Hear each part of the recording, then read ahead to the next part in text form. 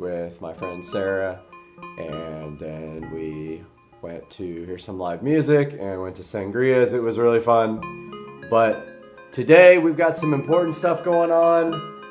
The driver texted me last night to tell me the new car will be here this morning.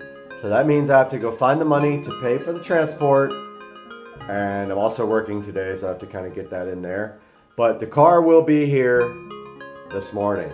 My plan is to video the car coming off the trailer, and then you guys will know exactly what's going on with my car situation. Stay tuned, that's all coming up here shortly, in the blink of an eye for you though. Wanted to take a look at the garage right now, show you guys what I did out here.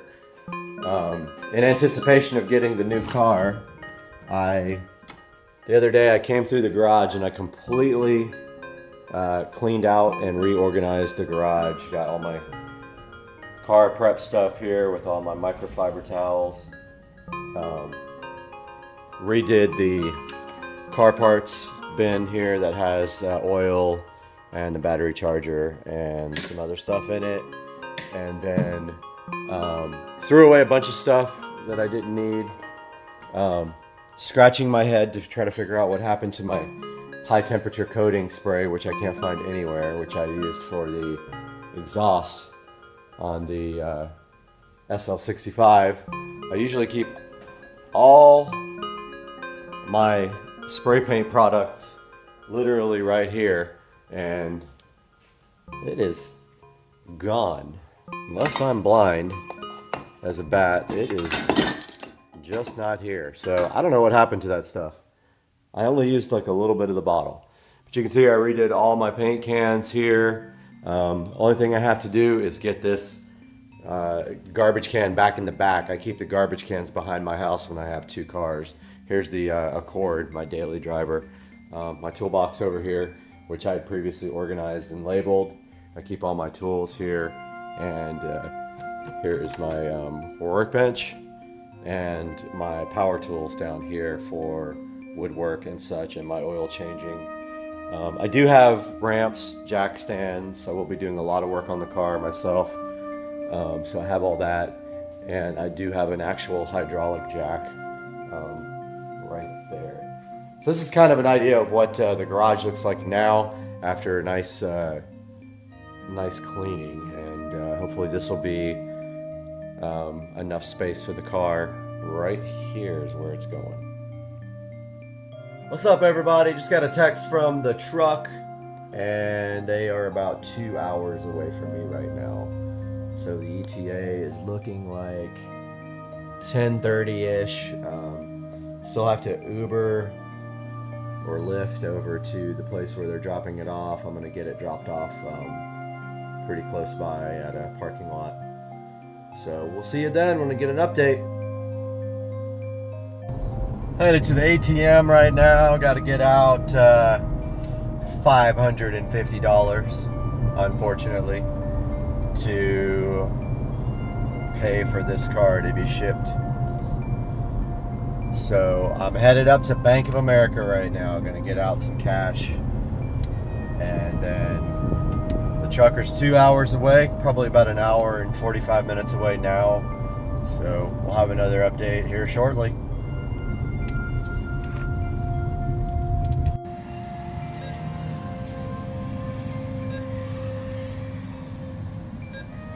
Let's see what happens.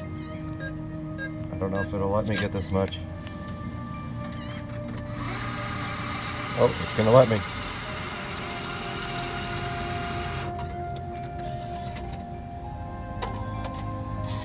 Yep. Out here waiting for the Lyft driver to come around that corner. Just checking out the yard. And grass is doing really good this year so far. It's a lot of work though. That dude should be coming around the corner like any second now. He's gonna drive me up to Winn-Dixie. I figured that would be the easiest spot to unload the car. Nice big parking lot, and I didn't want to take a chance on unloading it on the street here with all the traffic coming, and plus that would give me a minute to drive it to get used to it. And Dude should be coming. There he is right there. Out here at Winn-Dixie parking lot waiting for the driver to get here. And just kind of walking towards the road. Figured he would probably pull in right here. This is a really good place to unload. Maybe right along this wall right here, kind of, or the curb. When we do our drives from Mandarin to here for the drift shop, we always line up right here and wait for everybody to kind of regroup. So I figure he will be exiting the freeway momentarily and heading this way. Try to get some video of him coming down the road when he does. All right, I think I see it coming. Yep, that's the one. There it goes, he passed it. I know what you guys are thinking. Mustang. I know you saw that. He went right past it.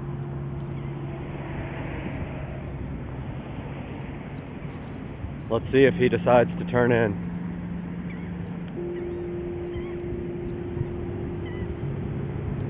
Coming back around this way.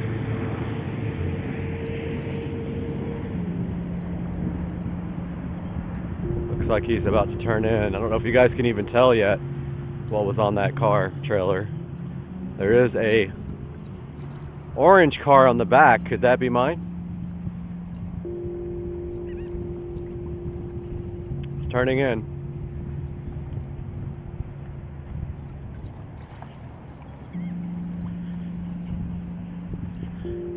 And here it comes, guys.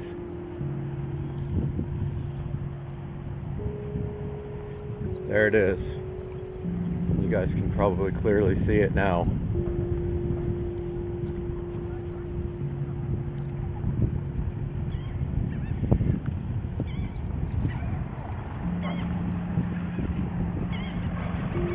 There it is. There they are. How's it going?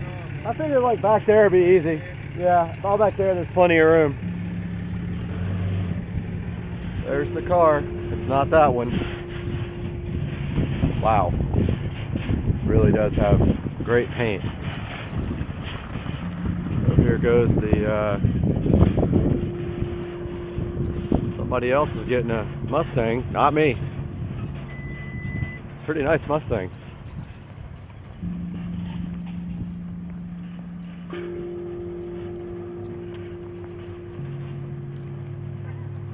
Gonna pause this for now so we can get this thing loaded up. Unloaded. Getting the car unloaded right now. Mustang out first. 427 Mustang Roush.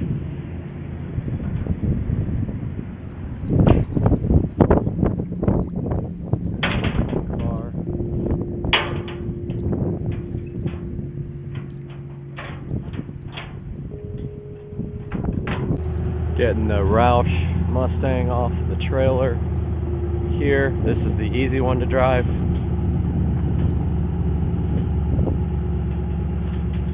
Because it has a regular clutch, I'm sure. But the IS has a twin disc.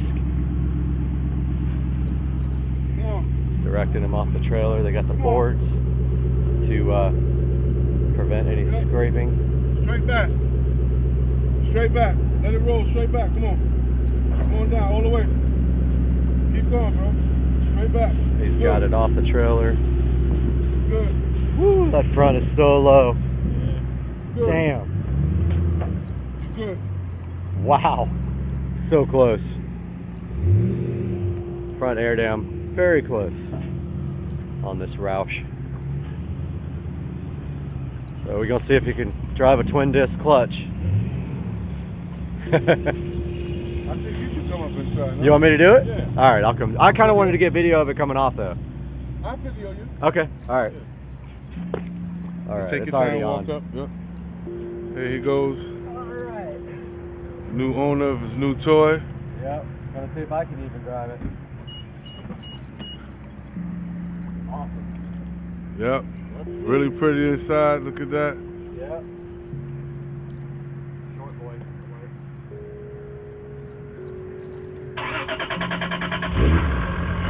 Wow, she cranked up really nice.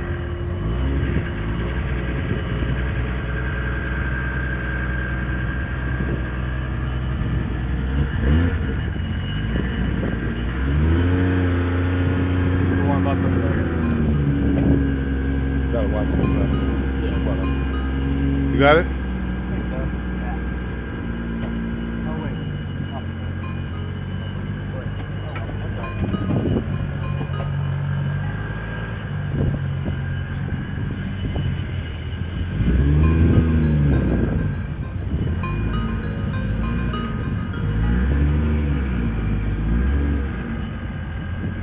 Slow.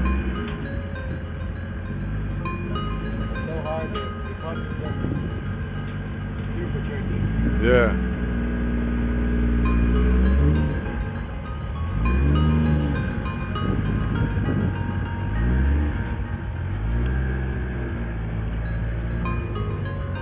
Take your time. Have a little dip. Come on. Come on. Yes, sir.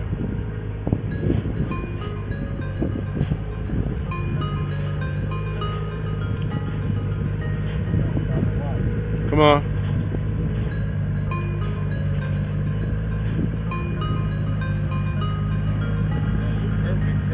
Come on, keep it coming. Keep it rolling.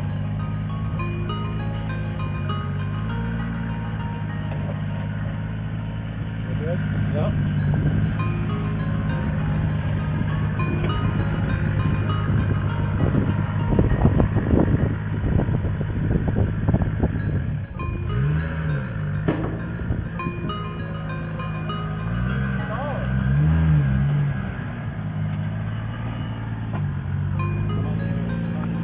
Yeah. Does it take brake fuel or? It will take E85. You know about Okay, the E85 stuff? Yep. About to try to drive this car without stalling it already. It's a little difficult to drive, but managed to get away without stalling so far. It's really off on though, as you can see right there. I'm still getting used to it. Wow, this guy just pulled right in front of me. Girl. So another thing, 6 gears really close to the emergency brake. You can really, it's hard to tell when it's in gear. This is going to take some getting used to.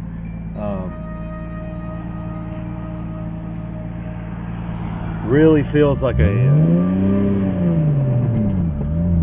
wow, I did not do a good job slipping it just then. It feels like a really lightweight Supra. It's pretty crazy to drive this after having a single turbo Supra that made, you know, excess of 800 at the wheels. Now this does have the V160 swap, and I did remember I accidentally popped the hood, so I need to pull over and put that hood back down before it flies open.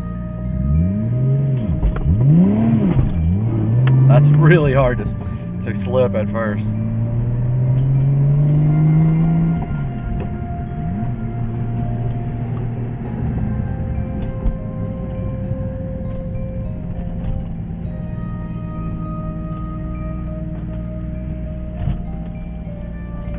Pull over here and fix the hood because I accidentally popped it a little while ago. It's really awkward driving for the first time.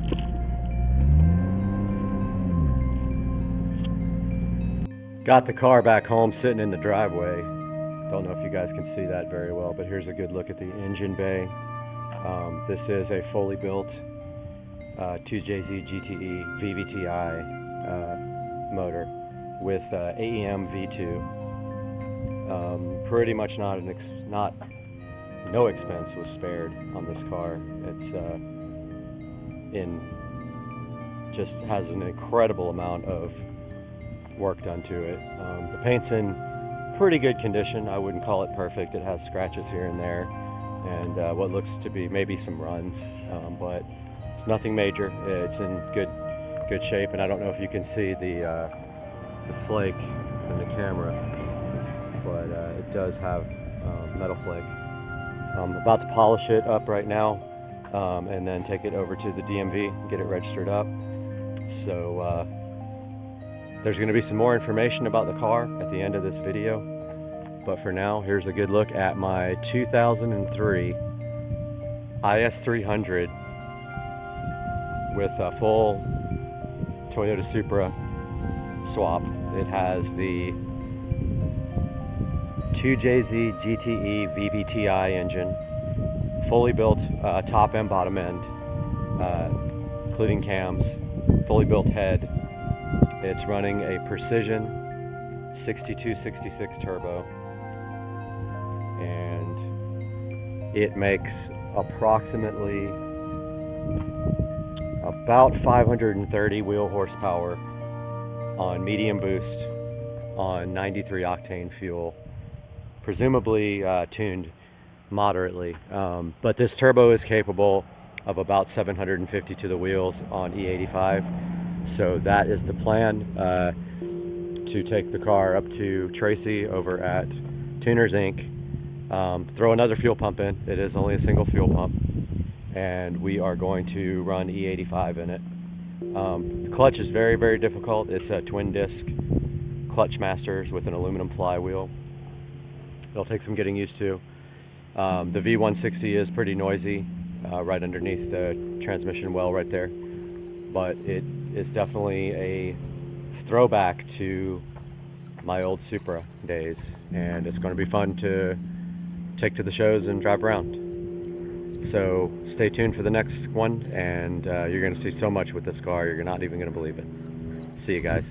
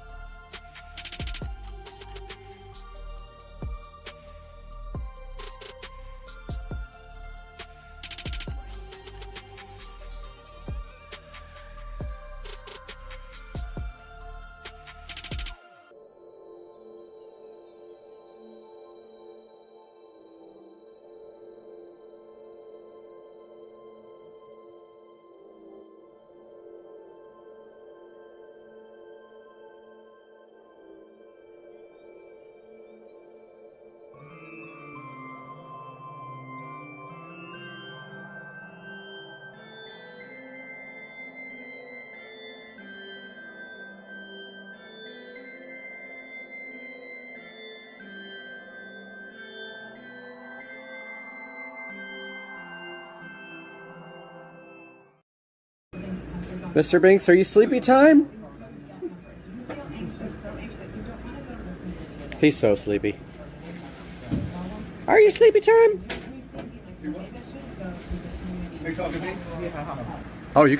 Hey guys, welcome back to Supercar Street Racing. We have something special for you today. I thought I would come on camera on the intro and talk to you guys a little bit about getting my garage floor shark coated. You can see right here in this first clip, we are trying to get the washer and dryer out. But before that, I did a lot of organizing and stuff. Let's get this started. I'm so hyped for you guys to see this. Let's go.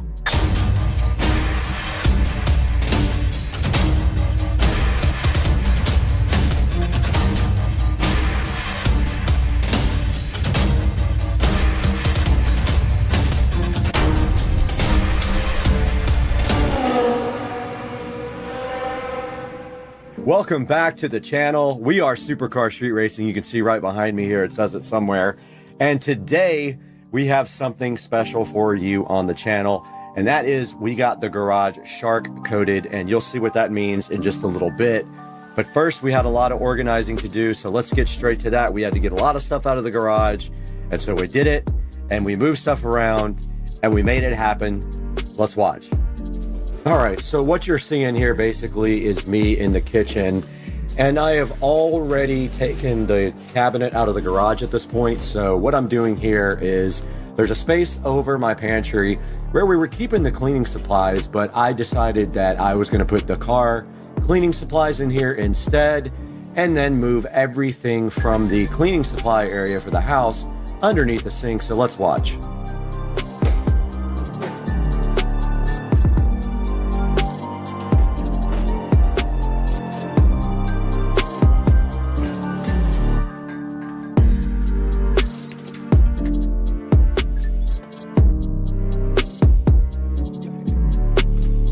So right here, basically what I'm doing is putting everything for the stove cleaning above the microwave, but actually I ran out of space under the sink later, you'll see.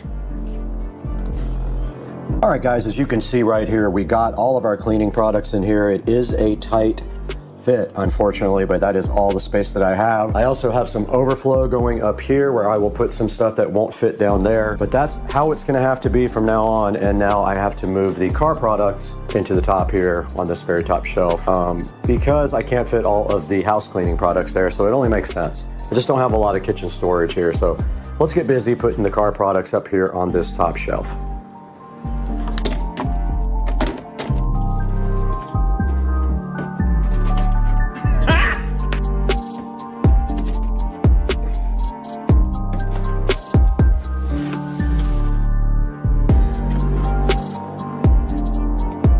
Okay, we have finished mostly cleaning up. No, we haven't. We gotta do the rags. We gotta do rags, and then we'll be done with this automotive area. Now, this is just temporary until we get some real nice garage cabinets installed. This is what I have so far. A lot of this stuff is really just in here for the moment. So things like that aren't needed can go up top. Then all my supplies for my car cleaning go right here. Now let's get all the towels folded up and inside of here as well.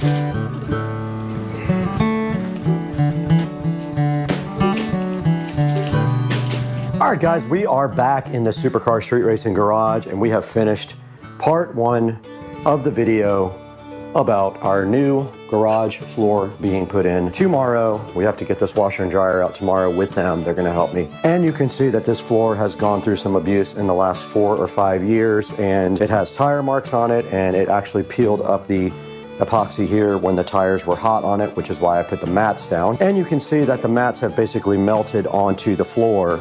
But as you can see, I got the cabinet out of here today, completely out. I got cleaned out underneath it. Unfortunately, We can't take out the hot water heater. I was gonna do tankless, but I don't have enough service. I think I only have a 100 amp breaker right here, and you need at least 200 amps.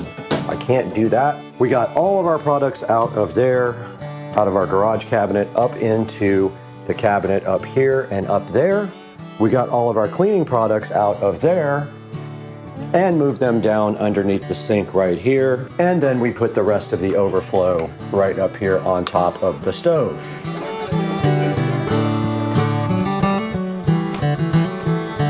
Now in this clip here, you can see the guys from Shark Coatings did get here pretty early in the morning, actually earlier than they were scheduled to, so I was kind of not ready at the time. But right here in this clip, you can see we're trying to figure out getting the washer and dryer out.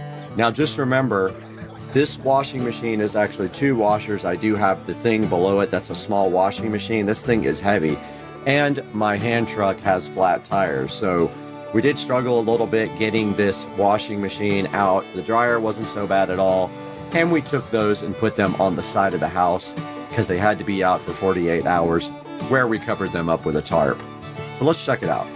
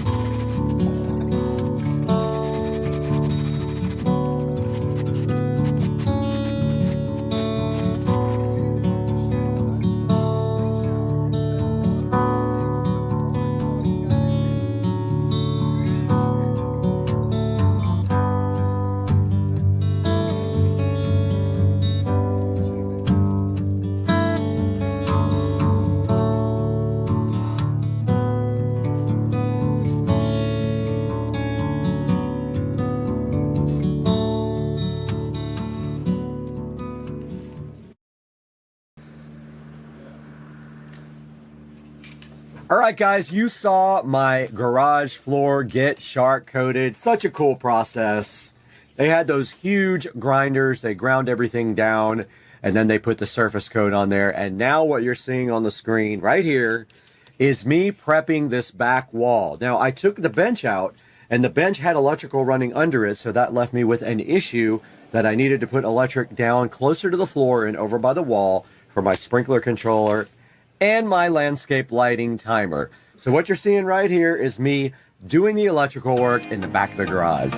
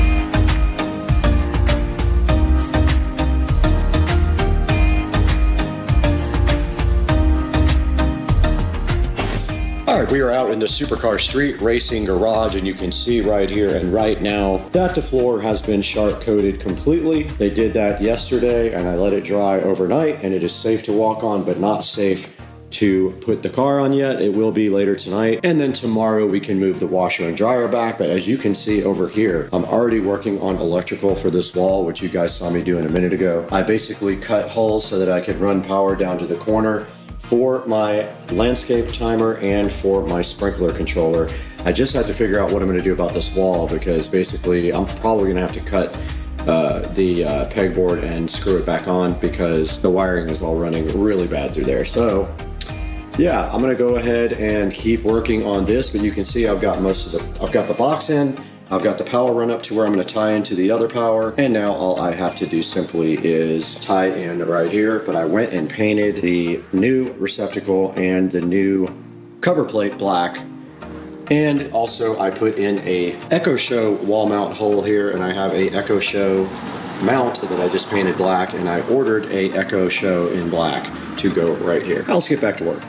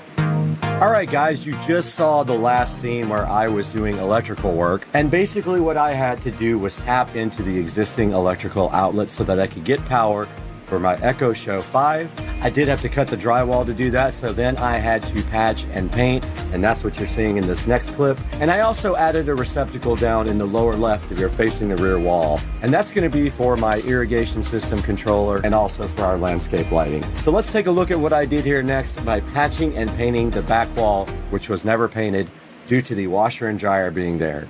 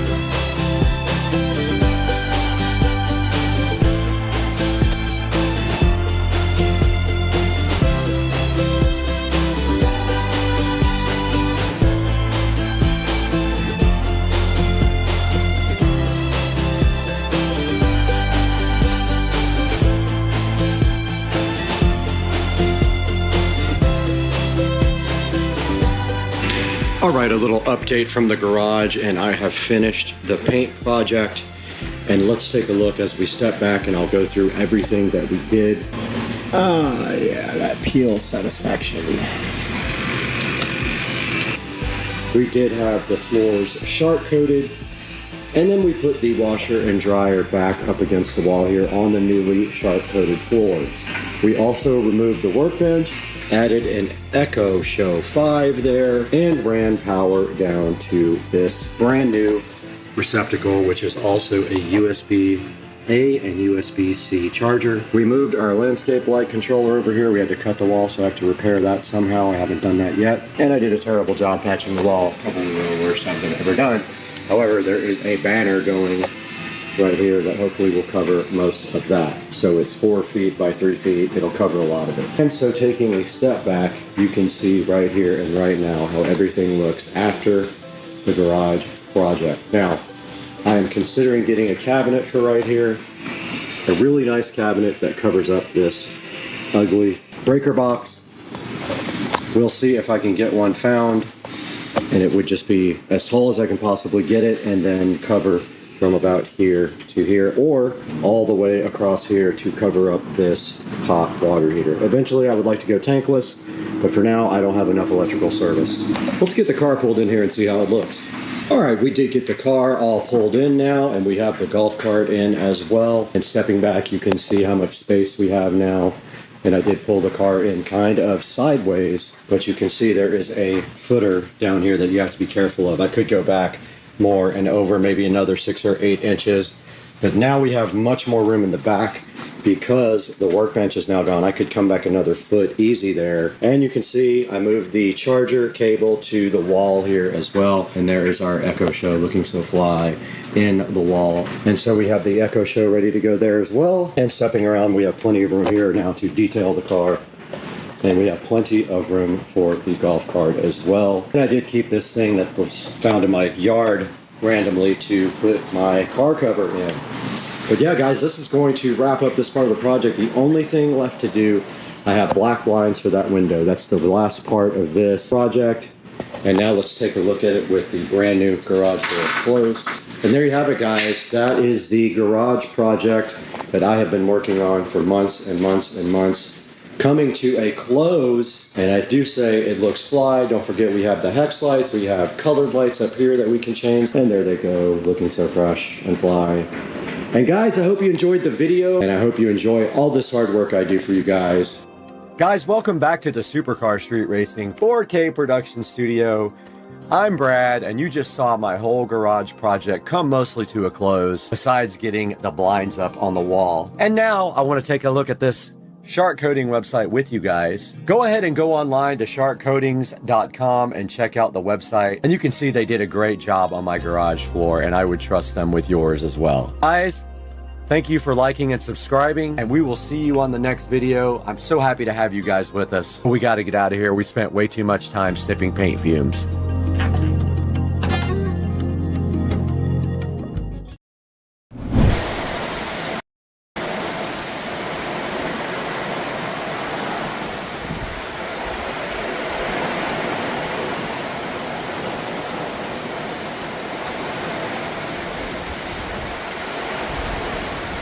There is something strange in this room that is out of place, and it is right here.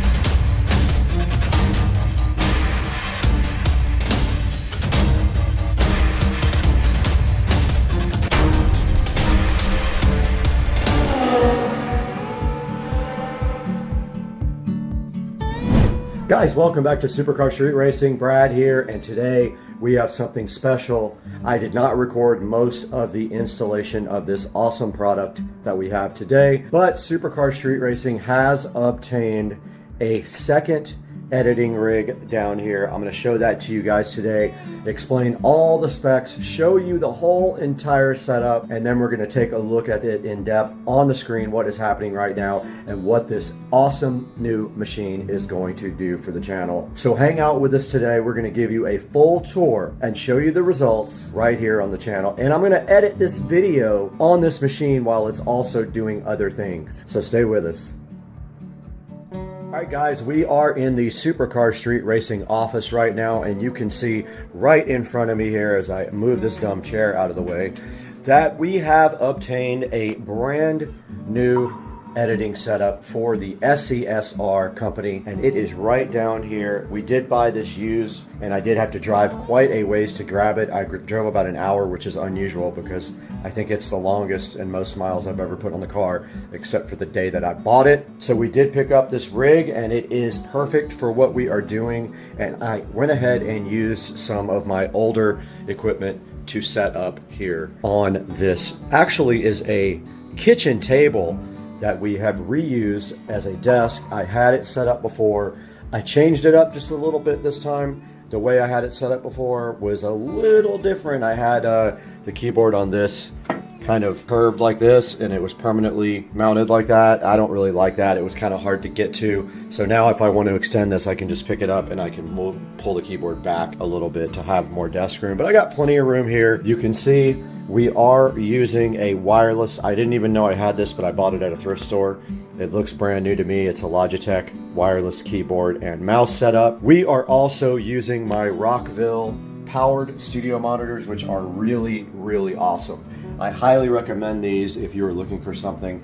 They are USB, or they have regular audio inputs, and they have RCA inputs, and they're really, really high quality for doing audio production or anything like that. But for this computer, they are just being used for editing and other things right here on the PC. And you can see right here, they do have a headphone jack as well, and they are on green. If you look at the light, the green means USB. So basically all the audio is coming through a USB cable connected to the PC down here. Now for our monitors, we are using these HP monitors, but yes, we are using HP. They are 24-inch. They are only HD. They are not 4K. They do not have 4K support, but they do have Bang & Olufsen speakers. These are E243M HP monitors. Nothing super amazing. They do have built-in audio and also a built-in USB 3 hub. So I have a USB cable running from here down to the actual PC right here, providing USB 3 there, and also one on this monitor running to the PC. They're both USB 3 ports, and now this guy has a hub on the side where the mouse and keyboard were going to go, but I don't need it anymore because I got the wireless stuff, and it is much better and takes up much less room. Right next to that, you do see that we have redeployed our Keener eye care lamp. Very cool lamp. I love this. There's a review of it on my channel. Go check that out if you haven't. But here we have the capability to dim and brighten the lamp and change the color temperature as well by remote if we want to. And now it is wide open right there so you guys can see. So that's the Keener eye care lamp that we do have on the channel for your consideration to go ahead and buy. All right, I just wanted to give you guys a quick look at the back and some of the ports that are available. It does have Wi-Fi. It does have 2.5 gig Ethernet, USB-C, and every other connector I would need on the absolute planet Earth. And there is a look at the video setup for the dual monitors there. They're both using HDMI. And there's the audio outputs on it. It does have optical audio out. It has plenty of USB ports, as you can see right there. So that is the back of the motherboard there, the Aorus.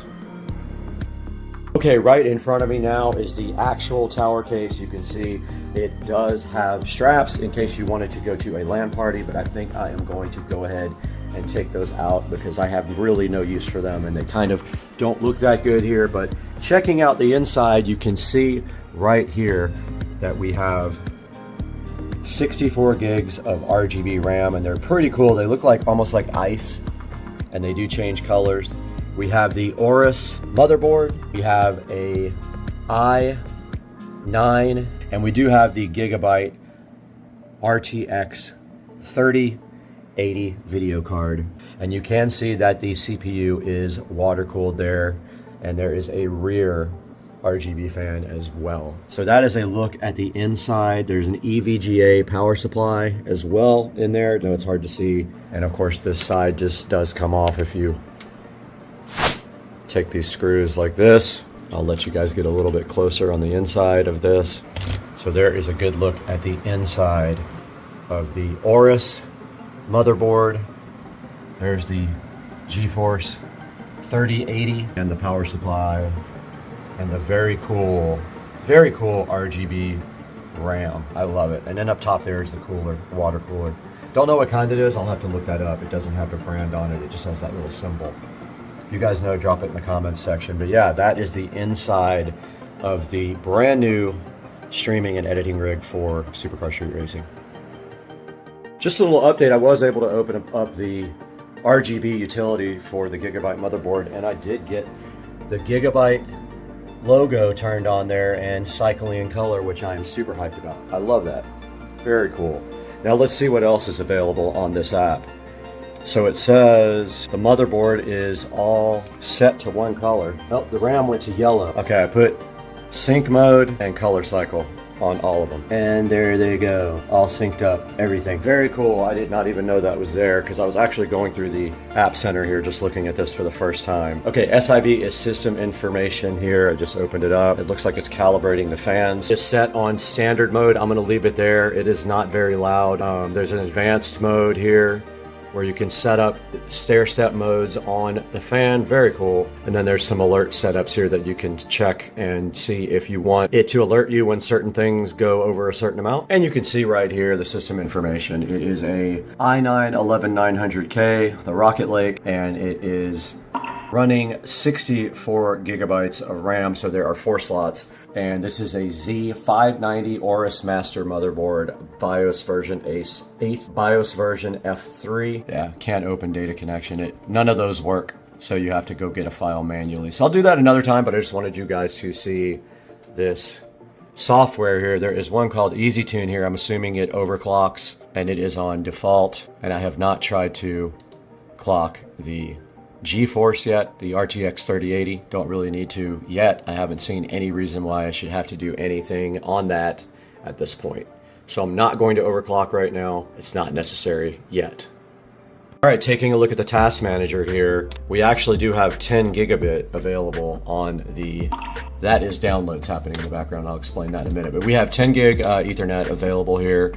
There is the CPU. It's running at 4.97 gigahertz right now. There is the 64 gigs of RAM, and it is using 11.7, 30.8 gig cache. There is the 2 terabyte SSD. I have 2 terabytes of NVMe SSD. There's Ethernet, and there is the GeForce running at 63%. No issues right there, running at about 63%. And all it is doing right now is streaming, and I will show you that here momentarily. There's a look at what it is using. It is dedicated GPU memory, 10 gigabytes. All right, let's take a look at what we're doing with this right now on the channel. Back in the office again, and I wanted to show you guys exactly what we are doing at this moment. And if we are looking at right now at the Supercar Street Racing channel, you can see that this is live. If we go back, there's the actual video that's playing right now. This is the new Jukebox channel. So it is basically rotating all of the SCSR videos on a rotation, and I will show you that, how that is being done right now. In front of me, you can see OBS Studio running right there, SoFly, and it is actually using a source called VLC right there. You can see it, and that source actually uses the VLC engine without opening VLC. And then I have a playlist selected, and of course it is set on shuffle. So that's how we are using VLC to rotate all the videos from the channel onto the live stream on the Jukebox. We see when we go to properties, there is the playlist that it's playing.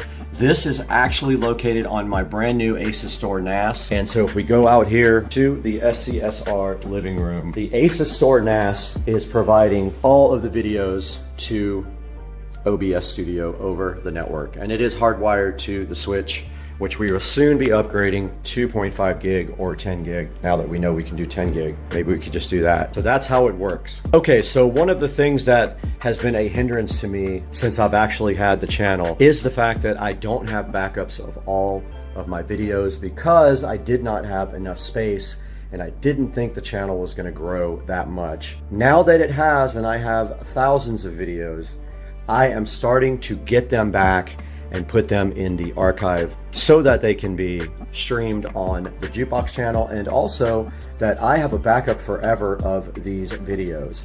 So I am using a tool to download all my videos, a thing from HiPaw. It will take quite a while, but anything that I don't have original high quality copies of right now, I will in the next day or so when it gets done downloading. I'll put those all in the Jukebox and take out any old downloaded ones from YouTube that are very low quality.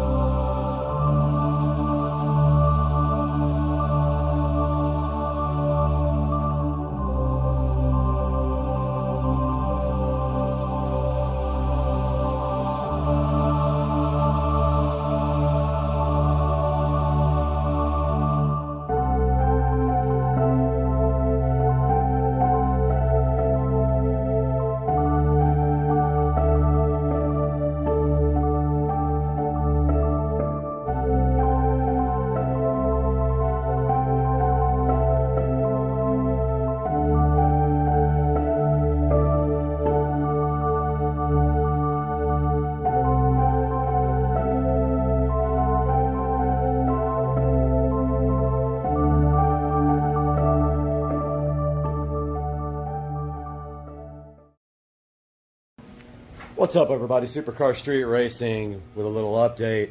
I wasn't able to get a lot of video of the wheels being done, but take a look at the black, satin black powder coated wheels.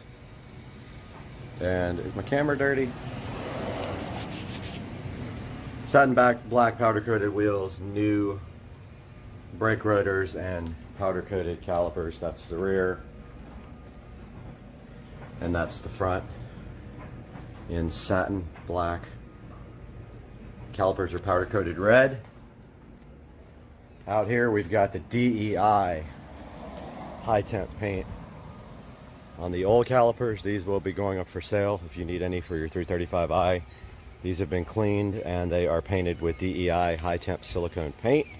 Those will be going out. And the next thing I want to do is paint this ugly gray, I don't know what it's called. Is it a rear splitter? I'm not sure, but look how it's fading. Why is it gray too? I mean, come on.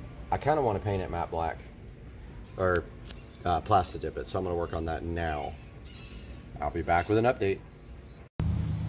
Alright, we got the back taped off now. I learned to tape off a lot better than I used to because the stuff gets everywhere. But take a look at where that's fading. Is my main purpose here, and I don't like that this is gray and the rest of the car is black. I think it'll look good matte black. So I'm going to get my Plastidip here and put the first coat on of Plastidip. Got the first coat of Plastidip on. Remember to point the Plastidip can away from what you're painting. Oh, look at this pollen like falling everywhere. Point the Plastidip can away from what you're painting to clear the nozzle out, and put a very light coat on for the first coat. Wait 10 minutes and then do a second coat. We'll be back for that. Here is the stock brake calipers with the DEI high temp coating. I'm going to let that cure for maybe 30 more minutes before I flip everything over and do the sides that I couldn't get here. I don't have any really way to hang these things up to paint them. But this is matte black, which looks pretty cool. I think that's enough of a coating on the top, but we'll be back with an update. Alright, it's been about 10 minutes. I went ahead and polished the windows, but that's a good look at the first coat. You see it's a very light coat.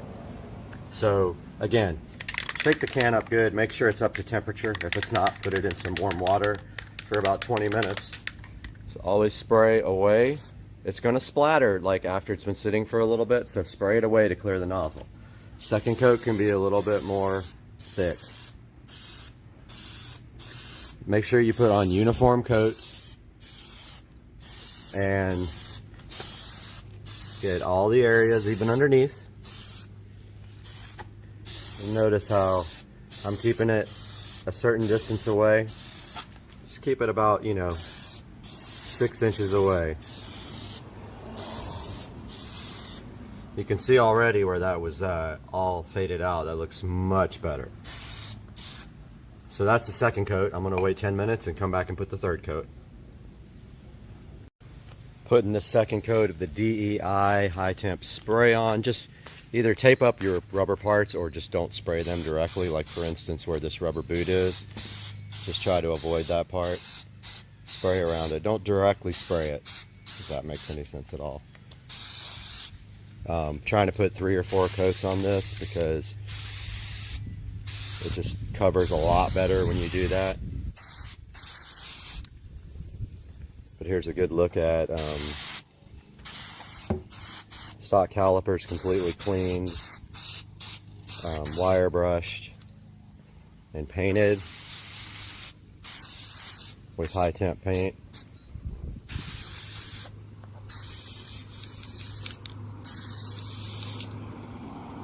See, I won't spray directly on the boot. Just like light, light, light. If you're going to get close to it, it'll make it crack and be stiff.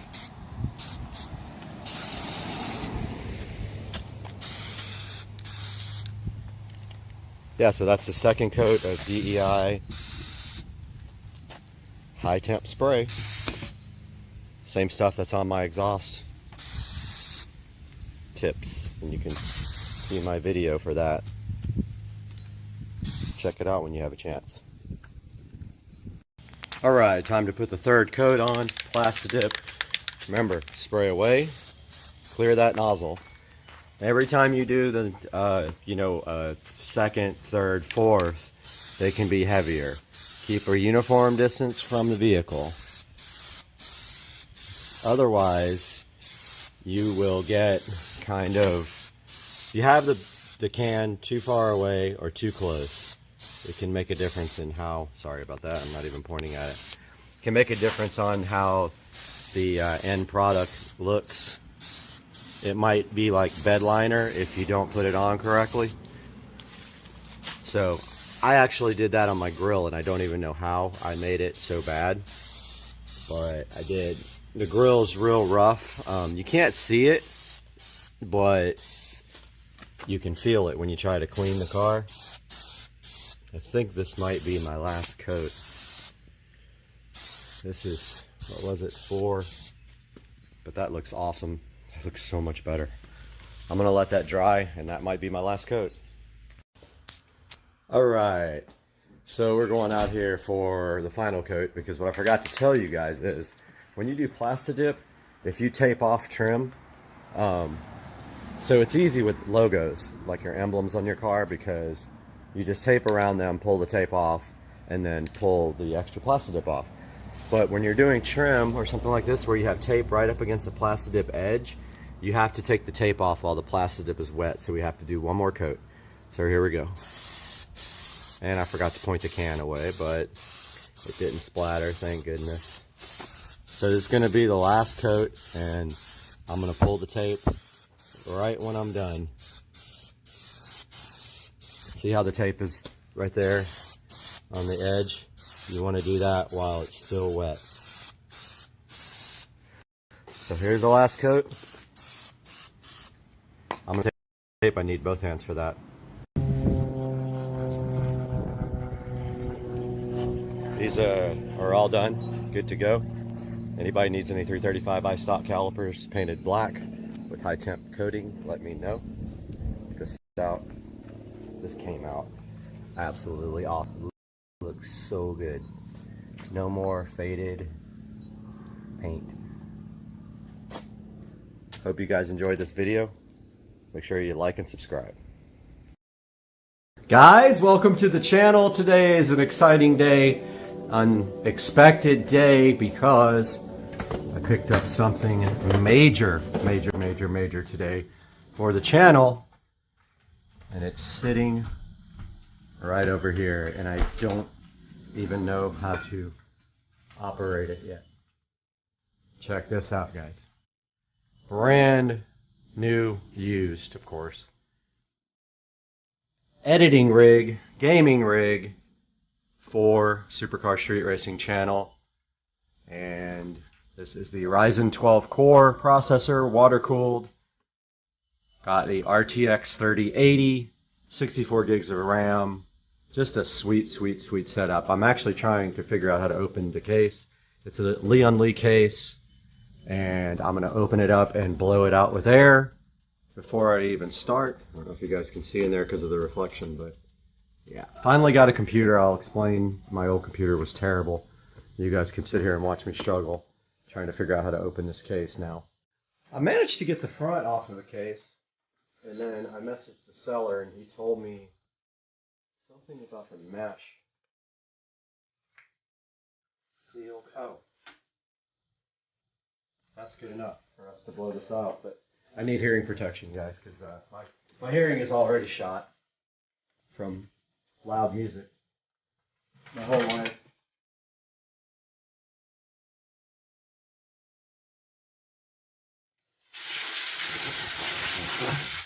Oh yeah.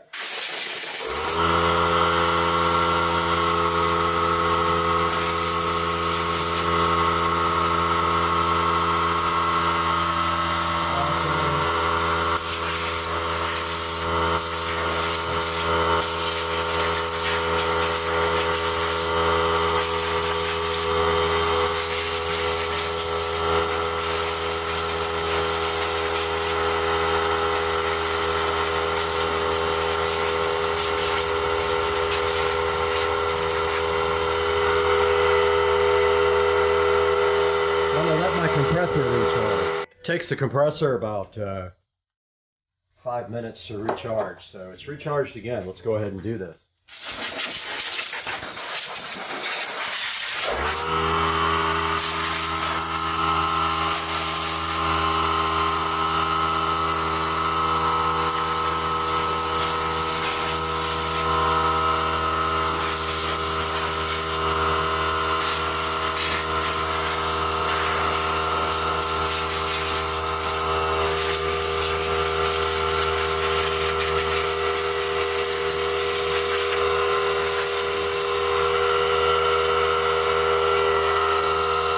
Needs one more round.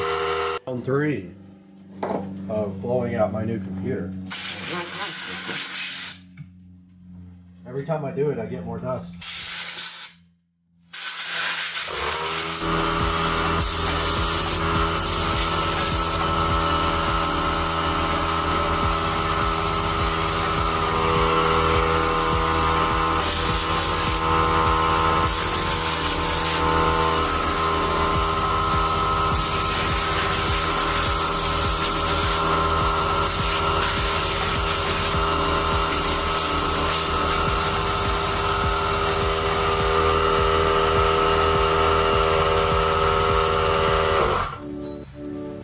Good enough. Here's a good look at the MSI motherboard and the RTX 3080 Tough graphics card and the SSD here, 1 terabyte SSD.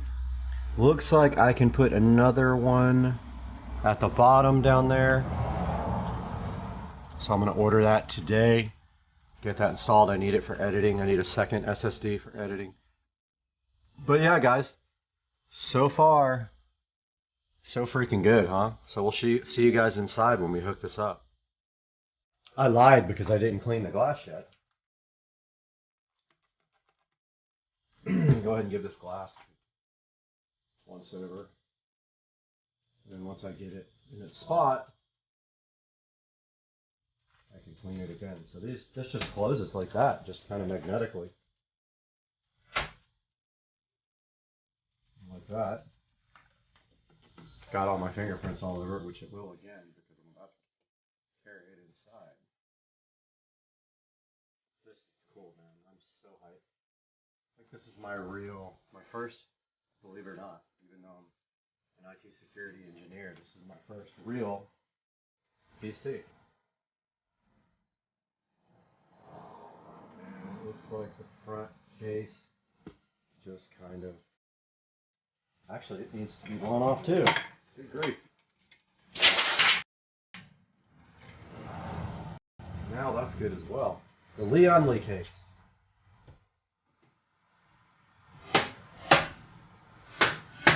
And that, my friends, is that. This thing's going to get carried inside now. We are here in the Supercar Street Racing Editing Palace. And we need to make sure that the old PC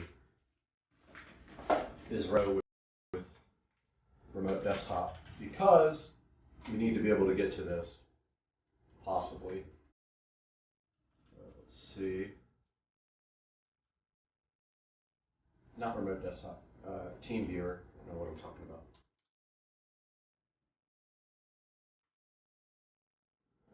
Okay.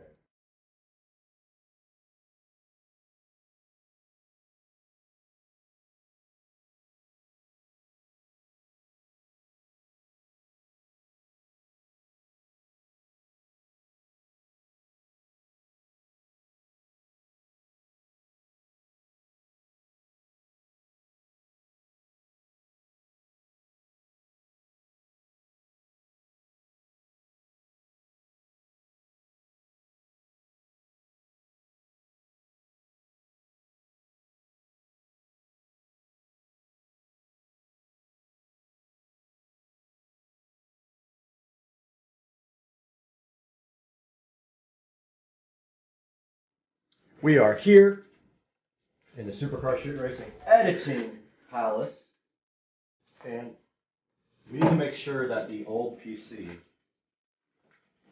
is ready to go with remote desktop because we'll get to this possibly.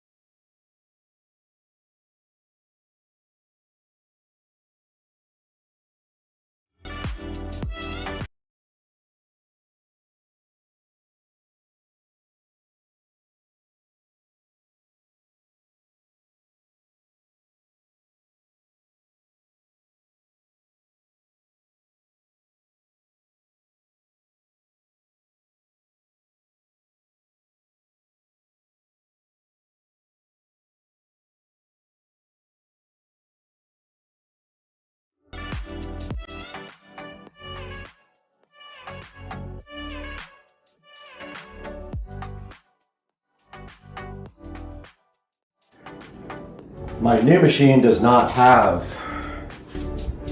SATA ports, so there's not going to be any hooking up my existing drive unless it's with a USB adapter, which I do have a USB 3 adapter, so I'm going to do it that way for now. Order another SSD to edit on. I just thought about one thing that might be an issue also because I didn't turn on Wi-Fi on this computer before I shut it off. I think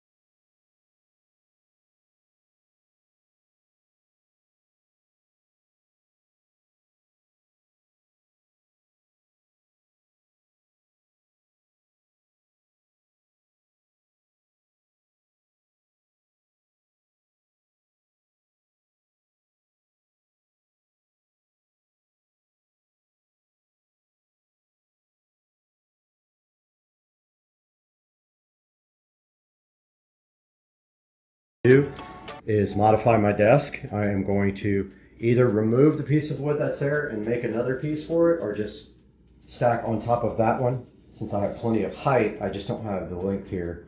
I'll stack it on top of that and make it longer and send a bunch of screws down through it, and that should be good enough to get this guy going. But everything is powered up, and let's see what happens after we get logged back in over here to work.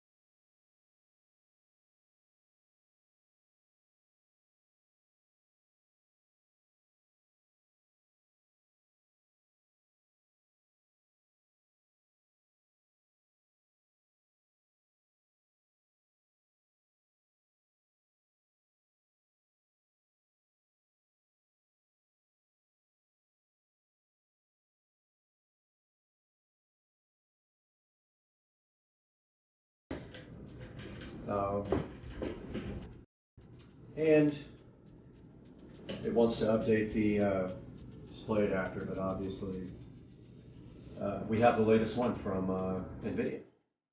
Because if we click here on GeForce Experience, we are up to date.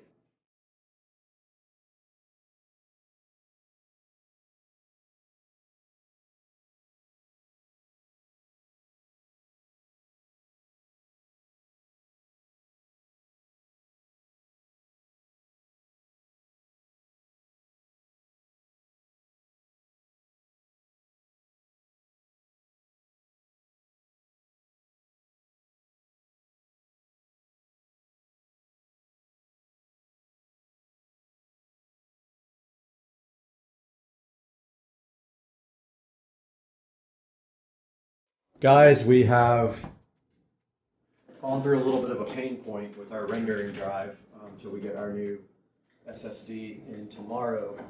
But this is the ceiling fan project that would not render before.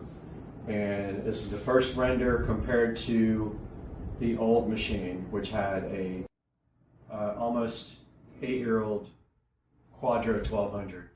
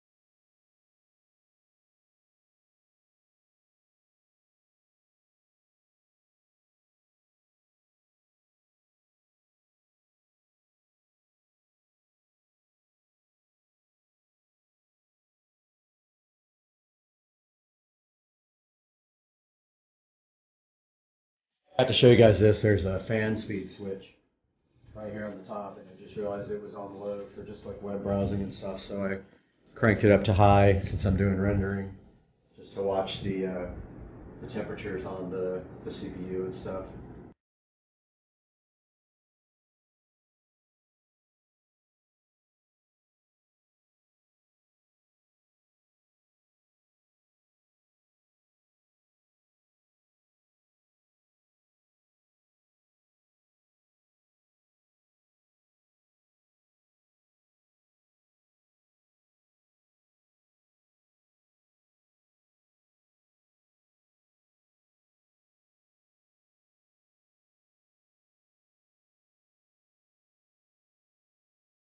I meant to tell you guys also, Premiere Pro seems to be way faster than Vegas Pro. And the only reason that I stopped using Premiere Pro is because of this massive bug that I found. And literally, I could not edit on it anymore because it would start eating up system RAM. And then it would eventually use up all 16 gigs of my system RAM, and then it would crash the computer. The whole computer would crash. I was going to show you guys how struggling the GPU is and the computer when there is time lapse going on. That seems to be super GPU intensive. Alright guys, I've been playing with the computer all day long. Did eventually get my one video edited about the ceiling fan. Took forever because there's some kind of issue with the actual project that wouldn't get past a certain point. So I ended up rendering it in like 3-minute chunks or 5-minute chunks until I got it all done. Then I put those in a final project and I rendered all that at one time and it worked fine. I'm switching back here to Premiere to try to start editing in Premiere, because you notice here in Premiere it's so much faster. It uses all GPU, almost no CPU, whereas Vegas Pro is primarily CPU heavy, and even people on the forums are like, man, something's wrong with this thing. And it takes forever on Vegas. So I'm going to switch back to Premiere, and if I need to do like some time lapses, I'll probably use Vegas for those because it's so much easier. But I hope you guys like the upgrade to the channel with the brand new PC to edit with. I love you guys. Peace out. Alright, this dude was in the fire pit. Check him out. He was hiding in there when I started the fire. He crawled right out, and I don't know, that looks... I don't even know what kind that might be. Have no idea. Anyone knows, comment. Pretty cool. Hurricane Ian It's really picking up this morning. Getting some pretty crazy wind and rain. You guys can see it is really starting to pick up here in Jacksonville. Starting the day off at the gym. And yeah, it's way too early, dude.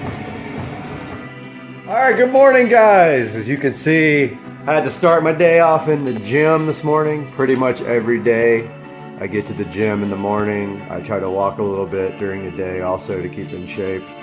And so got on that freaking treadmill this morning and got a good 45-minute workout. And now I want to talk to you guys a little bit about batteries on your cars. So as you all know, a lot of you probably have cars that you drive every day, daily drivers, and you don't really have to worry too much about keeping the battery charged. However, if you do have a vehicle or two that you don't drive every day, and especially the BMWs, they tend to drain the battery for absolutely no reason. So haven't quite figured out why that is. It's just the way it is. If you leave this 335i sitting for a week, it will be the battery will be weak when you start it up. So how do we keep our batteries charged, guys? So there's a lot of options out there for keeping the battery charged. I definitely recommend a trickle charger. And one of the best ones available is, in my opinion, the battery tender. So this is the battery tender right here. So I don't know if you can see this very well, but basically what's going on here is this battery tender will plug into your wall outlet, and then it has a variety of options for connecting to the vehicle. One of the options is this pigtail cable, which you can permanently wire to your battery. And that makes it good so you can just plug it in and unplug it whenever you want. And the great thing about it is the other end of this thing has this quick connector. It has a cover on it right now, but get that off of there. You can see right here, it has this positive negative where you can't reverse them. There's no way to plug this in incorrectly. So the great part is also it's got built-in circuitry. You can see it charging right there in the background. It's got built-in circuitry to prevent sparks and shorts. So let's take a look at this right now. I'm going to flip this camera around first, and then I'll let you take a look at this Battery Tender Junior. Things you can get with a battery tender. That's Battery Tender Junior.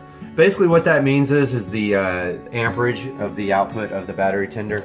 And if generally for most vehicles you can get a Junior, and they are incredibly cheap. I think I paid $27 on Amazon. They're quite a bit higher at Pep Boys, like $20 more. So I recommend getting them from Amazon. Now check it out. So the Battery Tender Junior is plugged in there to my garage outlet, and you can see the cord running here. Now right here is the connector that I was telling you about. It's a quick connector, so I could just unplug it anytime I want and put the little cap back on. Each side has a cap, as you can see right here. Just put the little caps back on. If you have the pigtail connected to the battery, what I like to do, and I'll show you that here in the BMW, is I like to zip tie the connector out of the way. So if you can see right here, I don't have the permanent connector here on the front of the BMW because these are the charging posts for the BMW, so I didn't do it that way on this one. However, if you want to do it permanently on the Beamer, you would do it in the trunk with the circle pigtail connectors. So what I was going to tell you is that the cable just literally is zip tied here, and I leave it just like this, and I leave it covered right here. When I want to charge the battery, I lift the hood, plug it in, lower the hood all the way, except I don't click it. When I'm not using the battery tender, I simply disconnect these two and kind of tuck them neatly away down in there. Now here's the interesting thing about the SL65. So the SL65 actually has two batteries. It has a front battery here. Now this battery is only used for starting, nothing else in the whole car. So it not only does it not need a lot of charging. It doesn't use much juice at all, and it charges very quickly. Now, the battery tender has only been on it for 10 minutes, and it's already, that flashing light means that the battery, I believe, is over 50%. It might be 75, I can't remember. But when it turns solid green, that means the battery is charged. So that's the front battery on the SL65. Now, the SL65 also has a rear battery in the trunk. This battery is called a consumer battery, and it does everything else in the vehicle. And as you can see here, until I get power set up permanently, there's actually an outlet over there that I want to get power run to. I had just literally have an extension cord run to the ground. And if you look right here, here is a fully charged battery. Now this has been on the battery tender for 3 or 4 days, so it's going to stay charged. So there's a good look at the SL65 there, the side of it.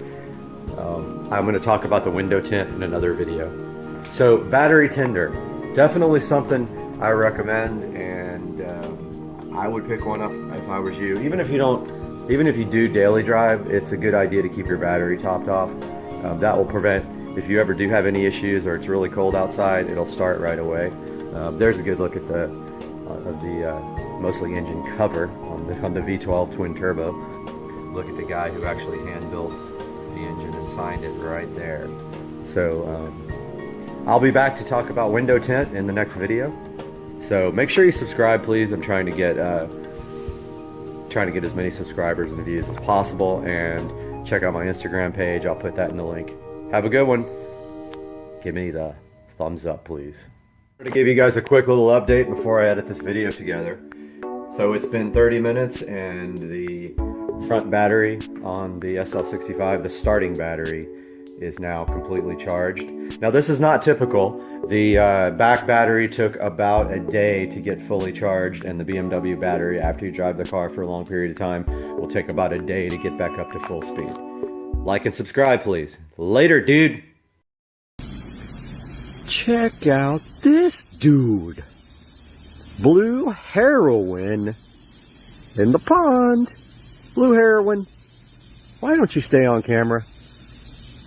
All I want to do is barbecue you.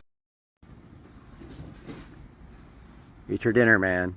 Before everybody else eats it. He's more worried about that grass. Yep. Turtles are tormenting him. Alright folks, today we're going to be working on this paddle shifter conversion.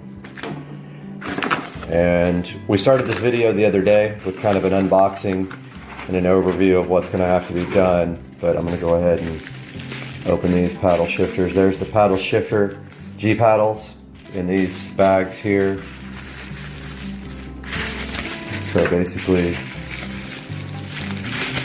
what you have here is, if nobody watched the first video, go back and watch it for kind of an explanation. But the older AMG cars didn't have paddles, they had buttons behind the steering wheel. So somebody really smart invented these G paddles, and they replaced the factory shift buttons. And they are still not going to make the transmission shift faster, obviously, but it's better than paddles. They're a lot easier to get to. So what you're going to need for that is the paddles. You're going to need a hair dryer. Reason being is that the factory shift buttons sit in a carriage. If you can imagine, like you know, a bolt going through a hole, and that hole is plastic, and to get the factory buttons out, you have to heat the factory buttons with a hair dryer. So you pop them out of the steering wheel, you heat them until they're all too hot to touch, and they become more pliable, and then you can take a little screwdriver and pop out the buttons. Now I haven't taken them out yet, but I'm about to do that and see exactly what I'm up against. Or, you see those tabs right there? You can just file one of those off on the factory buttons if you're never going to use the buttons again, and it makes your life way easier. They come right off. So I'm going to take a look now and see what that's going to be like and show you how to get the buttons out of the steering wheel. Got the top down for easier access and lighting. But if you look back here at the factory shift button, it's a housing that just pops out. So I am going to pop that right out, and then we'll take a look and see. I know the wire's not very long, so we're going to take a look and see exactly what we're looking at here once I get this housing out. Supposedly you can just pry it out with a little screwdriver on the edge there where you see the opening.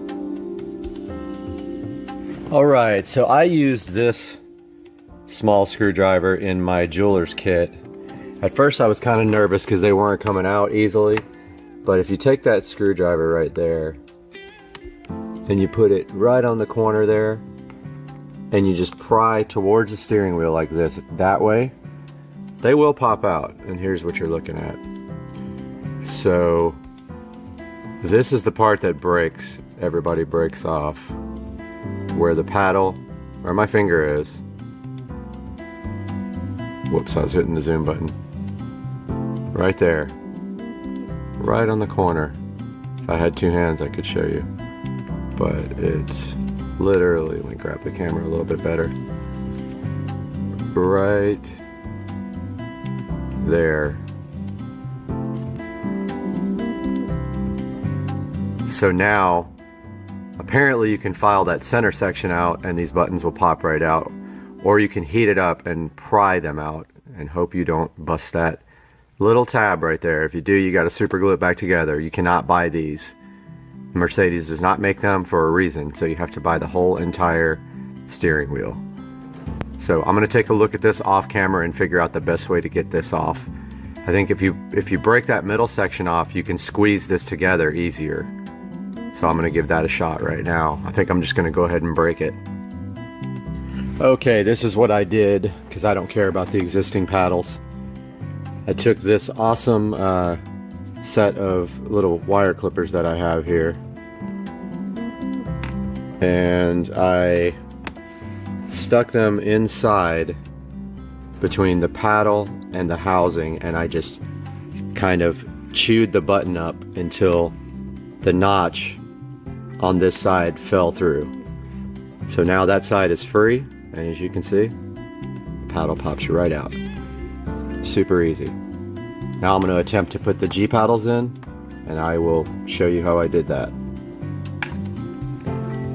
I got my hair dryer here. I'm going to take this hair dryer and heat this up a lot till it's almost too hot to touch, so that the plastic becomes pliable, even though I may not need to now.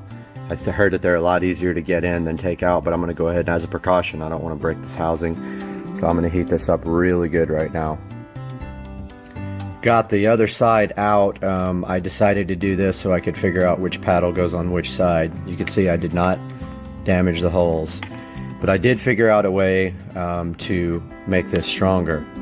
I don't have anything with me to do this, but a washer, a little metal washer glued to both sides would definitely make it so you would not break it, or you could repair it with that as well if you did break it. A little tiny metal washer or a ring of some kind glued right there would fix that problem for good, if you wanted to do that before you tried to pop the paddles in.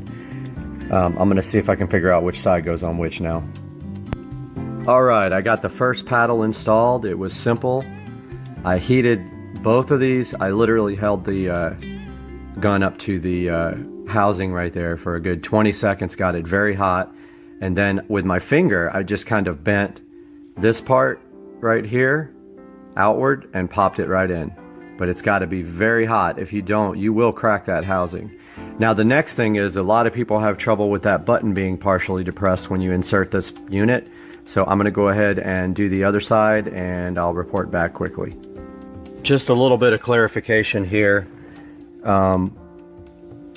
If you put this in there like this, put that side in its hole, very difficult to do with one hand, but if you put the one side in the hole, the other side, you stick your screwdriver in and kind of turn, it will move the housing outward enough for you to pry that button in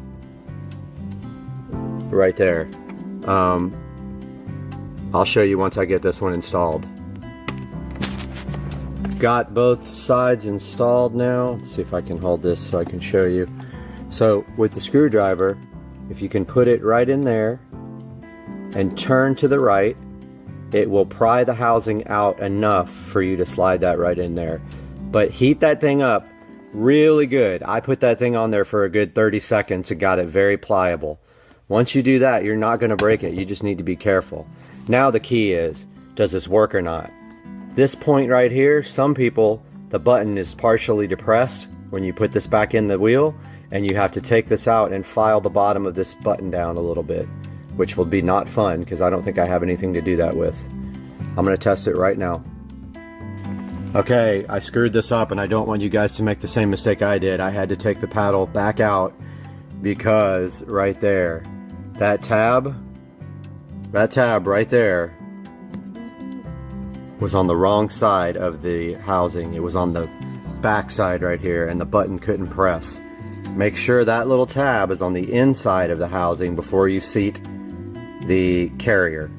Okay, I had to take it completely back off, so I had to heat it up, and now I have to put it back in without breaking it. Okay, lesson learned. It was so easy before because that notch wasn't in the right place. It's very difficult now because really the whole entire housing back here needs to be spread outward.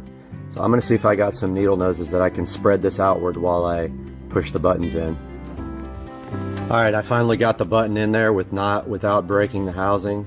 As you can see there, they're in good shape. I don't know how I did it, honestly. I heated that thing up so hot it almost burned my hand with the hairdryer. So that's how hot you have to get it to make it pliable. Alright, I'm going to go ahead and install this right now. Wanted to get this part on video. I'm going to go ahead and heat up this housing.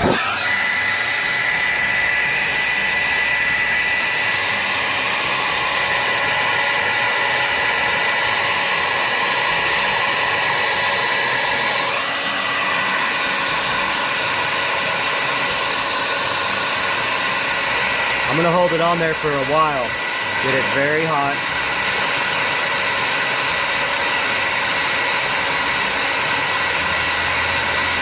Good and pliable.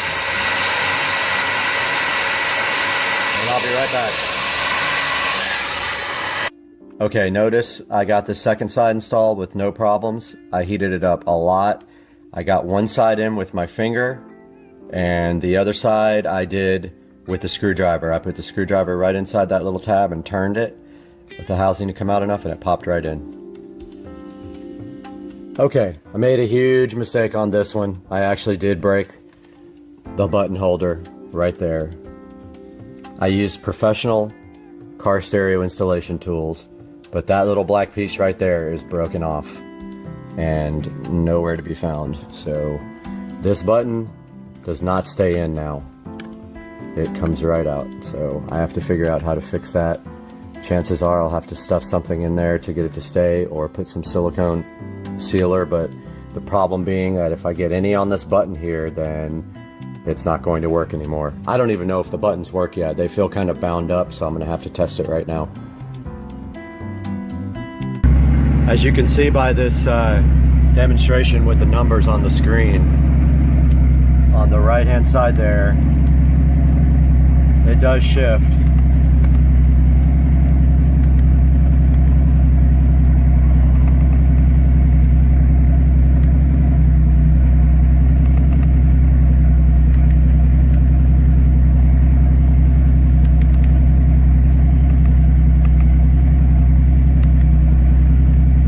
So this button though is completely loose, so I got to figure out how to fix that.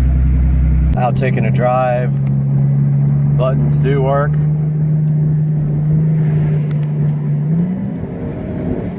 I don't know why it wants to go from 4 to 1, but that's the behavior of the transmission, not the shift pedal conversion.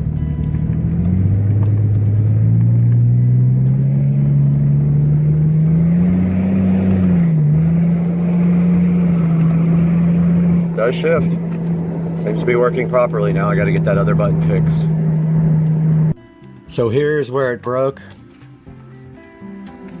Right on the end right there. That piece broke off. And it no longer will. You can clearly see it broken. and I don't think I have the piece. I'm going to try to find it in here, but it's probably gone. Okay, how I'm going to fix this after all is I'm going to get some silicone sealer. I'm going to put it right here on each side, a drop of it on each side, and then push it back in and let it dry. Alright, this is all finished. I got the button mounted back in there. I put some fast dry silicone sealer around that edge, verified that the buttons do still click. So this project is done, but I'm just gonna warn you, I did everything possible when I took out this button. I used a professional installer tool, put it in the edge there, and if you push too far in there, you're gonna break it off. So this one I did not. I used a small screwdriver to remove this one, so lesson learned. You might be better off trying a small screwdriver, a very tiny one, but I couldn't get it in there, get the button out with that. So I broke this one trying to pry it out. Doesn't matter, I'm gonna get it glued back in and it's never gonna come out again, so no big deal. That's gonna wrap up this project, folks. I hope you like the AMG button to paddle shifter conversion, and please subscribe for the next video.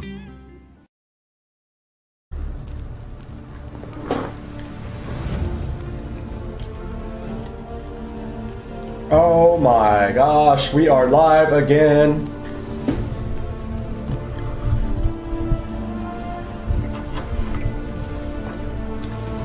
Get this mic close. We are live.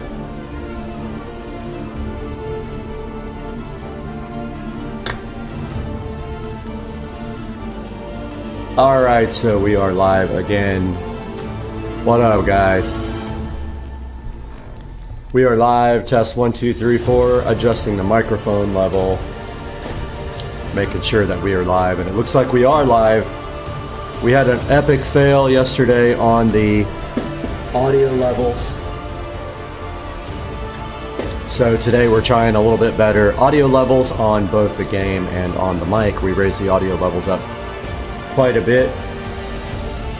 Looks like the game's a little bit louder this time. Hopefully it's good. Go ahead and get to playing. And we have all this left over from yesterday, but today we are going to be looking at a different type of event here. Let's look at some of these maps here and see what we want to do. Yeah, why not? Let's do the beach. And let's go with some actual World War II people. Let's do 500,000 American shotgun soldiers and 500,000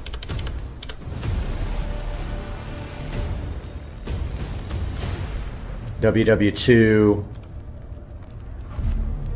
assault soldiers. These guys will be storming the beach. How the heck do you turn this? Hold right click to rotate. Okay. Alright, so we're going to be coming in on the beach here with our American forces there and there. Hopefully we don't lose 1 million to death as soon as they launch in the water. So we got our American forces here. Let's add our German forces.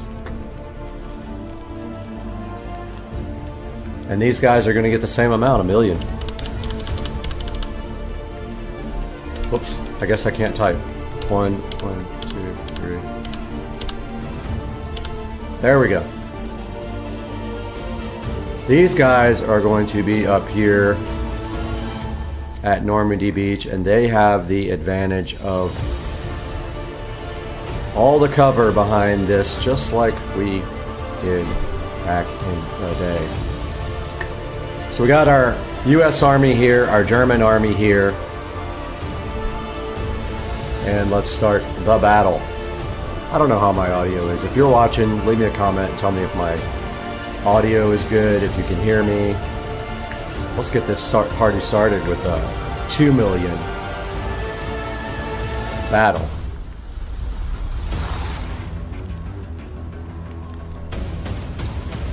Got the RTX 3080 Tough cranked up and ready for action. Germans versus US. Here we go. I'm hyped.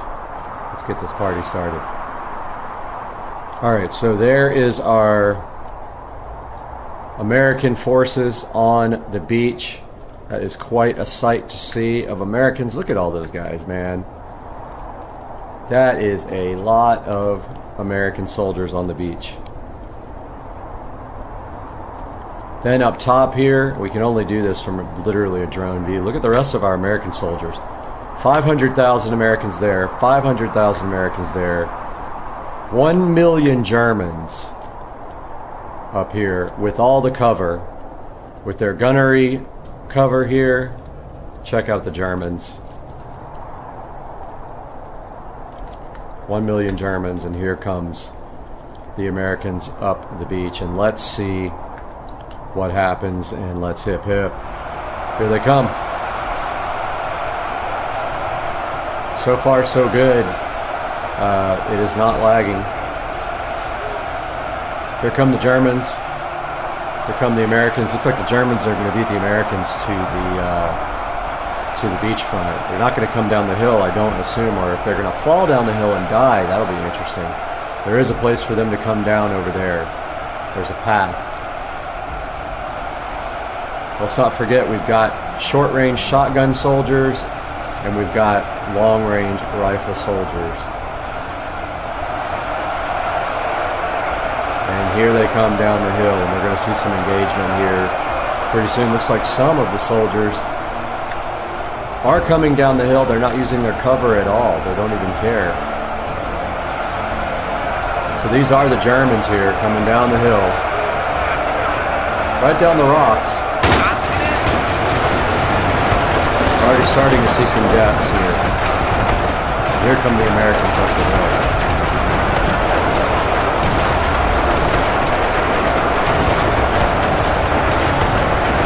The Germans are standing their ground up here on the side of the hill, not making their way down.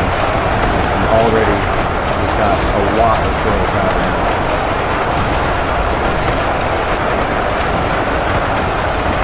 Team 1 is absolutely getting slaughtered at this point as they move their way up the beach and get the gun. They're actually going through the gun turret cover here. They're going right through it. It's magic. They're getting killed right as they exit. Here is our German guys sitting on the beach at the mountain, base of the mountains, and just absolutely killing the Americans. Right now, not looking good for the Americans as they come up the beach. No cover, and the Germans have the high ground on the beach. They're still making their way over the hill. Honestly, they haven't even gotten over the hill yet. And you see the blood spill on the beachfront. And the Germans have racked up 150,000 kills. The Americans only have 3,000. They are taking it hard.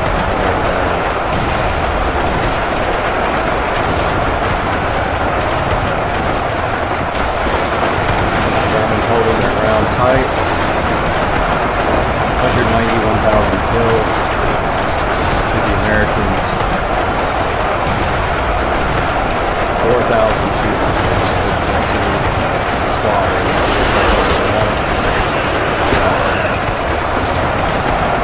From the Germans' point of view, you can see what's happening. They got the high ground. It's easy for them to really do whatever they want.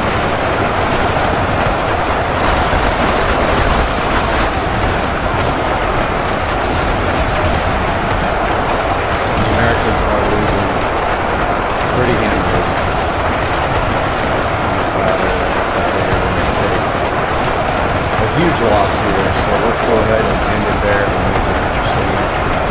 swap sides and see if the ground that they're on has anything to do with their gameplay. Germans will start there. Wish I knew how to leave run on permanently on the camera. Americans will start here.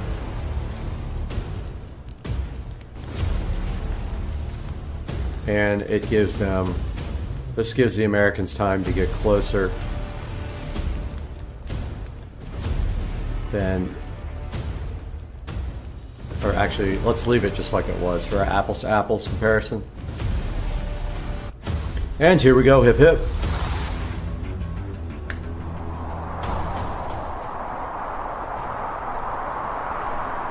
Now we got the Germans on top. Americans are at the bottom, and let's hip hip them.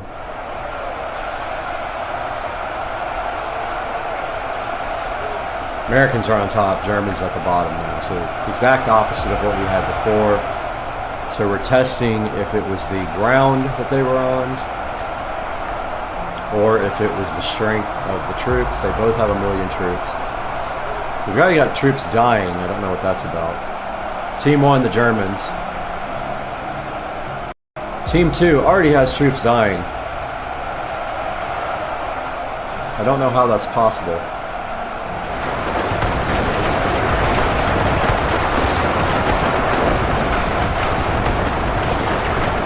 Yep, the American team is just getting pummeled already by what? I have no idea.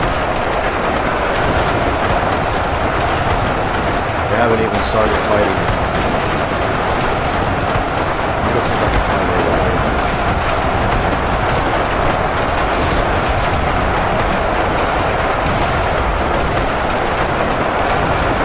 Makes no sense to me. The Americans are not even fighting anybody. They're getting killed.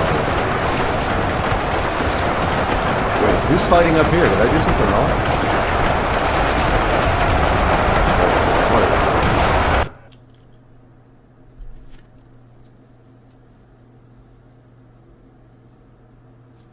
Did I do this wrong? Oh, yeah, I totally did this wrong both times. Look at this, I got them lopsided. Alright, now they won't fight each other. I had them fighting each other. Okay, that's why the first battle was so bad. I had them fighting each other. How do you lock the run on? UEBS2 camera speed. I have to hold down shift.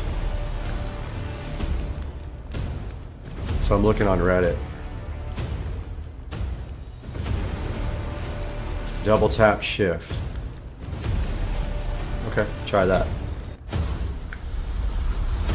Alright, so I borked that up. I had them on the same... First I had the teams lopsided, then I had them on the same... Had them on exactly the same, like the same plane. Let's get it now. Now we shouldn't see people dying instantly. I had the opposite teams up here together. Here come the Americans on the top, 500,000 shotgun soldiers, 500,000 infantry, and the Germans working their way up the beaches here at Normandy, seeing if they can fare as well as they did. And we can hear them talking to each other, trying to figure out what the hell is going on.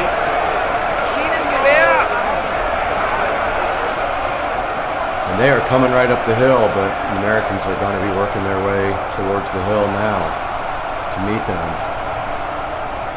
With the same amount of soldiers, and yep, they got up the hill, so they've already infiltrated the land here, because I let them get a slightly better advantage since they were going to be down the hill and lose their ground immediately.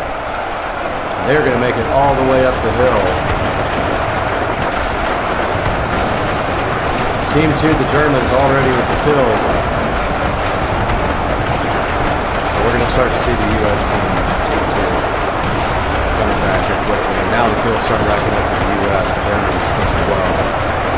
The U.S. has the high ground, and they're working their way up to the hill. Now the top of the hill, not using the bunker here. Let's see if they're going to use it. I don't know if they can even get in it. The Germans are right at the top of the hill trying to cross over, but the U.S. has a 6,000 to 3,000.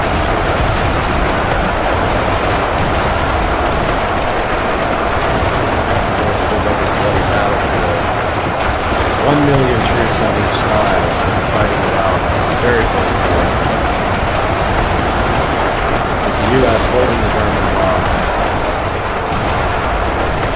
on all fronts here, as the Germans try to march right up the hill and reach the Thunderbolt. And we got the Germans here at the top of the hill. US soldiers just fighting them off here. But taking some losses themselves, really these guys fighting.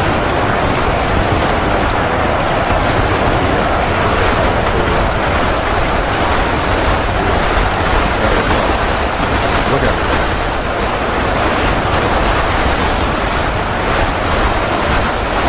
They are using it.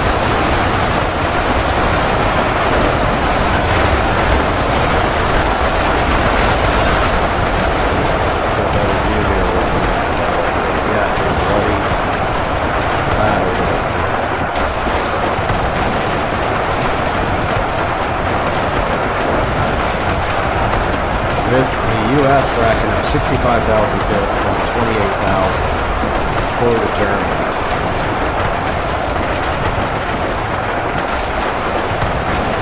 The U.S. holding off the German assault pretty good. You can see here the Germans just cannot get to the top of the hill. No matter where we go over here.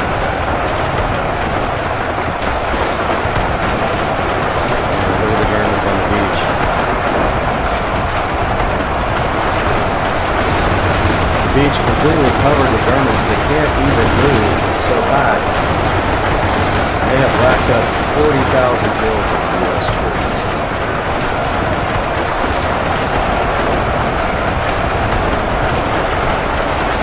The U.S. just holding off the German assault.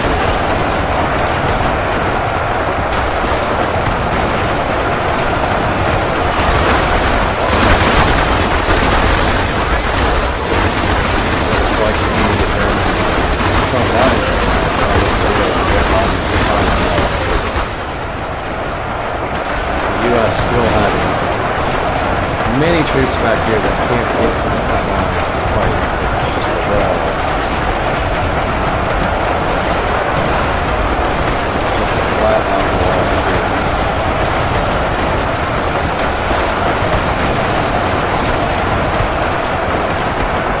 U.S. racking up 185,000 kills to the German 71,000. Using every bit of that high ground advantage here. Trying to get over here to the end of the hill. And dead bodies sliding down the hill. Just falling down the hill as they die. And they slide down. Hit the rocks, which isn't pleasant for anybody.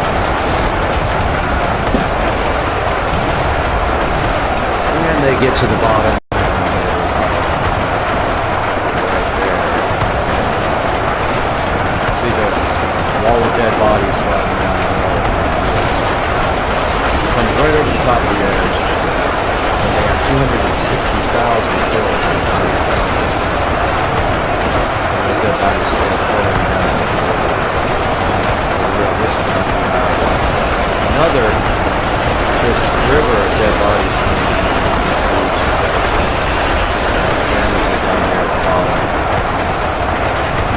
Stuck in the rocks.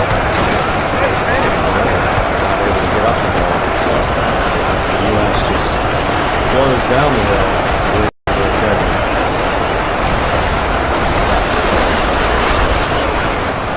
And over here, same thing happened. And we just got to touch the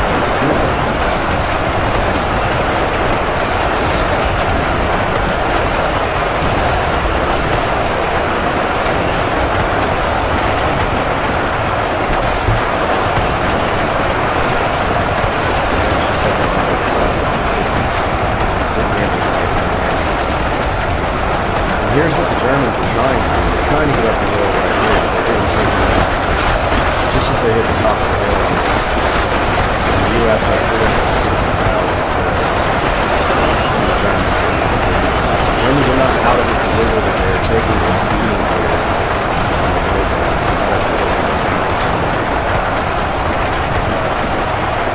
Let's do that because this is going to end like this. So obviously the high ground is huge here.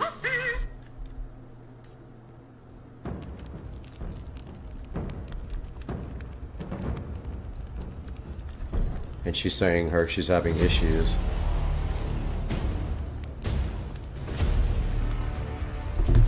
All right, so we're going to add to the German team here. Add.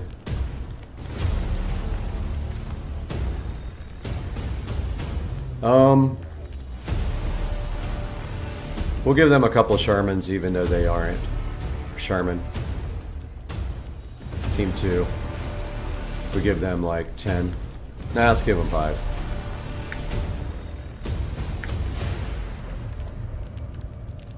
Which is right here at the front. And we will move them up a little bit with the opportunity to get closer. This is Susie texting me with the toasty.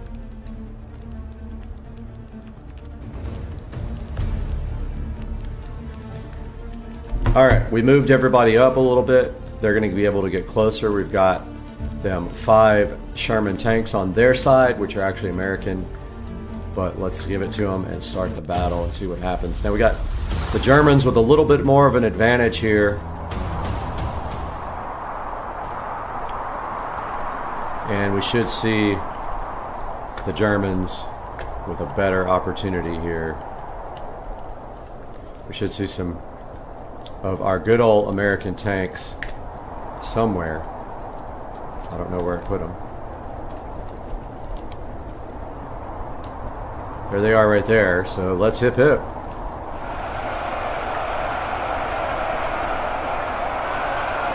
Look at the tanks rolling right over the sandbags there on the way up. They're going to try to get up the hill. I don't know if they're smart enough to go where the openings are. Let's see what they do. I'm kind of curious. See if they roll right over rocks. They're headed for the openings here. Maybe they do know how to get up there.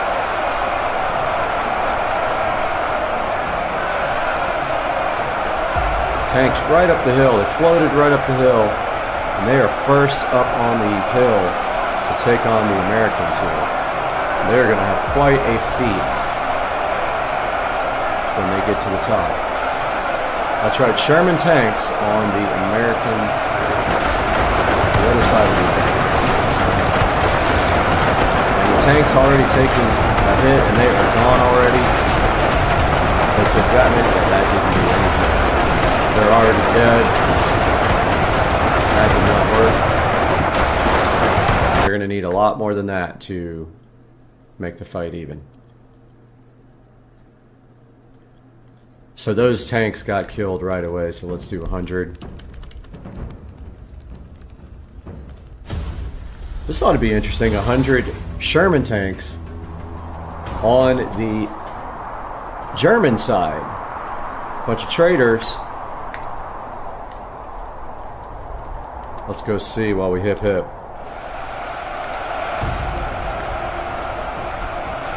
Where are they? There they are. A wall of German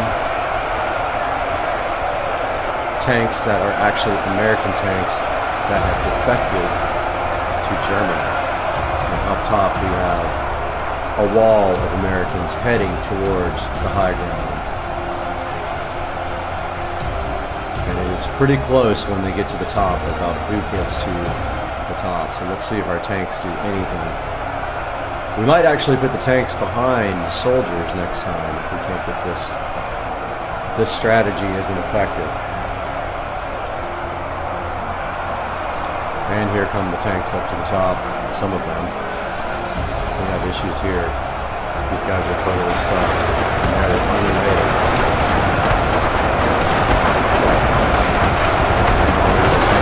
Absolutely killed.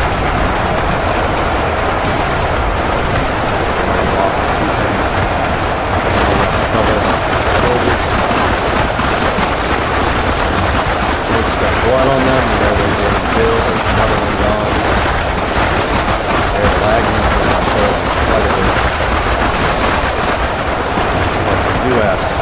still. Now the kills start coming up for the Germans.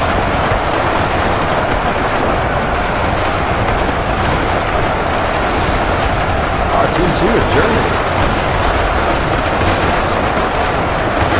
Right? Team 2 is Germany. They have more kills.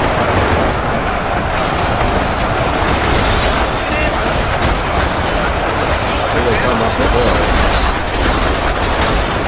Actually, I think Team 1 is the Americans. Team 2 is the Germans with the tanks, and it looks like Team 2 has more kills.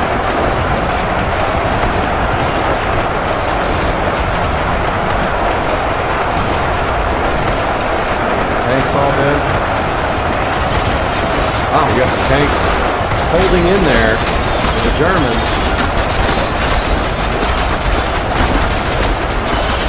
As they are actually doing better than I thought. Team 2.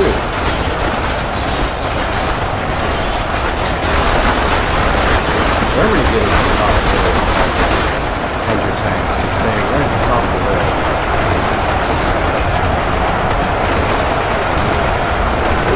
Germany was Team 2.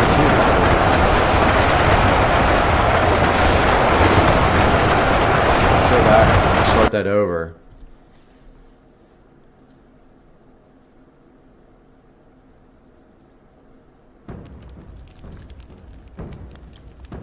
Yeah, Team 2 is Germany. They are getting the upper hand. So let's move them back a little bit. Move all these guys back a little bit.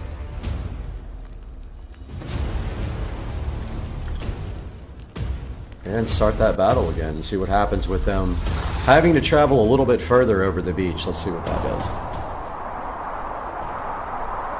Let's go ahead and hip them. It should give the Americans time to get all the way to the beachfront mountains. What a place to fight. I mean, if you're coming up that hill, that is a tough thing to do when you have these guys with the high ground, 1 million soldiers. And there comes the Germans with the defected American tanks somewhere.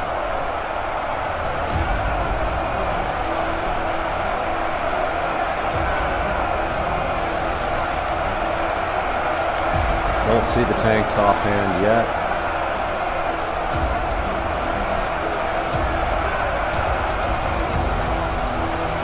Where do our tanks go?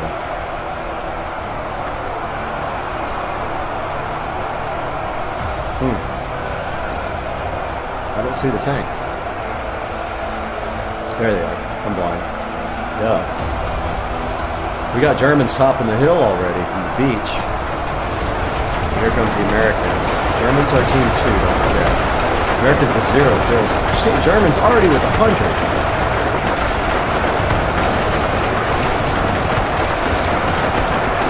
And the tanks are rolling. Slowly. But stuck.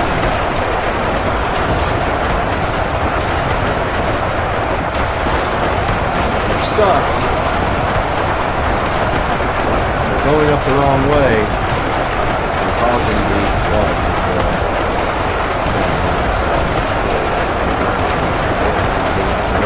Although the Germans had more kills. Germany down on the beach if you just joined.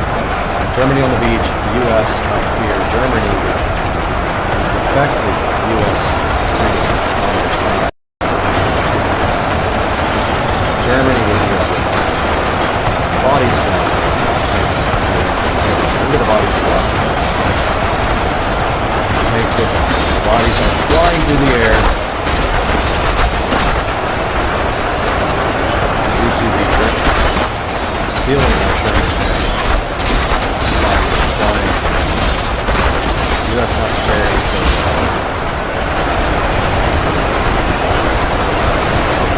the tanks have given them pretty distinct double the tanks.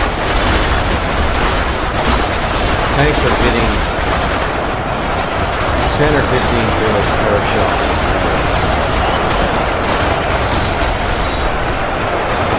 And that tank's flying up. killed. Germans have not crossed the line yet. They're holding at the hill. They can't get up the hill, but yet they are beating the U.S. in kills. And here comes the U.S. up to the front line. Blood flowing down to the beach. And the Germans just tripling the kills. The Americans coming up the hill. When the tanks fire, you can see the Americans.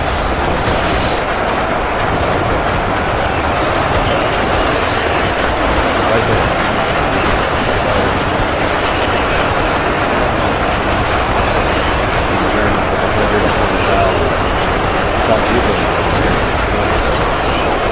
Let's go back out because that fight is going lopsided one way. Let's give the Americans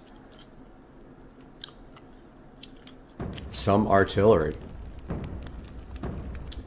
Okay, so Americans already have that many soldiers, that many. Let's add to Team 1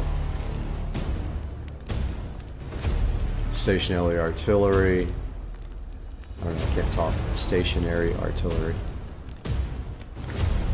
And rotate this guy right here.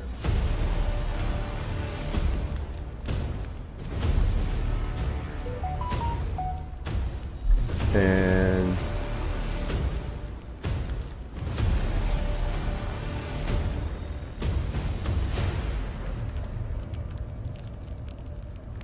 all right, so we gave the U.S. some artillery because they were getting beat due to the tanks. Let's move them up a little bit. Get them in a tighter formation, and let's hip hip.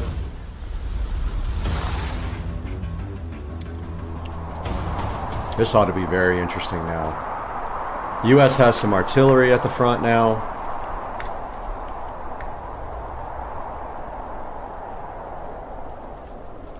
Against the German tanks. Where is the artillery?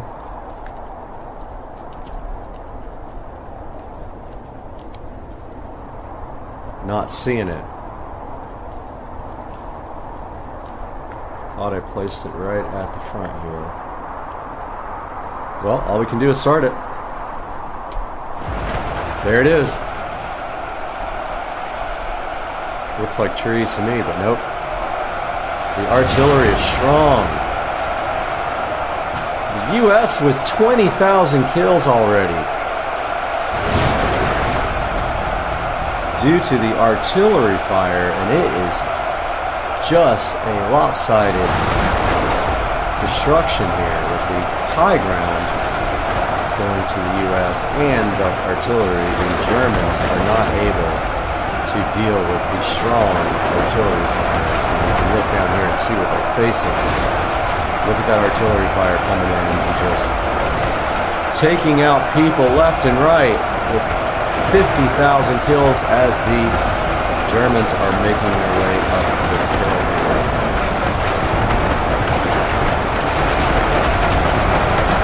Here come the Americans to back up the artillery. We're losing artillery now. Fight's going to start going back the other way in a minute because we're losing gun by gun here. Look at them disappear. One by one, the Americans are losing their advantage, and the Germans starting to get some kills here. As the last artillery is now being, the Americans have lost their advantage.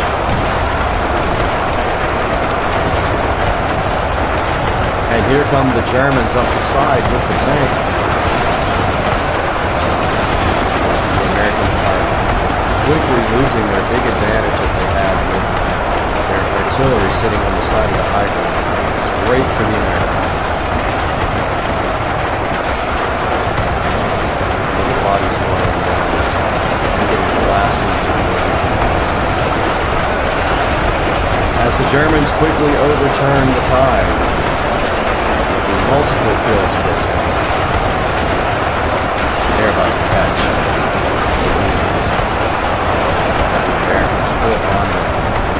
pass up. Even with the low ground, the Germans were just able to overcome the Americans. Here they go. They just passed the Americans in kills, and that is the other, is the turn of war, the turn of the tide, so to speak, as they say. As the Germans take over the battle with their tanks.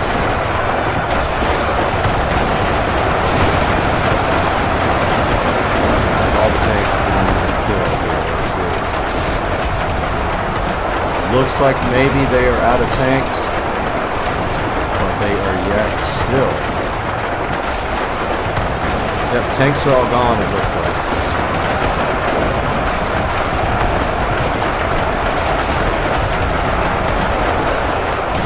Now it's just a good old-fashioned battle to the death, and the Americans working their way down the hill, getting to the beach almost. They didn't have 150,000 kills, but they are getting slaughtered.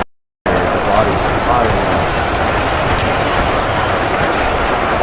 They're trying to work their way down to the beach to get that German defensive off the beach. They're taking some heavy hits. They're outkilled 180,000 to 113,000 as they come down here and slaughter. Germans are out of tanks though. The bodies flowing down the hill like the river here. As they dive before the bodies. Steadily, the lead is increasing. 100,000 more kills. So this is not a fair fight. So let's give the U.S. a little bit of an advantage here as well. Let's go team 1.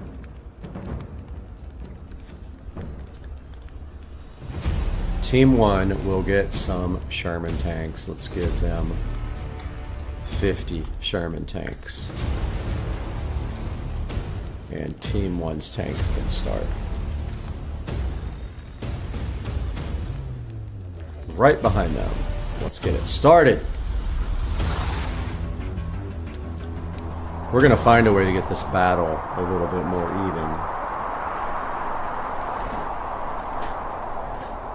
Alright, so the US has got some tanks now on their side. US has artillery, which immediately takes out tons of Germans. So let's hip these guys. And there's the artillery already taking out thousands of Germans. Before they can even do anything, they are getting slaughtered. 20,000 kills for the US as the US and their tanks roll forward to the mountainside, where they should enjoy an advantage of cover, but they don't use it properly. They're not trained properly. And here comes the Germans. And the artillery getting taken out already, with the U.S. enjoying a 50,000 to 14 kill advantage right off the bat due to the infantry, artillery fire there that's getting taken out now slowly. I don't see the tanks yet.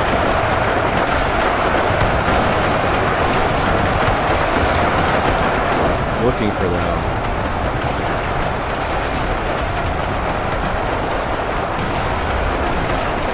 Americans have made it partially down the hill here with the advantage of their artillery fire,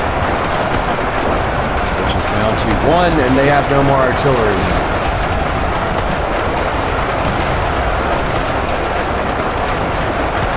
Where are the tanks?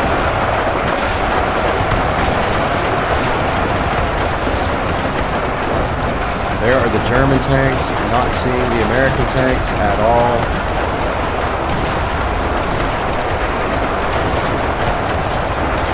You see tank fire getting some Americans there.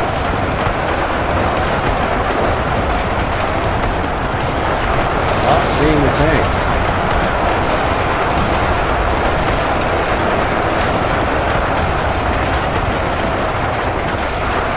But the Germans are coming back again. There's the American tanks. They haven't made it to the front yet. They haven't even started their assault yet, and the Germans are coming back. They're having trouble getting through the piles of people. Now they're on the top of the Americans. And they are firing into the crowd.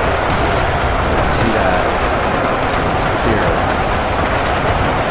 They're working their way up. They just can't make it due to the crowd. The crowd is just crazy.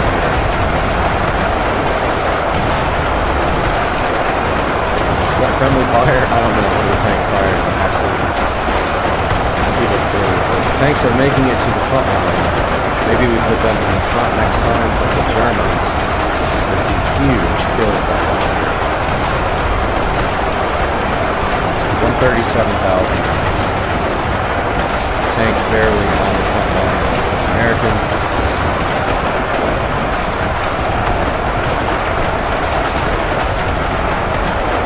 And the Americans are holding fast, getting up them again, even with the tanks. I believe I positioned the tanks in that place.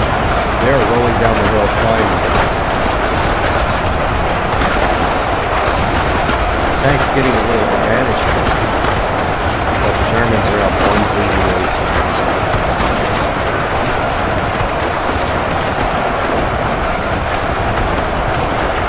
200k kills for the Germans now.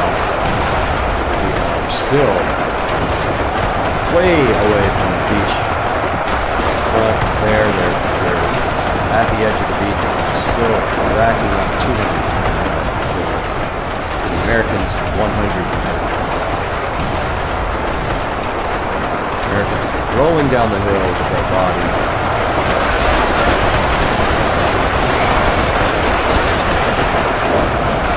And their tanks just not able to do enough damage. 3 tanks here, and a bunch of tanks here right on the edge trying to get down the hill. They just can't because there are too many dead bodies and live bodies. So let's try a different strategy for the Americans here.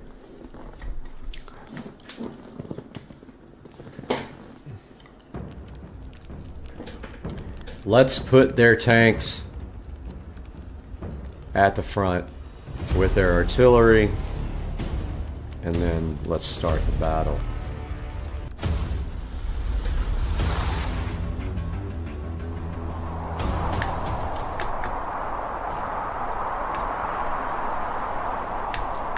One sec, I gotta get my streaming back up. Alright, let's do this. Now we've got our tanks. I don't know, I think I have the strategy this time, I'm not sure. We've got our tanks and our artillery already working to the tune of 20,000 kills already. Our tanks now have the front line. They can do some real damage. 1 million.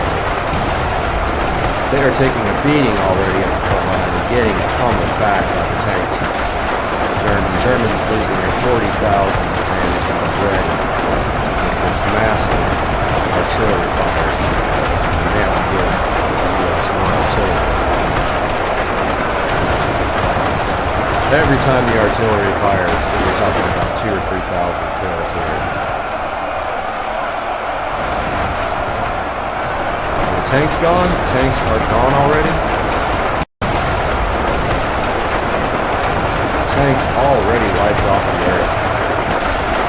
You know what that means. The advantage is slowly. We're going to be in trouble here shortly when they start getting this artillery. Germans still have a ton of tanks left. moving up the hill again is at least 30 or 40 tanks. They're going to start taking out the artillery. But for now, the U.S. enjoying an 80,000 to 15,000 advantage. Watch this artillery slow. After the tide will turn, but here come the German Shermans. Right here. U.S. 87,000 to 33,000.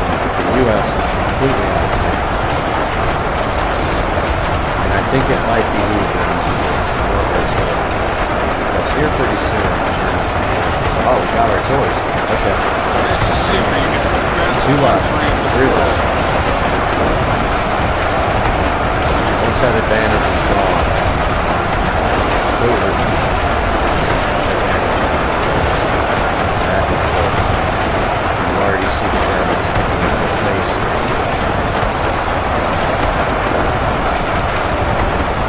The U.S. is going to need something in their favor to back it up. Hills are slowing. Germans are picking up now. That is going to be curtains for us. That is going to bypass the so let's get going. It's not quite an even fight yet. But I can tell you what would be an even fight. We're going to make that happen. Let's add a team to the U.S. Team 1. Let's give them artillery 50. Here, give them artillery 50. And give them artillery 50 and artillery 50. There. One more. Now they have some real firepower. And let's move it up.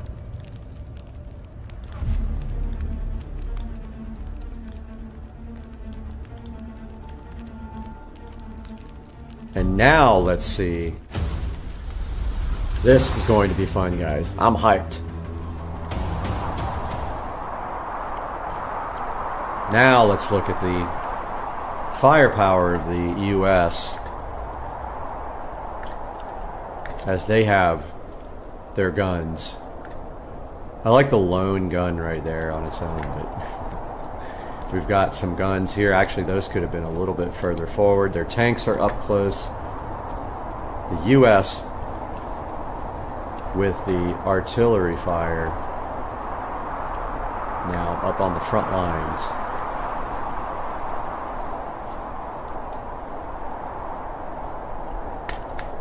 And let's see what kind of a difference that makes. And right away, the artillery is right on the beach almost, and it is already doing what it's supposed to do and letting the Americans get a little push before the Germans start their crazy offensive assault. They're losing artillery already. The Americans have killed already 130,000 with their massive artillery front here. They've got artillery there that is taking out tanks. It's taking out massive amounts of Germans. Look at their artillery fire. And here comes the U.S. to back up their artillery and their tanks. The U.S. just lost a tank there. U.S. with 175,000 kills before their troops even get to the front. Their artillery is just pounding away. The Germans here, you can see it, taking out thousands and thousands as the U.S. finally able to get on the beach for the first time. The U.S. coming down the hill for the first time, really, and getting to the beach.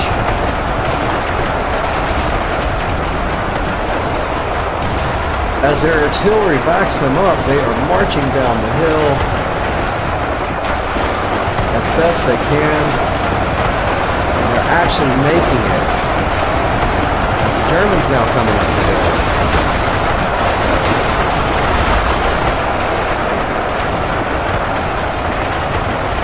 U.S. pounding away at the Germans with their artillery, giving the U.S. troops a chance to get down the hill.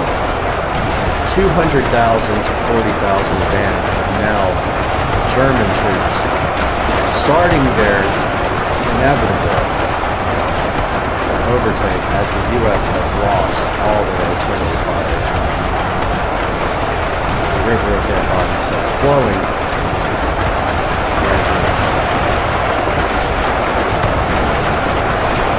It's just a non-stop. They flow down the hill, hit the rocks, go around the corner. Germans are starting their push and making the U.S. very tough. And their kills are actually racking up faster than they were overtaking the U.S. This Normandy battle is tough. Germans, even with the low unit, have.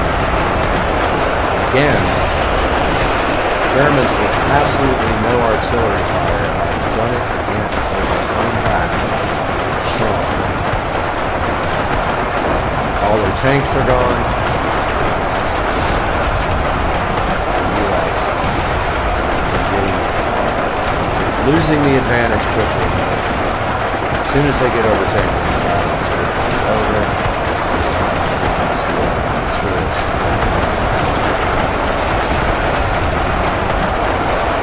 As the rivers of dead bodies are flowing.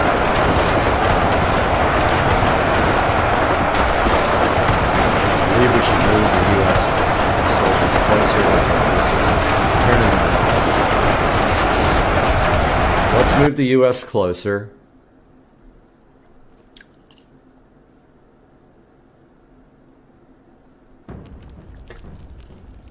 Let's get them up here to fight. Let's give them some more artillery. And more artillery. And more artillery. And more artillery. And more artillery. And more and more and more and more. And let's try that. Now, this is a decidedly one-sided fight. Let's see what happens. Hip hip. The artillery absolutely making dents into the Germans already. You can see Germans flying like puppets through the air,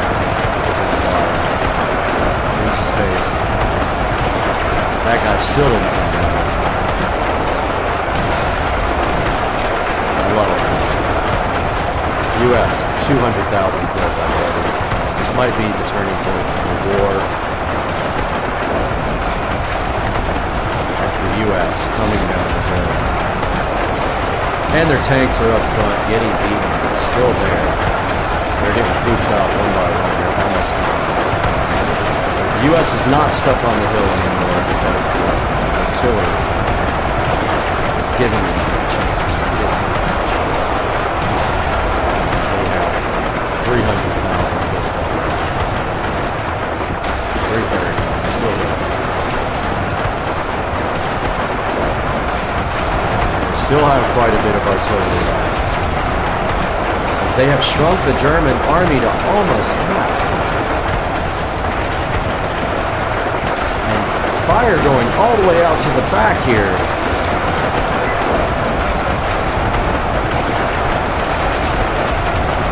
Fire going all the way to the back from the artillery. I saw some Germans back here in the back, absolutely getting pummeled right there. They just made a hole.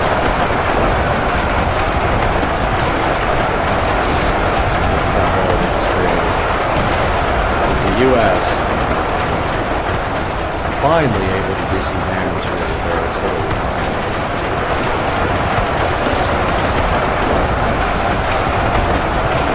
Germans getting just as many kills as the U.S. though. But the problem is they are down to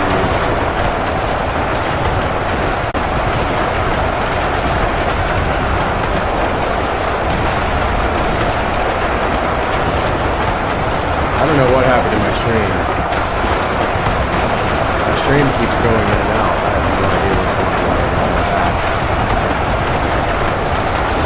back. I don't know what happened. Alright, so we're back in action here. We were frozen for a little bit. The US has a 645,000 kill advantage here. And they are crossing over the beach with their artillery still intact, being the key to victory here for the US. And check out their artillery fire here. They are working their way to victory here on the beach. You can see the artillery still taking out thousands of German soldiers at a time. The US is finally going to march on the victory here. They're double.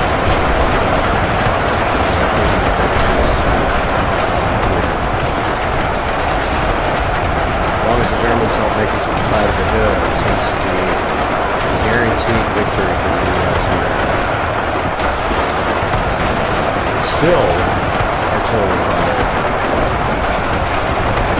Well into the battle here, they got planes here. Watch them do their damage on the Germans. Oh, we lost that gun right while we were watching it.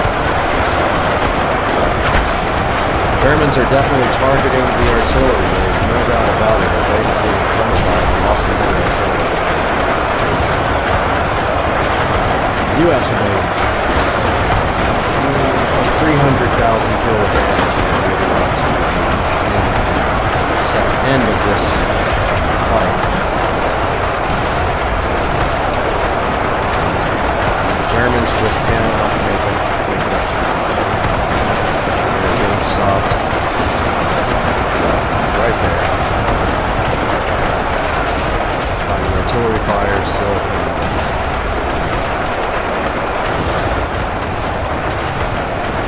Side. Not seeing any artillery left here. Waves of U.S. troops moving down the beaches as they store. It looks like actually the Germans are getting more kills. So that's a good establishment. It's kills per second. Germans are actually coming back. Believe it or not, the Germans are tough. They are coming back.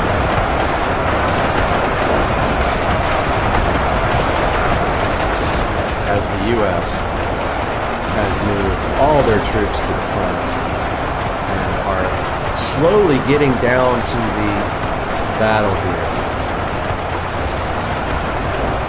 The Germans making a comeback now. The Germans pull this off. That is just epic because they were down so many. And now the Germans, kills per second, are out gunning the U.S. kills per second. Look at the Germans' kills going up. 542,000 moving. And on this side of the battlefield, a few stragglers here on the end trying to make their way down. Germans with the big comeback are coming up the hill. They are coming up the hill. They have pushed back the U.S. on this side of the battlefield. Here they come. The U.S. kills slow and the German kills are rising fast. Check it out, the Germans coming back after being pummeled with artillery. And I think they have taken out all of the U.S. artillery. They have. Oh, no, there's 3 left right here. 3 left. It's the U.S.'s only hope here. They are not firing. Why are they not firing?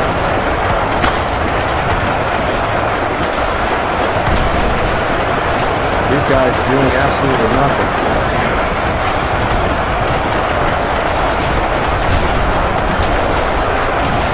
Firing backwards.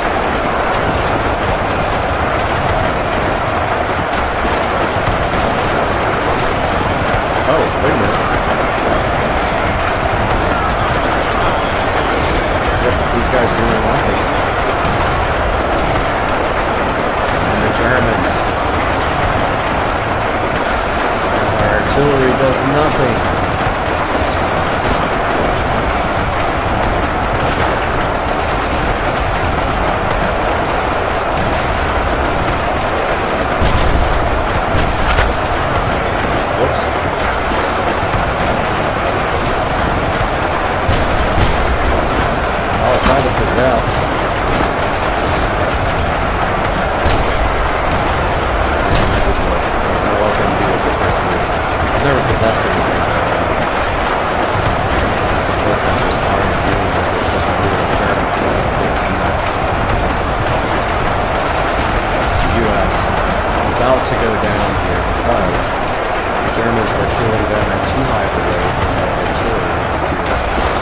doing nothing. Now it starts to fire.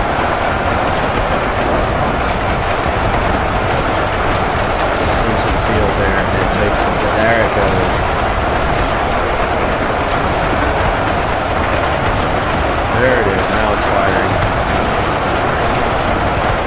That is the U.S. getting some kills. Overcoming that with a higher kill per second ratio, what I call it. That's my invention. The U.S. is on the beach. They are now getting overtaken.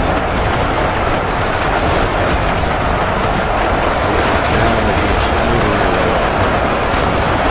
Slowly. Because we are out of artillery up here.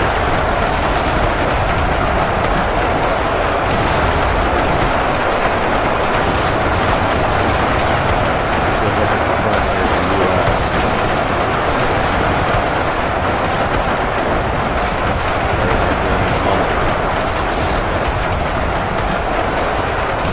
This is going to go down to the wire because the Germans are at 790,000 kills. The U.S. is at 823,000. The Germans' kill ratio is climbing fast. They're going to overtake the U.S. in kills or die trying. As they move up the hillside.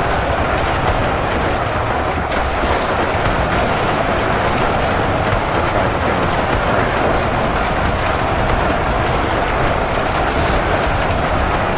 U.S. is about to be overtaken. Started with a huge advantage with their artillery. They have the high ground. Just cannot hold off the German onslaught.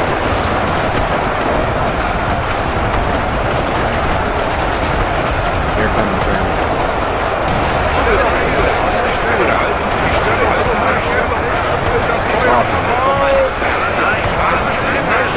I'm saying something about to overtake the Americans and match the Soviets battle. It's going to go down to the wire. Look at the kills. 825 to 840, the Germans are catching the U.S. And this fight is almost over.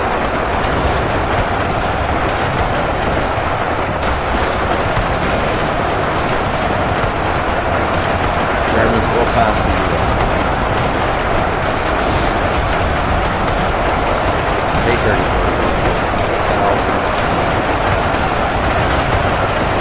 Germans at the top of the line. U.S. at the top of the line. It was a face-to-face fight here. See what they do.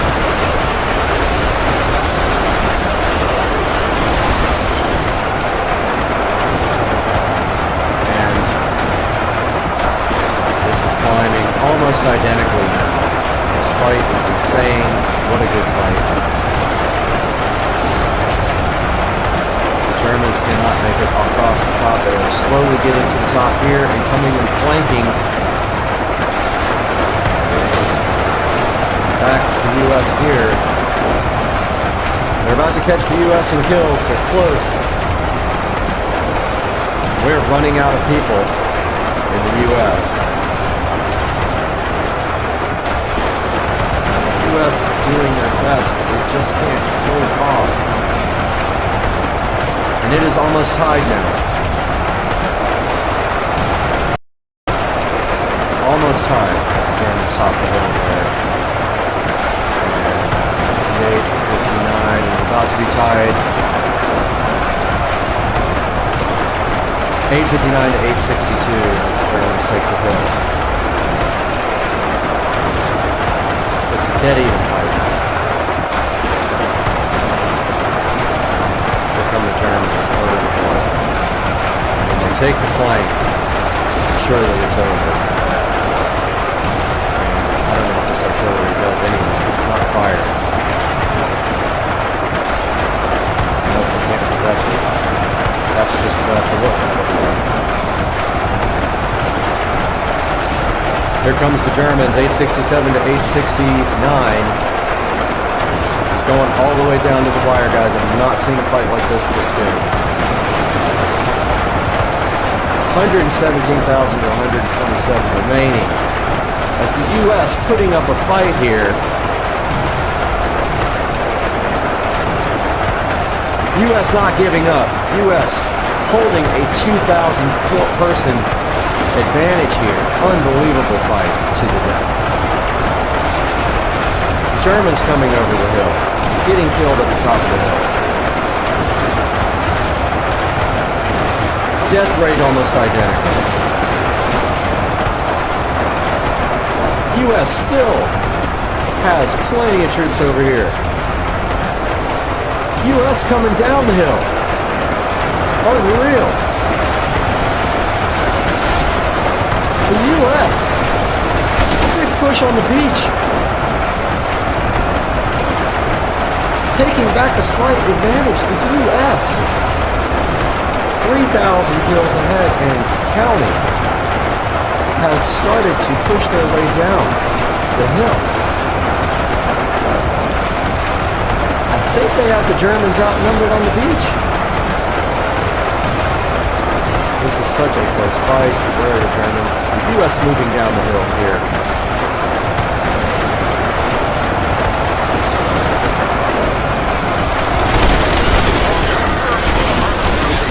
U.S. just fighting their hearts out, maintaining that 3,000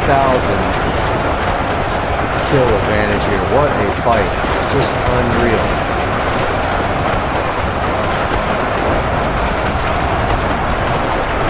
So close. 2,000 advantage for 3,000 advantage for the U.S. as they have made their way down the hill to the beach and are fighting what few Germans are left on the beach because they all went up the hill. Look at the U.S. go. We are down to less than 90,000 troops for the Germans. And the U.S. trying to take the beach, doing a good job of it. Look at the Germans that are left here. Slowly taking them one by one.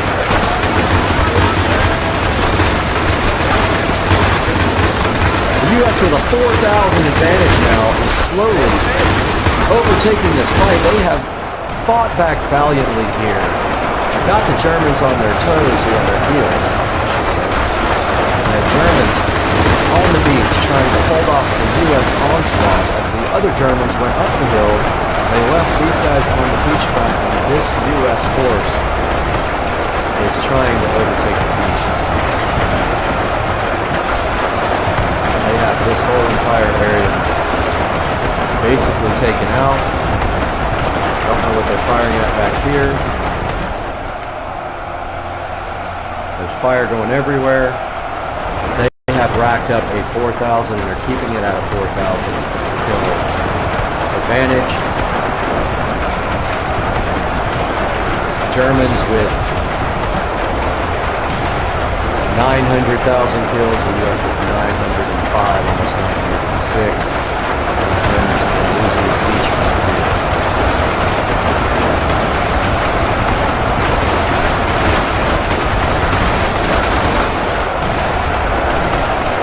Germans slowly losing the beach, the U.S. easing their way forward to take the beach. Some have cover here. They have a 6,000 kill advantage now in the U.S. as they start to flank the beach. They are coming in on every side here. And here are the Germans still on the beach trying to make their way out. But not able to do it as the U.S. 7,000 kill advantage, slowly creeping up. And they have these German forces here completely outnumbered. They are trying to slow down here.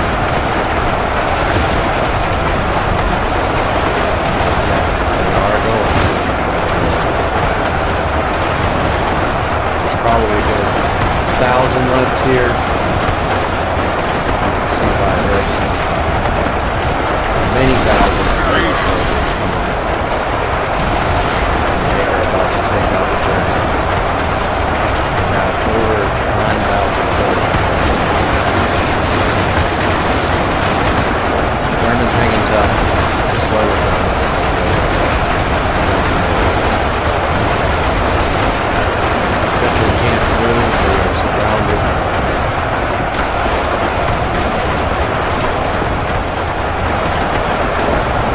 These are actually Germans over here moving up the side of the hill.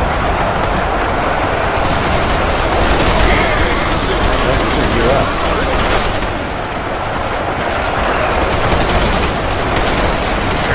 There's the Germans.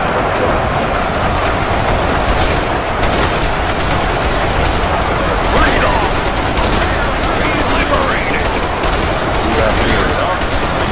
Let's check out the beach and see if the US has totally taken the beach yet. They have not, but they're well on their way to doing it. Here's what's left.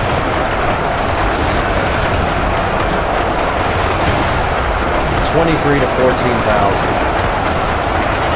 923 to 924 to 913.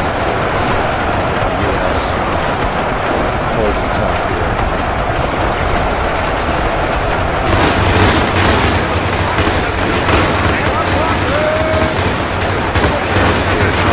But getting out.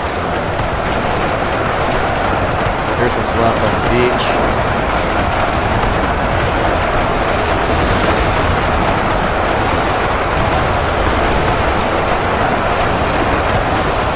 A 10,000 kill advantage for the US.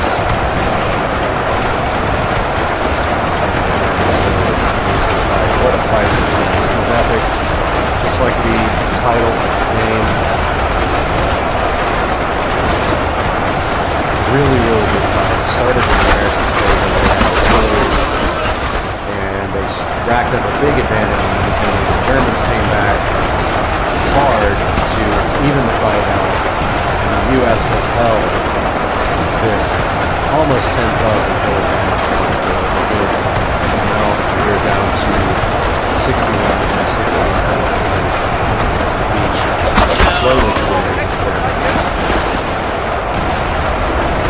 The U.S. will move elsewhere once they finish off this feud. The last assault is just on the beaches here. They're going fast now.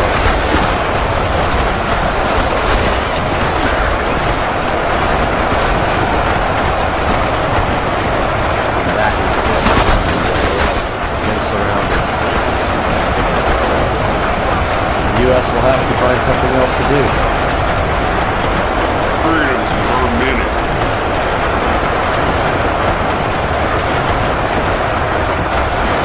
Now the U.S. has turned their attention elsewhere. Now we have another fight on the beach coming. The U.S. has turned their attention to this group over here, slowly trying to come up the hill. And here comes the U.S.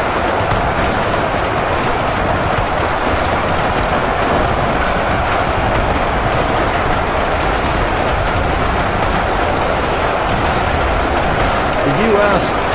turning their attention to the Germans over here that had it good, and now they are fighting the U.S. on two fronts. They've got a mean front coming up the beach.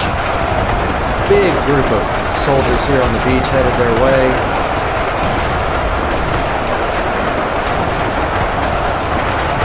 And they are not going to have a good time here, I'll tell you that, because there is a group of soldiers heading this way that is massive. They are walking their way down the beach, right towards the Germans. What a fight, what a fight, what a fight, what a fight. It's going to be down to the wire. Here's the German onslaught on the beach, what's left of them, as the U.S. marches this way. The U.S. enjoying some cover here as they slowly march. Come up here to the treatment. 9,000 kill advantage for the U.S.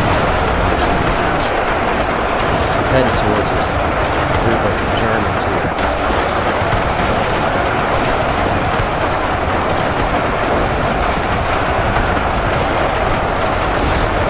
And it actually looks like the Germans have more troops left. Could win the fight. If that's the case, then the troops remaining. They have 54,000 remaining to only 48,000 in the U.S., so they could potentially win this fight, which doesn't seem possible until the round. Let's see what happens. Next time, Charlie.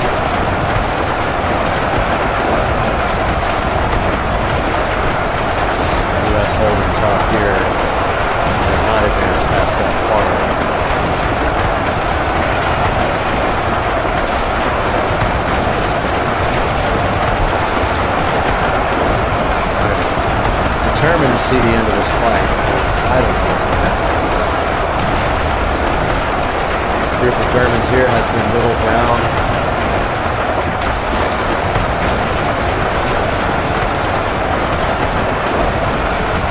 And now we have this group of Germans here firing at this group of Germans on top of the hill. There's quite a few established Germans up here, now working their way down.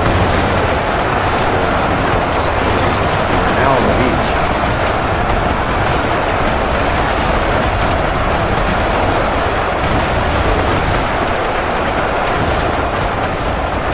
U.S. with the low ground, now doing well.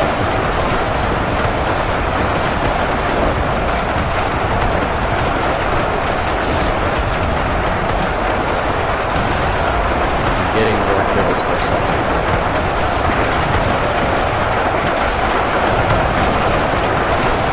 Still says the Germans have 45,000 troops left, and the U.S. only has 41,000. That's possible. The U.S. has.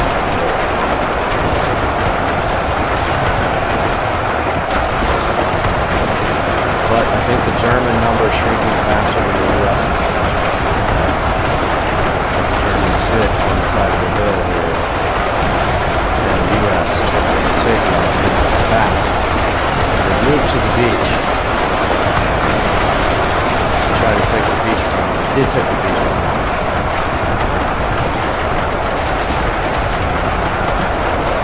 U.S. hanging tough here.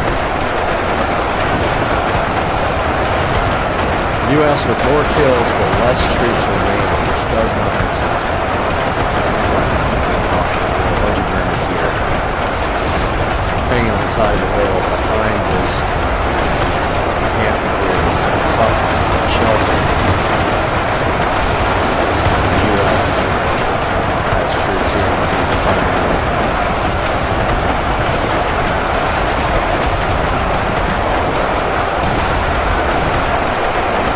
U.S. still less troops remaining than the Germans would have understand. 12,000 more kills, but 4,000 less troops. They're going to lose if that keeps up that trend. I don't understand.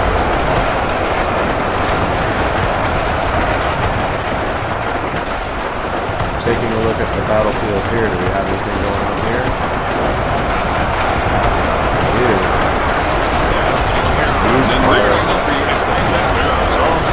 U.S. soldiers flanking Germans. These guys haven't even gotten into the fight yet. They're about to. It's about to take a turn here. U.S. decided to come up the hill from the back here. Now they have thousands and thousands of soldiers coming off the beaches.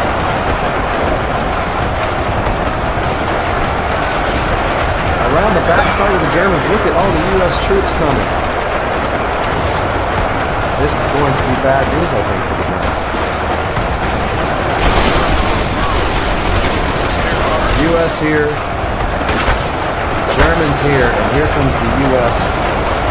by the thousands just behind. To reinforce this line of U.S. troops here, we have thousands and thousands of them.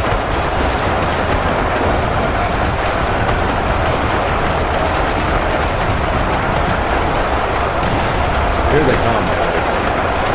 Look at the numbers coming from the U.S. And they're still coming up the side of the mountain from the beach, but they took the beach.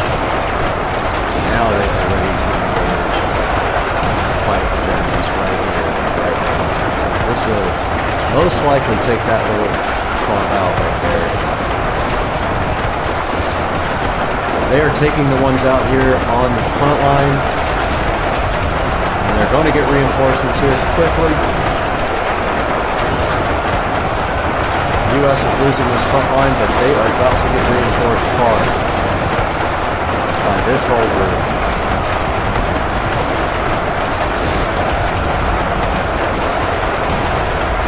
$10,000 killed now from the U.S. As the stragglers are here.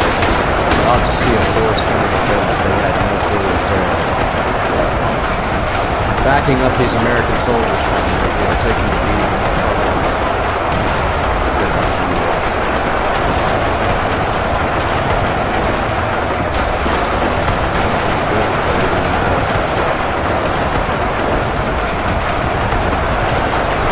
They have reinforcements coming in here. Reinforcements coming here.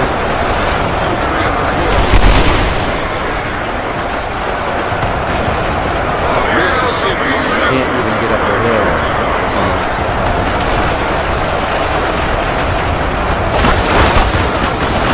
Here is Germans about to get onslaught of US. US have now moved up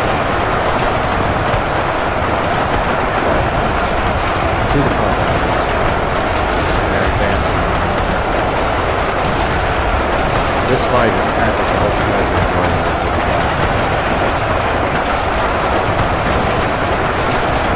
US coming over the top of the hill for the first time.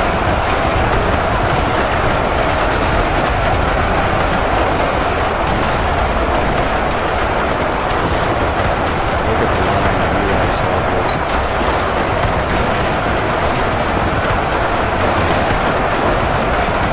Not this many Germans together, which is quite a few. It's like about an hour. Toe-to-toe, 10,000 killed.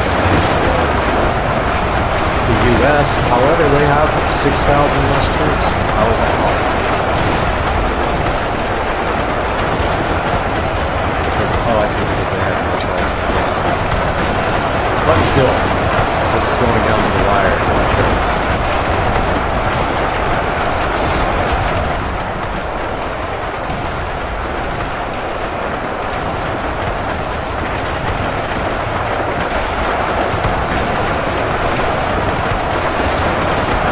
US still on this side of the beach. The Germans start coming down the hill. They take it down. By quite a bit of US troops on the side.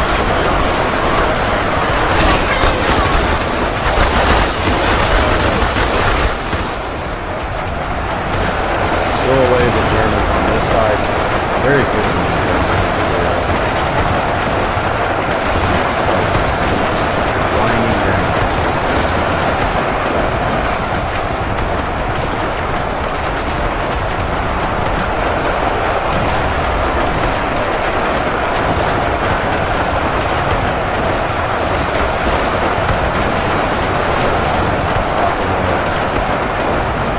Still holding here, pretty even fight.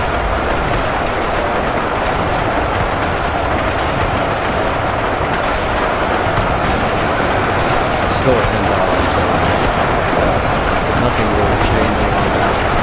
A lot of Germans moving down back to the back here, trying to figure out what to do. Not flanking the US. The US offensive here looking a little bit weaker than the German offensive. Less people. The U.S. has a ton of people still on the side of this thing.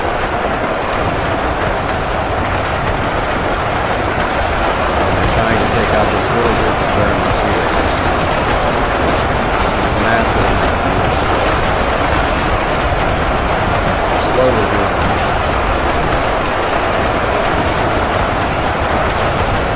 10,000 stays exactly where it is.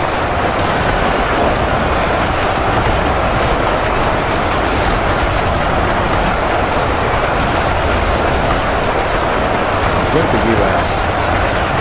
holding this part. Tons of troops in here, not really doing anything.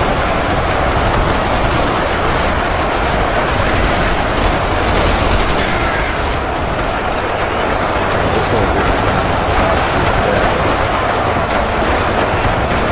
not moving away here. Coming up the hill, being taken out right here.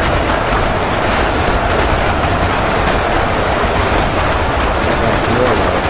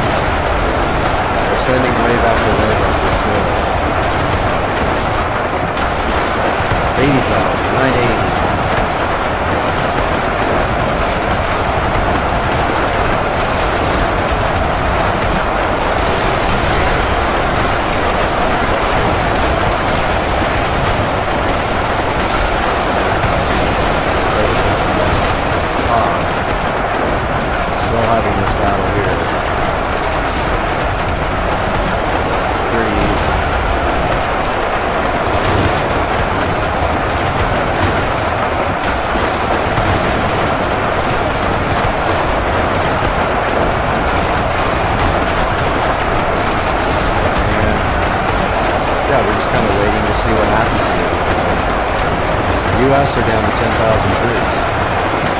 If it ends at 0, the U.S. loses. They will lose with our kills. That is what is on the way to happening here. The U.S. troops. They have gotten this a little bit better taken care of. They step up that hill. They did pretty much pummeled.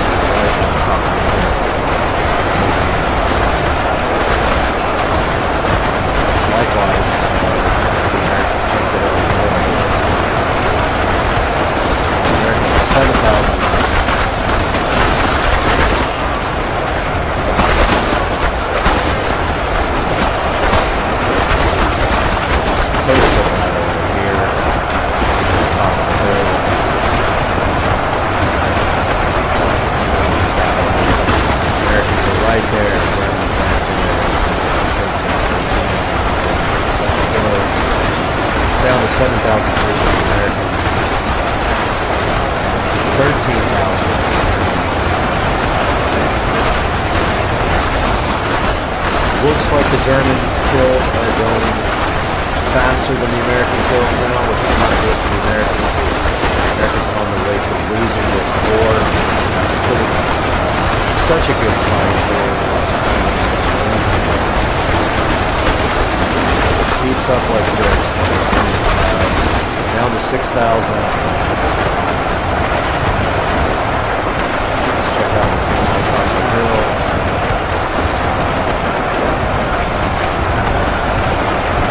Definitely dwindling here.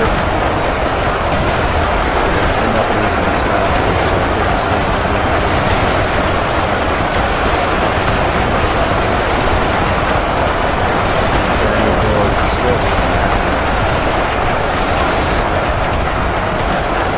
Americans losing the battle here. 9,000 Americans. They're about 5,000 troops. 100% hard.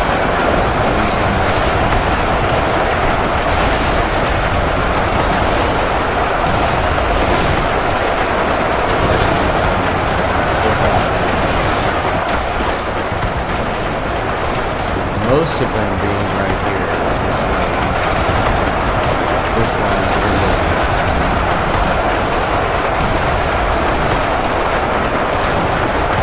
As they shrink in numbers, it's going to be most of them. This line is almost defeated. The Americans are on their way to 4,000 left for the Americans.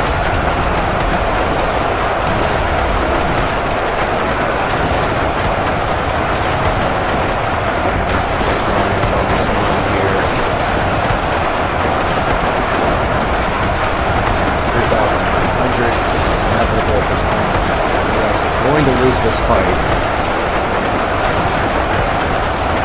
They're shrinking over here as well, quickly.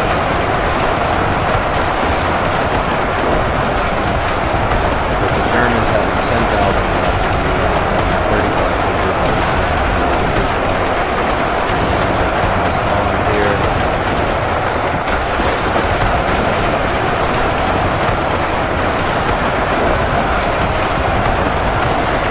Here comes the Americans to finish off. A few Americans left over here are stragglers. Falling. It's our last hope, and it is not unfortunately. We've got a few at the top of the hill here. Here comes the Americans. Last few guys over here.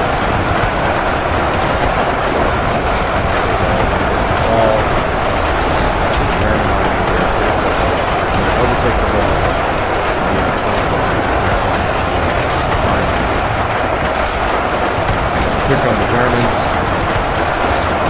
Look at the Germans trying to overtake this one guy over here. He was playing for deep to a point. And here come the Germans. For the rest of what's left here, flanking the U.S. here.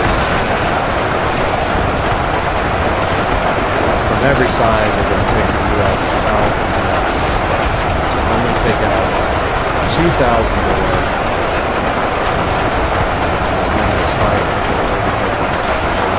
didn't realize they had more at the beginning. Of course, that's why here they go.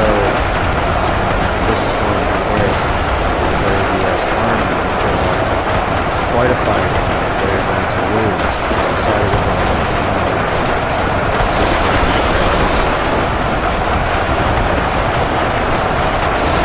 Down to 16 under 15. It might have been the difference in 2 or 3 more artilleries would have been the difference. But hindsight, the U.S. shrinking compared to the troops.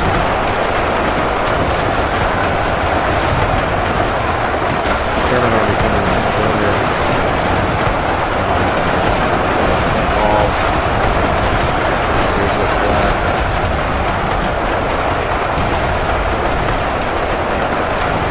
Just lucky that they're not completely surrounded here because they were able to take it off from 900. 800 is falling fast. We focus on what's left here. This guy will fall down the hill dead. These guys right here, all this stuff, great. Not going to do it.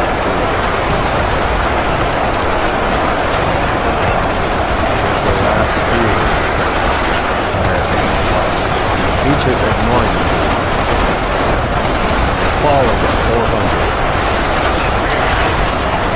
300. The Germans overtake this whole bridge.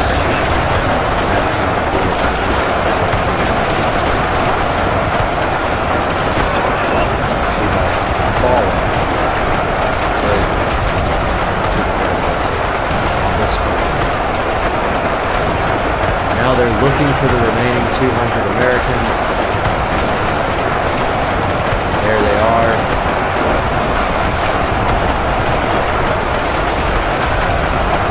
Where are they?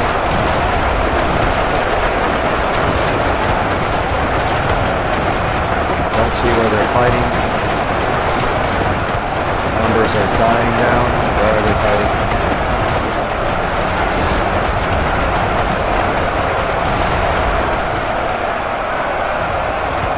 Remaining, 30 remaining. I don't see where they are. Oh, they're right here. We're down to 26, 22, 21. They're all right here and getting killed, I guess.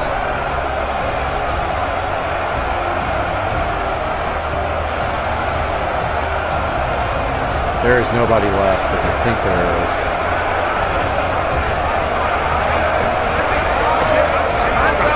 Can't find the 20 remaining, and that is going to be it, guys. They will not get their victory because there are 20 soldiers somewhere that they can't kill, and now the Germans are killing themselves by rolling down the hill. They let it go. They might eventually lose, but that's going to do it for today. The U.S. put up a good fight. My hands hurt. They really put up a good fight. But that is going to end the stream for today. Thank you guys.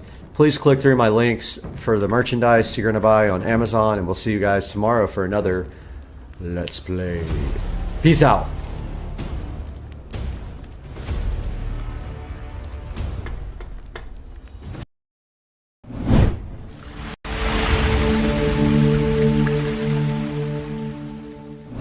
All right, directly in front of the camera today is something special. This is a green box full of goodness. Inside of this box is a clue as to what we're doing today. I'm actually not looking forward to this project because it is a dusty, messy project, but I need to get it done. I promised Komi LED that I would follow up to the last video with you guys and go ahead and install the rest of the night light recessed lighting with this 16-piece hole saw kit. Now, I know you're gonna ask me, how is that even possible? You already have holes in the ceiling. How are you gonna enlarge the holes anyway? Well, that's what we're gonna do today. We are gonna show you how to enlarge any hole that you already have with a hole saw kit. Now think about this. If you try to cut a hole right now out of a hole that's already smaller than this, there is nothing for this bit to go into to keep this from moving, and you will destroy your drywall. I have tried it. So the key is going to be unlocked today in this video. We're gonna show you how to do this on Supercar Street Racing. Hang out with us today.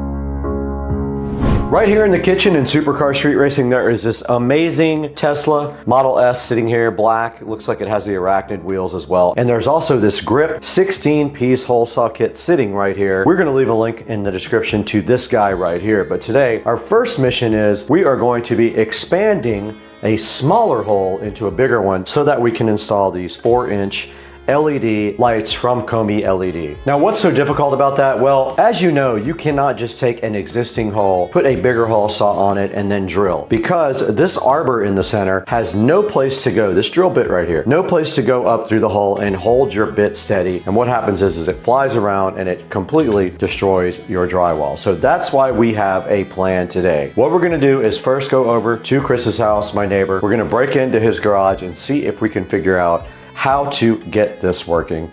Let's get over to Chris's house and see what we can figure out.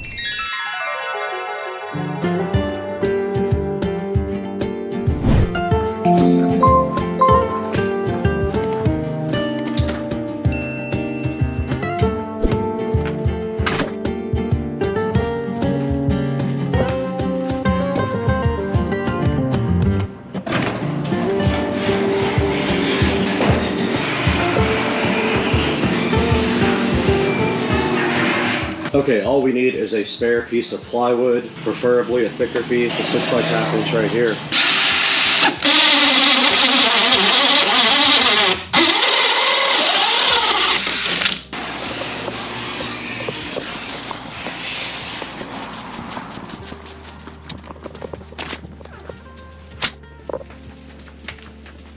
Let's go ahead and show you what we're going to be using today. We have my DeWalt drill right here. Let's go ahead and take off the standard Phillips head. Here is the hole saw right here. We're gonna throw that in the DeWalt. We do have this nice plug here, but it is stuck. Now there is a key to that. You simply push something through the back to free it up. This little screwdriver attachment. Oh, I did that wrong. Got him! I did it wrong. Got him! That whole thing's wrong. That whole thing's wrong. I did it wrong.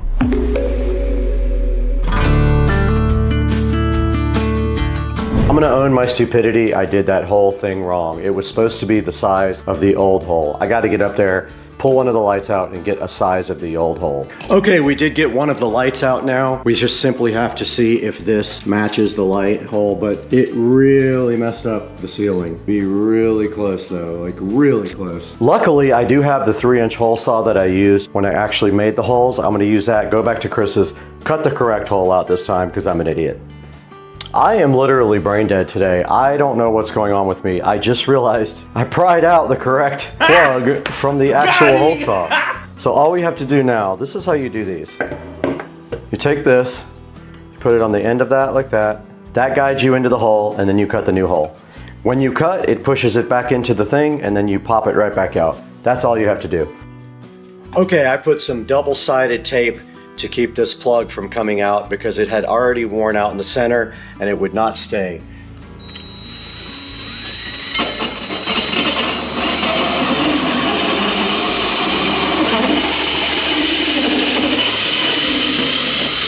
Now all we have to do is tie in the existing wiring to the new lights, black to black, white to white, green to bare wire. And I'm using the wiring nuts they provided. They work great with 3 wires. Be careful of your sealing while you're doing this. Any dirt on it will show. When you're done, these should not come out.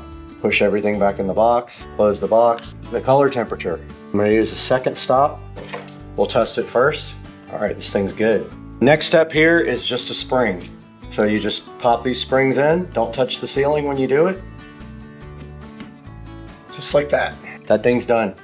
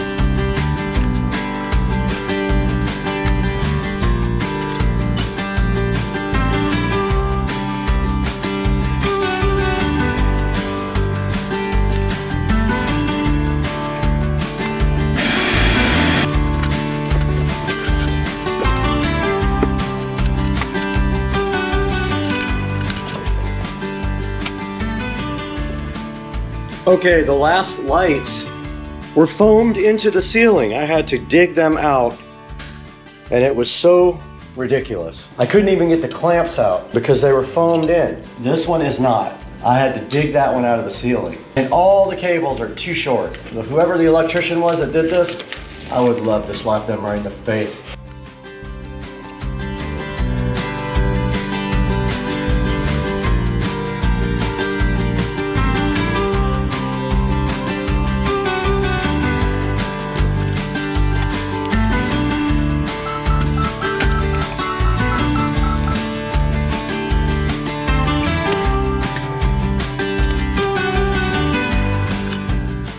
This thing waterproof?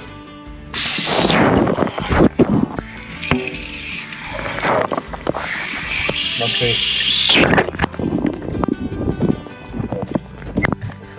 Break the brick. I think it's waterproof. What do you guys think? Does it work? Is the mic still working? Screen's not working. Ah, look at that, guys.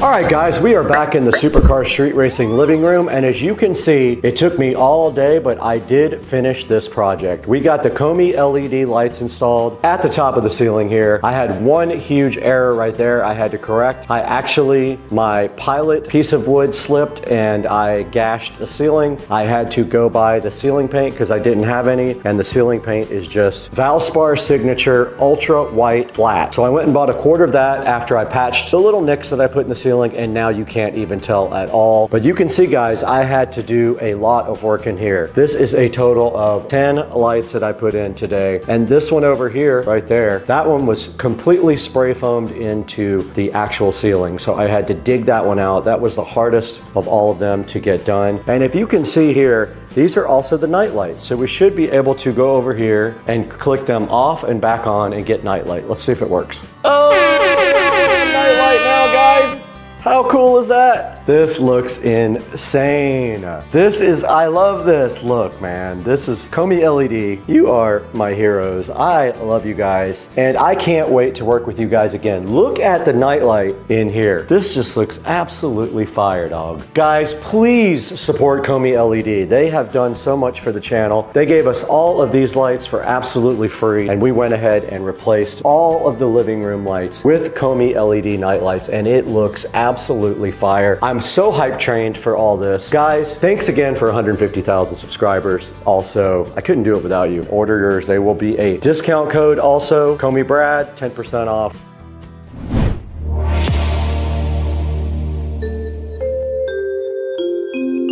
Okay, so these two 3-inch lights from Komi LED do not fit these holes. They are too small, unfortunately. I kind of wish they had a little bit more of a lip on them, but they do not. And so these need to come out and be replaced with the 4-inch. So the same process as earlier in the video, we got to drill out these two guys and then put in the 4-inch. The only annoying part is one of them is really short. This guy right here, the wire is so short on it that I had to struggle to get it in the first time. So let's go ahead and get these guys dismounted and then get the new Komi LEDs drilled out and in there. We're gonna need the ladder though. It's annoying on the stool. I don't wanna have to deal with that. Let me grab the ladder.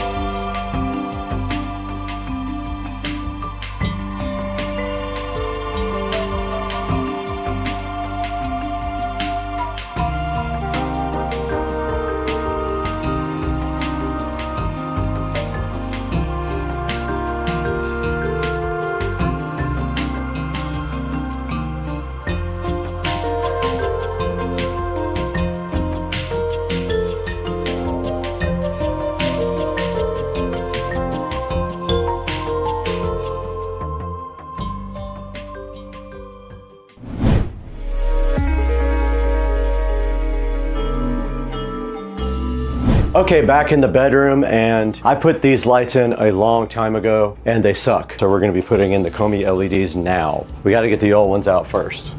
I'm hoping this goes easier because they're already 4-inch. Shall I actually get one out because I don't remember?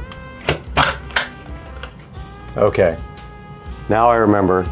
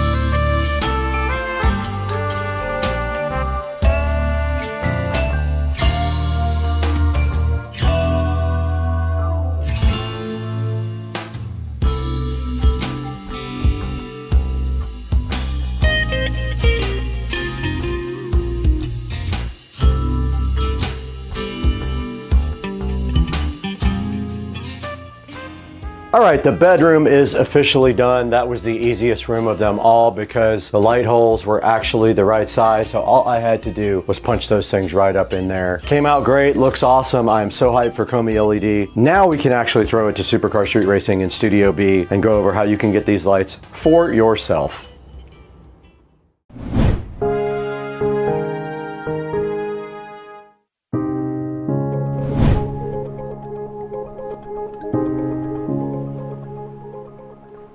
Hey guys, welcome back to Supercar Street Racing. We're here in Studio B right now. We've been editing all day today on this Hdmi LED awesome video. Hdmi LED was kind enough to send us lights for almost every room. We do have Hdmi LEDs in almost every room now. We have them right here in the Studio B office, right back there in the bathroom right there, in the living room, and also in my master bedroom. We owe so much to Hdmi LED for sponsoring Supercar Street Racing.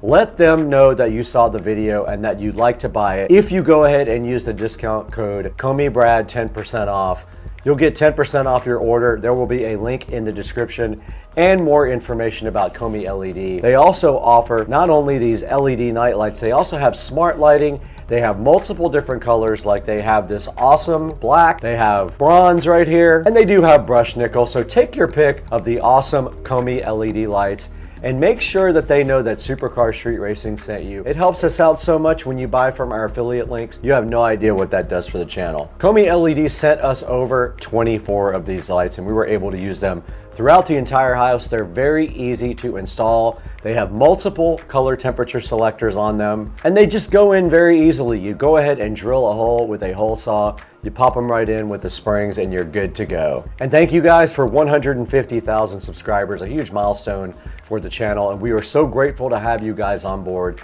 and as fans, and as subscribers. Please like and subscribe if you didn't already. If you're new here, welcome. If you've been here before, welcome back. We love you guys. We got to get out of here. We have dinner plans tonight at Hidden Hills.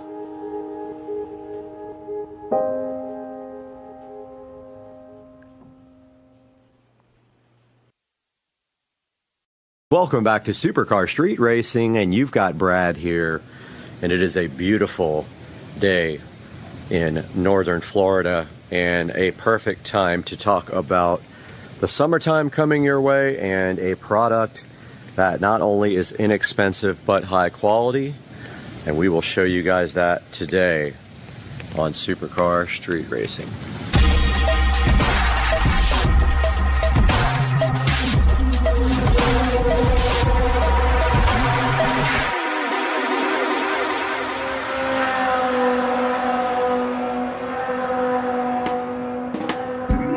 Guys, welcome back to Supercar Street Racing. I hope you're having a wonderful week. I know I am, because look at that view and look at that pool, and it is about 85 degrees out here today. It's going to be the high, and it is absolutely beautiful. And I did get all this concrete, this pool deck, and the fence, and the soffits and gutters all washed and sparkly clean yesterday. About 4 hours worth of work. But today we are here to tell you about this ABC canopy umbrella that I just purchased from Walmart.com. My other umbrella went somewhere else in the wind. I don't know where, but like an idiot, I left it open and it is gone. So this is the ABC canopy umbrella. Now this sells from Walmart.com for the unbelievable price of just $35 delivered right to your door. Now I won't ever make money off of Walmart selling their products because I don't get any kind of affiliate. I only get it from Amazon, but I'll put some comparable Amazon products down in the description. But what I wanted you guys to see is that I already had a base here. It does not come with a base, but I used my old base, and I replaced my Mary Poppins Gone with the Wind umbrella with this lovely umbrella from ABC Canopy. And yes, my clock is wrong back there. I have to fix it. But I wanted to kind of give you guys an idea of how this looks and how it operates. And so I have it actually folded in right now because we have some lovely wind going. As you can see, it's actually really nice out here and it's cooling me off greatly. So next I'll show you guys how this thing operates. Alright guys, we are back with the ABC Canopy umbrella from Walmart.com. And the first thing you can see on this umbrella is that it comes with a tie strap so that when you have it in the down position, wind won't get under it and start Mary Poppinsing it away like what happened to my old umbrella. So I have this tied up right now because it's pretty windy, but I'm going to show you guys the operation here. Pretty straightforward. Unlike my other umbrella though, it does have a way to tilt it, which I don't think I will ever use here. But if you just pull up on this, and then you can reach the ratchet just enough for you guys to get under here, and I can show you. So basically there's the ratchet and there's the pull string underneath it. This will give you an idea of how the thickness of the fabric is, because you can kind of see through it. I wouldn't say it's the thickest fabric in the world, but it looks like a pretty good amount. And this guy does have really good reviews on Walmart.com. So judging by its reviews, it might be a product that would last. And that is debatable because nothing lasts in Florida over a few years. Everything gets moldy and mildewed, and things just tear down in the humidity, the heat, and the rain of sunny Florida. There is the tilting mechanism, which I have not exercised yet because I don't need it at this point, but I have heard that it works pretty good. There is the mechanism for the drawstring, and you can see already that it's trying to fly away from us. And here is a good look at the top of the umbrella. And you can see it has a nice brown ball thing at the top. Overall, pretty nice quality. We'll step back here for you to take a better look at it open. And there it is, wide open, looking beautiful above the extra patio table. And you can see now why I'm going to be retracting it, because the wind is pretty high today.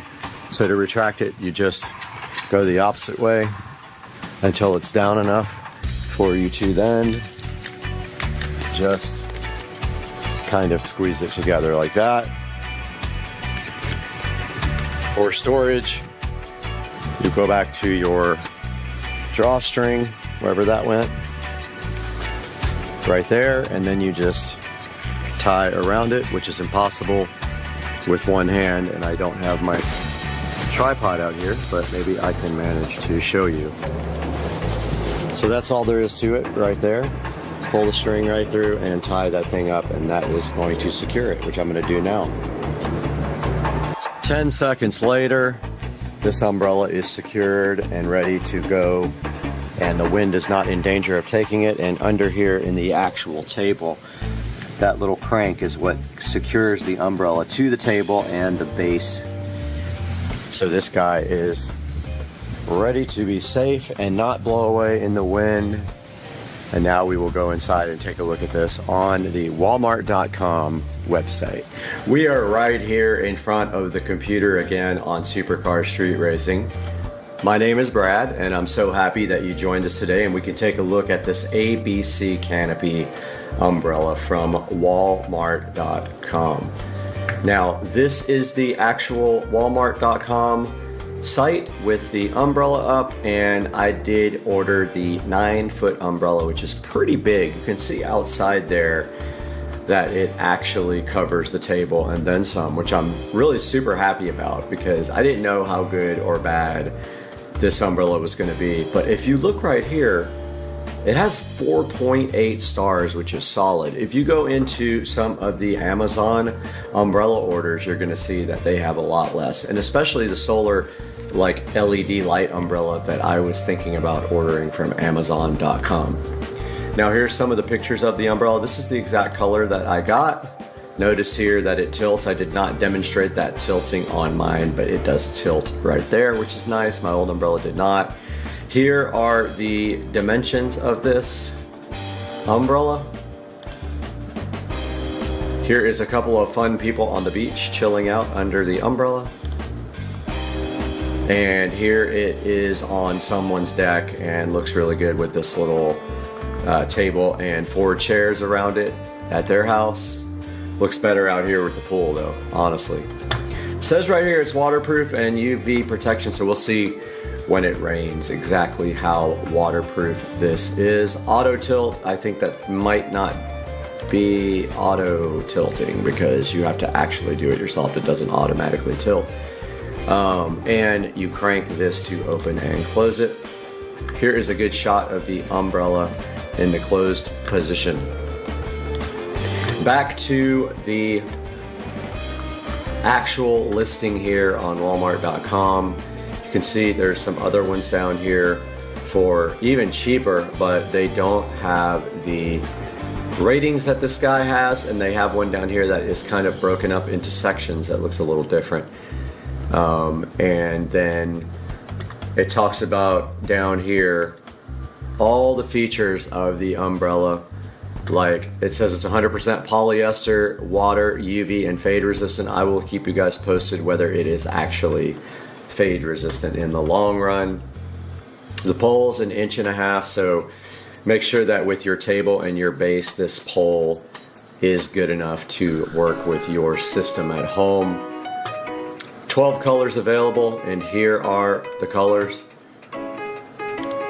This says 11, one of them is not available at all, and that is the super light blue. That is actually the color that I have. It must have sold out after I bought it. It has 8 ribs in the actual umbrella that keeps it sturdy and supposedly gives it longer life and is able to deal with weather better. It says excellent fabric. I don't know what that actually means, but it is excellent fabric, and sure enough, it is sold out now. I must have bought one of the last ones available. Says you need a 50-pound weight is what they're recommending for this. There's an air gap at the top, and what that does is lets the wind blow through it and it doesn't pick up on the umbrella, because I can tell you for sure that mine went bye-bye. Now let's take a look at the reviews. There's not many 1-star reviews, but let's look at the 1 stars first. Somebody didn't like the orange color. They said, received a blaze neon orange umbrella. Says the tilt's difficult to use and it gets stuck. Somebody got a faded, filthy one. Looks like maybe they got a used umbrella. Rain pours through it. We'll see about that. I don't really sit out in the rain under it, so I'm not super concerned, but for you guys, you might be. This guy said the dark navy color did not arrive. Some other color, like cadet blue, arrived. Broken out of the box. I can understand the bad review there. And then here's some without any feedback. Now going to the 5-star reviews, which we have quite a few of them. We have 223 5-star reviews, so 4.8 rating here for the umbrella. Says great quality, love the looks more expensive, color is great. Nice addition to our deck. Patio umbrella is built with great quality assembly, very easy, just push the tube in and that's about it. Great value, love the bright color, focal point in my backyard. Umbrella steady, went through a few storms. Fabric is well made, no single drip under the umbrella. So that guy says that it is waterproof. So I don't know who's actually telling the truth here, but we're gonna find out on our own. Great crank handle here. Good quality for the price. Nice large size umbrella. It is bigger than the last one that I had. That is 100% true. This guy says it's high quality, much better than expected. And use the handle to open and close, very convenient. 9 is big enough, and I agree, it's a nice size. Should keep the shade good, especially on a big table like that with 4 chairs. Great water repellent and good color. They seem to think that this thing does repel water. Blocks sun well, came packaged with no damage, quick setup, easily fits the center of our patio table. That's great. It works out great. I bought this umbrella for my newly built patio. It fits great with my existing table and base. Now if we go back to the actual guy and we go to some of the competitors, this is the same company here, and they have another high quality product here with 243 ratings, and it's a great rating. Here's one a bit more cheaper, only 10 reviews, but with good ratings, and here is one about the same price with 60 reviews. So by far, the only ones that have a lot of reviews are the ABC Canopy and the Mainstays, and we've had bad luck with some Mainstays things lately. But here are some other choices down here. So I believe that this is actually a good, safe choice if you're looking for an umbrella for your patio. And guys, I really appreciate you tuning in. Like and subscribe, and please click through our affiliate links. They help pay for the things that I can't afford to pay for. I lose money on the channel, and every little click just makes so much of a difference to me. And thank you for being on Supercar Street Racing. We'll see you guys soon.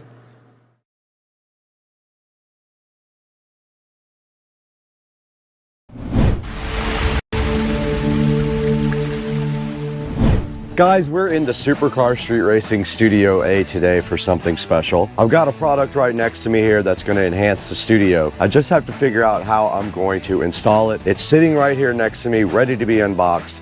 We're going to get to that all today and a lot more, because we're about to have 200,000 subscribers on the channel, and today we're celebrating that as well. Let's get this product looked at and unboxed today on Supercar Street Racing.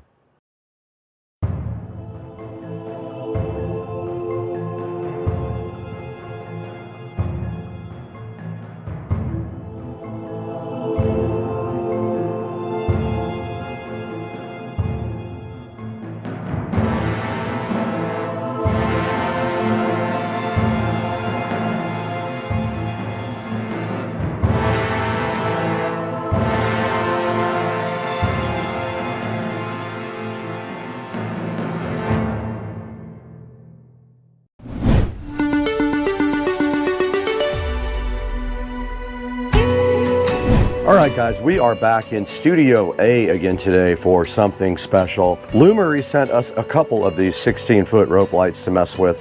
One of them I'm putting out in the studio here. The other one will go inside of the house on a new project I'll be working on soon in there. But for right now, my plan is to put this over here on this wall, and just to give that wall some light. There is no light over there whatsoever, and when I shoot this way, there's not really anything interesting. So I'm trying to figure out like a pattern or something to do with these, but I think I am just going to make like a just up and down pattern until I run out, and I don't know how long that is. It's 16 feet, so these are a foot each. So what we want to do is probably do 4 and 4 and 4 and 4 to do 16. So let's try that. Now directly inside the box you can see everything that came with the Lumery Smart Neon Rope Light Kit. It did come with a remote control right here, so I can add another to the 1000 that I already have. It came with these cool 3M sticky tape things, so you don't have to use the screws, and I can't use the screws on my wall because it is made of styrofoam over there behind the sound deadening material. They give you these little mounting things, so what they want you to do with these is stick these on with the 3M tape and then put your rope light in here. Now we don't need to put these all the way around the wall, because you can see here in between these little foam tiles, this light will kind of stay in on its own. It only needs a little bit of help. So I'm going to use the 3M tape. I'm going to come up with a 4x4x4 design. We're going to get power actually behind this TV. There is a power up there, and we can hide the power wires nicely inside of the foam tiles, which I've done before. They fit kind of right between them, and I really like that. So let's go ahead and start figuring out our pattern here.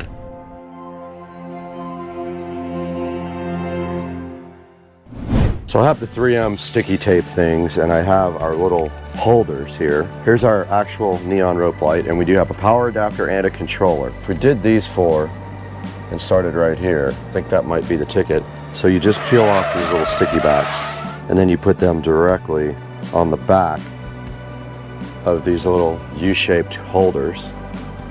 And I'm gonna put one right on the end of this.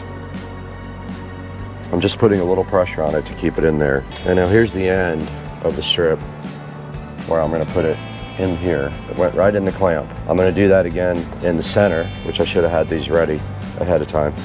Yeah, I should have done this ahead of time. Not very smart planning. And it's got to make a turn. 1, 2, 3. 1, 2, 3, 4. They fit right in those little clips, easy. All right, I'm gonna get a bunch of these ready ahead of time so I don't have to do this on the fly while I'm holding their leg.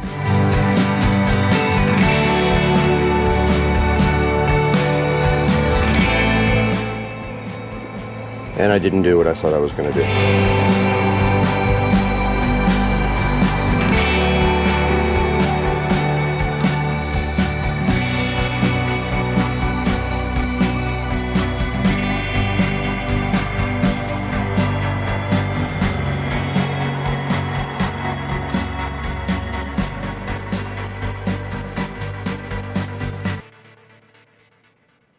It's a little trick I found that works better. You can get the paper off of the sticky thing easier if you do it on the pack, not taking it off the package first.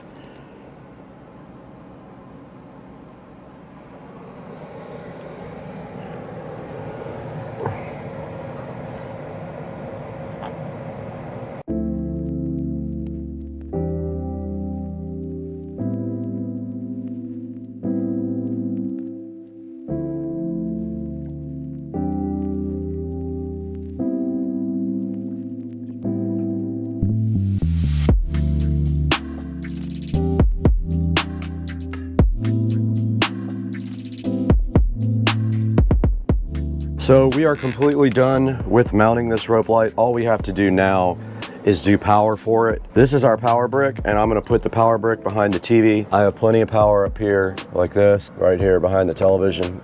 I'm just gonna power it right there, and then I can hide all the wiring up here behind the TV as well, and the controller. And then our other wire just needs to be hidden in the foam. So basically I'm gonna run this wire behind the foam,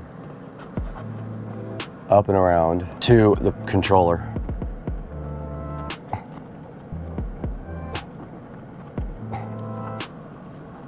Just like that.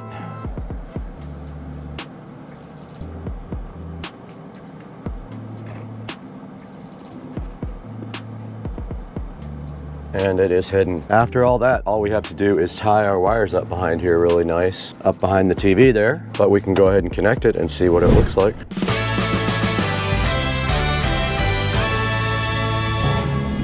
There's a 3-prong connector right here. You can't get it wrong. It's keyed, so you can't break it. There's no way to possibly break it. And then let's power this up. Man, that's cool looking. Okay, wow, that really adds a lot to the side of the room. That's pretty cool. So let me grab all the stuff to do the wire tying and we'll start from there.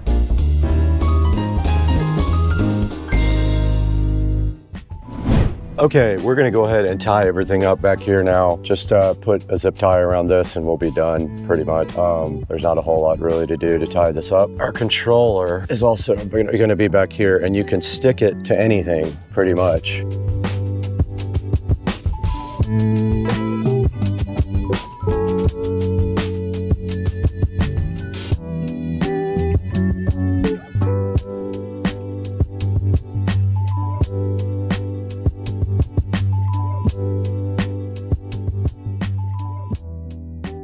Looks like a big S. It's kind of cool. Everything is tied up now.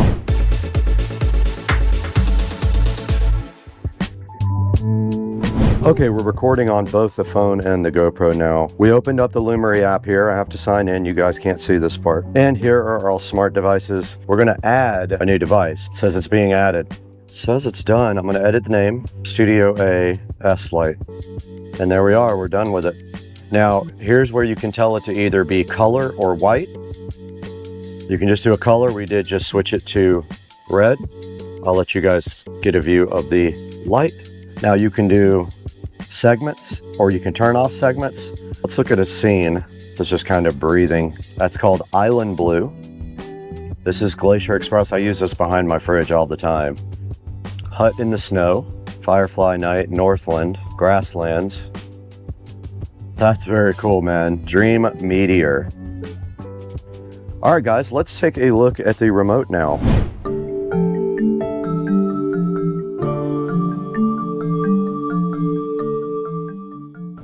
All right, here's the included remote with the Lumery. Let's see if it did come with a battery or not. It did not. It needs 2 AAA batteries. It did not come with them. I will have to go grab 2 batteries now to test this remote. 3 hours later. All right, guys, we were able to go ahead and get some batteries put in this remote. It uses AAA batteries. I wanted to show you guys the remote and the functions. The first function on the upper left is the power button here, right there. Next to that, we've got the scenes play pause button. Then after that, you've got this round dial right here, and the left button is brightness and K-scene speed. The right button is brightness and K-scene speed. The top is previous scene, the bottom is next scene. So mode is next scene, mode up is previous scene. Down at the bottom, you've got R, G, and B light, warm white and cool light lights.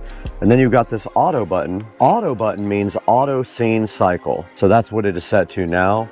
And it's doing this really cool, just fading off and on with a multicolored on the entire LED. So that's the remote, guys. It's handy, I guess, to turn it off and on if you don't want to use the smart features of the device. But if we hit this next scene button right here, see how it went to the next available scene every time I hit the bottom button? Pretty cool. This is gonna look good in the background when we shoot videos. So I'm just cycling through the scenes now so you guys get a good idea. And I put it back in auto just now. So that's a look at this device and the remote control, how to mount it and all that. Let's take a look at this on Amazon real quick now, right here on this PC.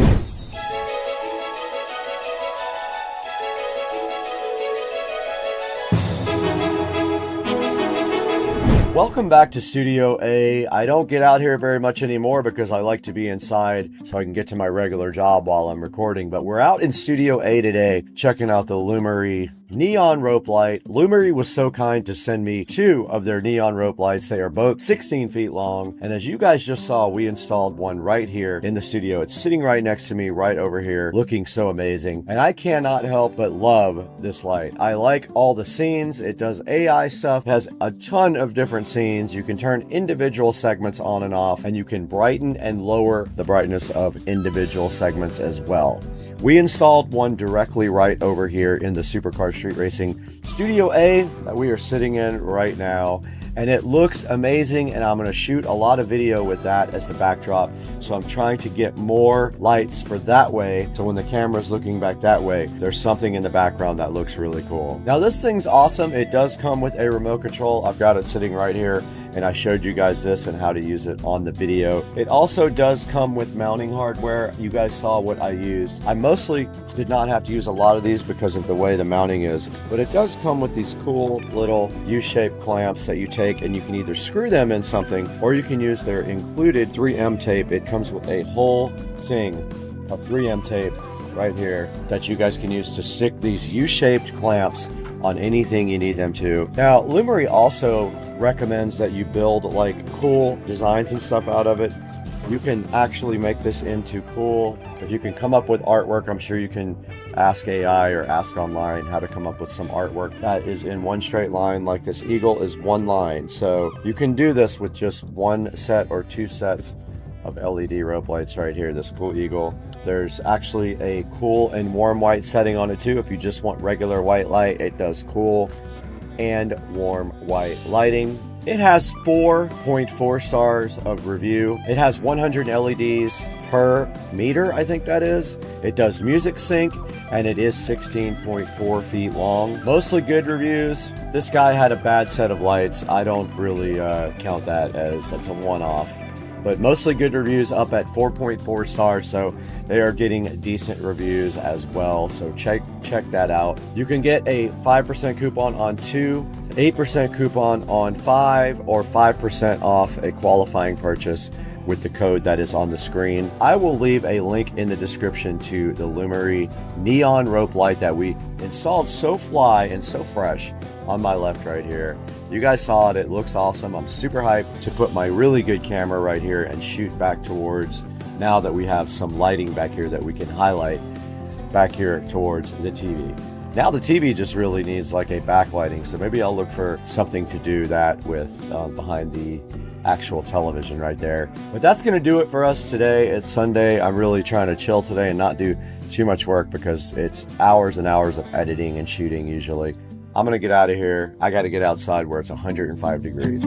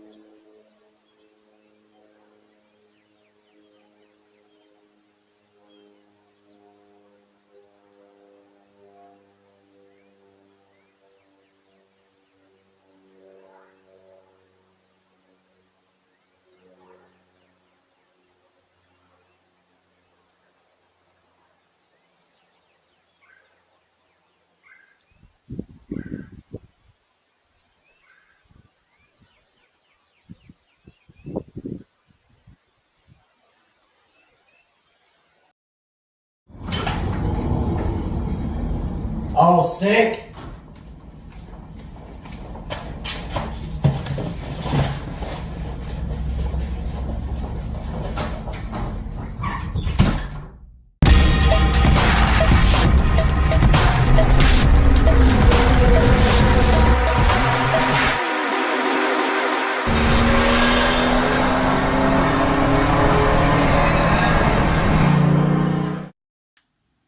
Hey everybody, and welcome back to the channel.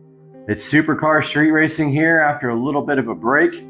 Took a vacation up in New York City. Just got back today, and to my surprise, we have this huge Amazon package here ready to be unboxed. You can see here, the seal is still fresh, tight on the package. So what we're gonna do today is take a look at this together and see exactly what we have. Got the Rings of Power seal on it, so you know it's special. Blessed by the Hobbits. And we're gonna go ahead and open this and take a look at it, because you guys are seeing this when I see it. Wanted to make sure that I opened it with my channel. Box is made with less material. You can scan it if you really care. I don't care how much material is made in the box. Honestly, who gives it F? But like, yeah. So here we go. And inside of this, there's this mysterious red barcode, which I don't know what that means. But it's pretty cool and special because it's red. Let me get this thing out of here. And then we have a box inside of a box. So I picked this up the other day on sale. And I'll get you a link in the description, but it was substantially less than normal. And I bought it with a monthly plan for absolutely no reason, just why not? Because it's zero interest. So we're opening this up now, and I love how it's boxed in box, like one of those little, I don't know what they're called. What are the little Russian egg things called, where you open one and there's a tiny one and a tiny one and a tiny one? That's what it's gonna be like here. And so going inside the box here for the whatever mystery object this is, and we're going to see exactly what this has inside of it. And then inside of this, we have this nice pull-out handle. Wow, Amazon thinks of everything. So inside of this, there's this handle that lets you pull it out of the box, so you don't sit there and struggle, which is kind of cool, honestly. That's awesome. And then look right here, peoples. We have the amazing Echo Show 15. Want one of these since it came out.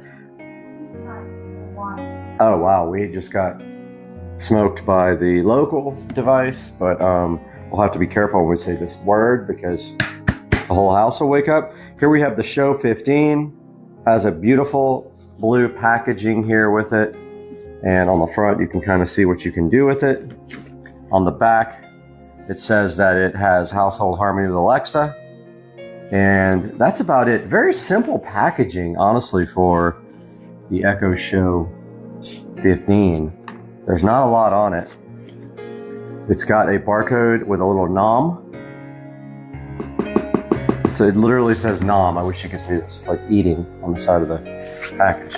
It's got the typical little Amazon condom here. You just rip it off with satisfaction to get into the Echo Show 15. And then we're going to take a look at what's inside here. And damn, that is awesome. I am so hyped. I'm so hyped on this Echo Show 15. Do you see this? It's literally, wow. Okay, I'm hyped. Look at this thing. Okay, you see how big I am, right? This is me, and look at the Echo Show 15 chilling next to me and taking up the entire width of my body here. So stoked for this thing. Check this out, guys. Wow. And there's the mounting on the back. Looks like it's got a mount with it, which I didn't know. I literally ordered this on purpose without checking anything on it because I wanted you guys to see it when I saw it. It does have mounting on the back. Inside the packaging, we've got this hello, bonjour, hola. And it looks like that comes out in one piece. And inside of that, you have some sort of mount. Guys, this thing mounts like a television. Pretty exciting. Here's what was inside the box, along with this manual. This power supply here. We've got some screws and drywall inserts. And we've got a manual there. So this guy mounts exactly like a television. So you mount this to the wall. Looks like, I haven't read the instructions, with these mounting screws like this. And then most likely the back of the Echo Show 15 somehow hangs from this. And I'm trying to figure out how that's possible.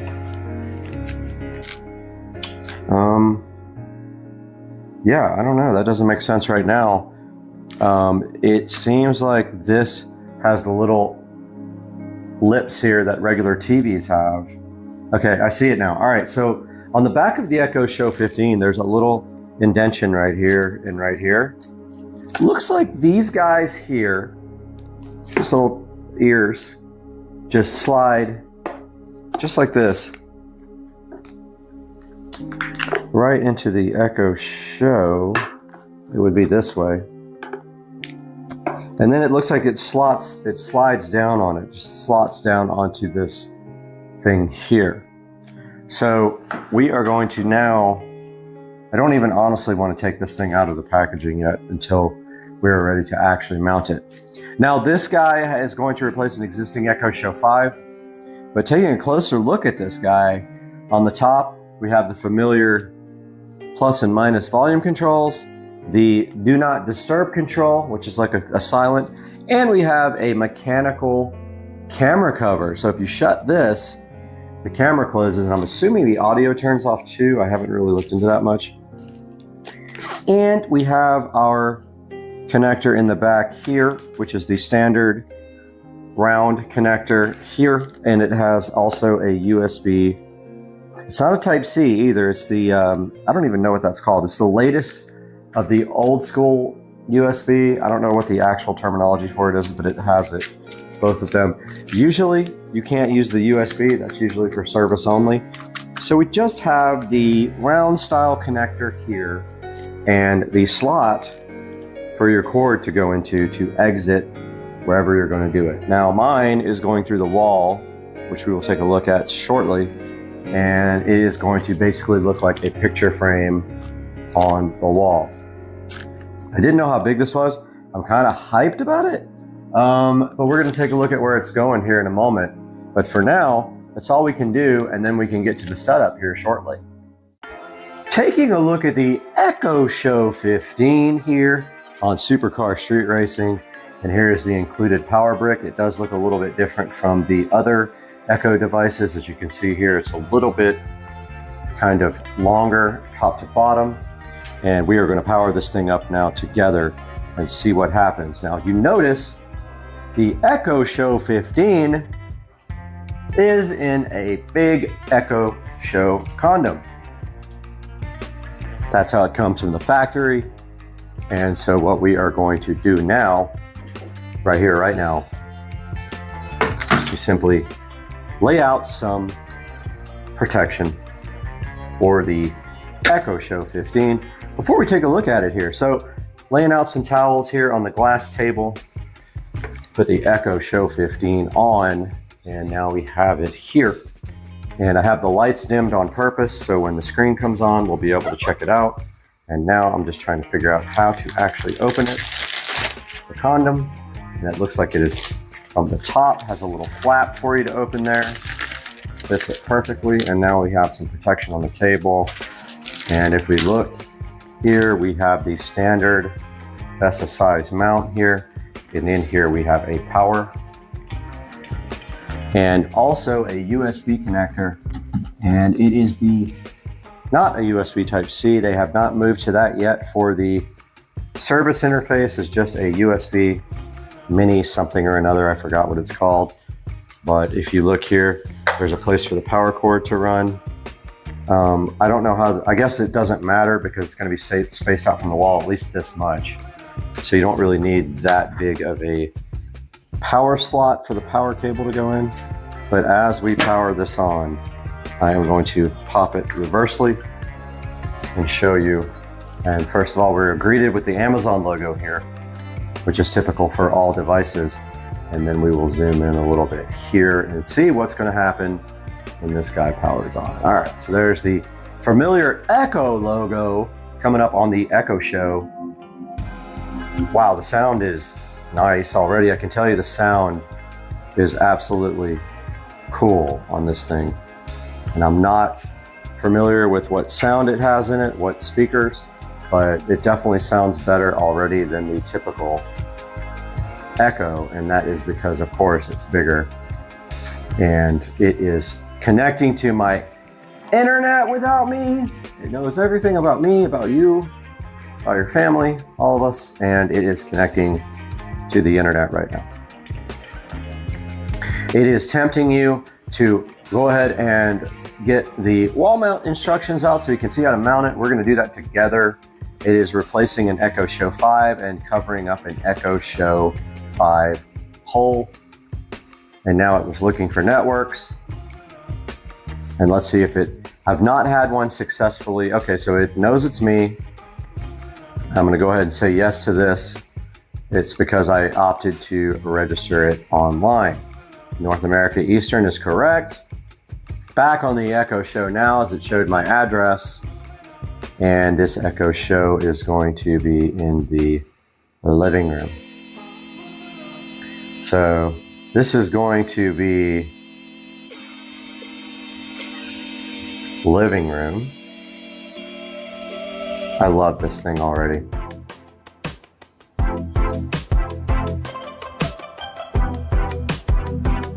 Living room Echo Show. Replace the old device. And device name is already in use. Living room Echo Show new. And we will rename it later. It won't let you have two devices with the same name. Here we go with our Echo Show 15. And at this time you can put what your photo display will be. But for now, we're going to go nature. And it wants to update our Echo Show 15 to the latest updates. And I think we should go ahead and do that now. Updating this device. Wow, thanks a lot, Amazon. Okay, so it's updating now. Do not unplug it. We're going to do this in real time so that we make a 20-minute video, because that's the pay threshold on YouTube, where you make some money finally and you make $1. All right, it says the device is updating now and it will take up to 20 minutes. It's got this beautiful background here for you to stare at of someone's kitchen. And it's telling you that you can do routines. So that means, let's say you want to wake up in the morning and turn on a bunch of devices and turn off a bunch of devices and play music. You can do that with the routines on the device here. It says you can link it to your Google Calendar, which I don't have a Google Calendar, so I don't care at this point. But all this is done with the Alexa app here. And that's how you pretty much set up your whole environment. When you are in the Amazon environment, you use the Alexa app to show. Whoa. So if I say it, every device will literally wake up. So that's how you configure your environment here in this ecosphere. It's telling you how to manage your smart home here. And apparently in the background, it is downloading and updating. So let's pause here while it does that. Echo Show 15 is booting up to the home screen now for the first time. You're going to see this as I see it.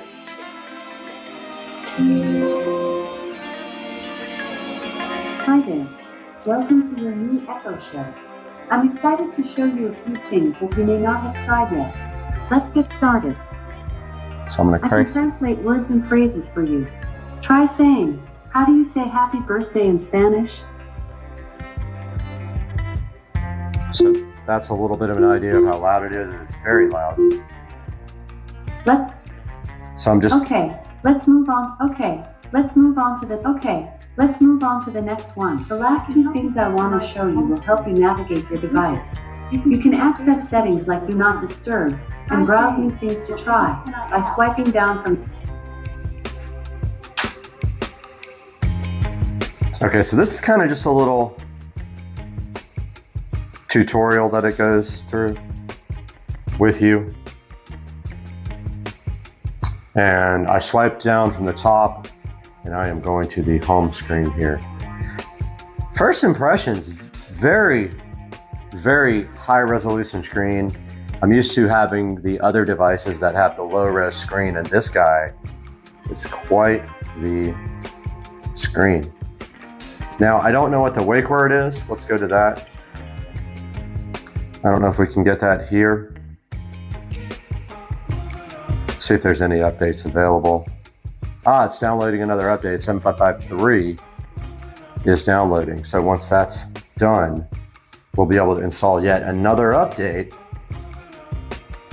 And I think the wake word is the same as the other devices. We're going to stop down now and hook this up to the 5 gigahertz network. This is connecting to the 5 gigahertz network now instead of the 2.4. Looks like we're good and connected. And the wake word is probably set from the app. I don't know yet. It's not important at this moment. But check this out, guys. The picture on this thing is absolutely insane. It looks so good. So hyped to have this installed on the wall. I wish I could do it somewhere else on the wall. But what my plan is to put this where the Echo Show 5 is now, and then move the Echo Show 5 over to the bathroom, the guest bathroom here. That's the only room that doesn't have an Echo device. But check out the amazing photographs here. There's a good look at the home screen. Let's see what the wake word is. Alexa. Alexa, show my smart home dashboard. That seemed to have worked, so that's the wake word. And if we go to our cameras here, and we don't see any thumbnails. Sometimes those work, sometimes they don't. But let's go to the backyard cam. It says unresponsive, but it's absolutely not. So sometimes these cameras have issues connecting to Amazon equipment. I mean, definitely the device works. So let's try the pool cam.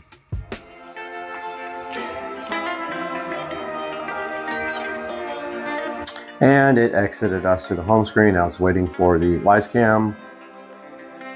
So there's a good look at the pool camera. And I gotta say, the screen is absolutely fantastic. I mean, what a screen. I am so hyped for this. And the next thing we're gonna show you guys is getting this thing installed on the wall. Because, oh, look how it picture-in-pictured. Camera. We can close it with the X. Now we're going to show you guys how to mount this on the wall. On the back of the Echo Show 15 here, we see we have the standard VESA mount. Also came with this mounting bracket. You can see where the power cable goes here in the center. Let's take a look at the way the Echo Show 15 mounts. So there's some ears here on the mount. They go up into the Echo Show and it just kind of sits directly on them like this, here and here.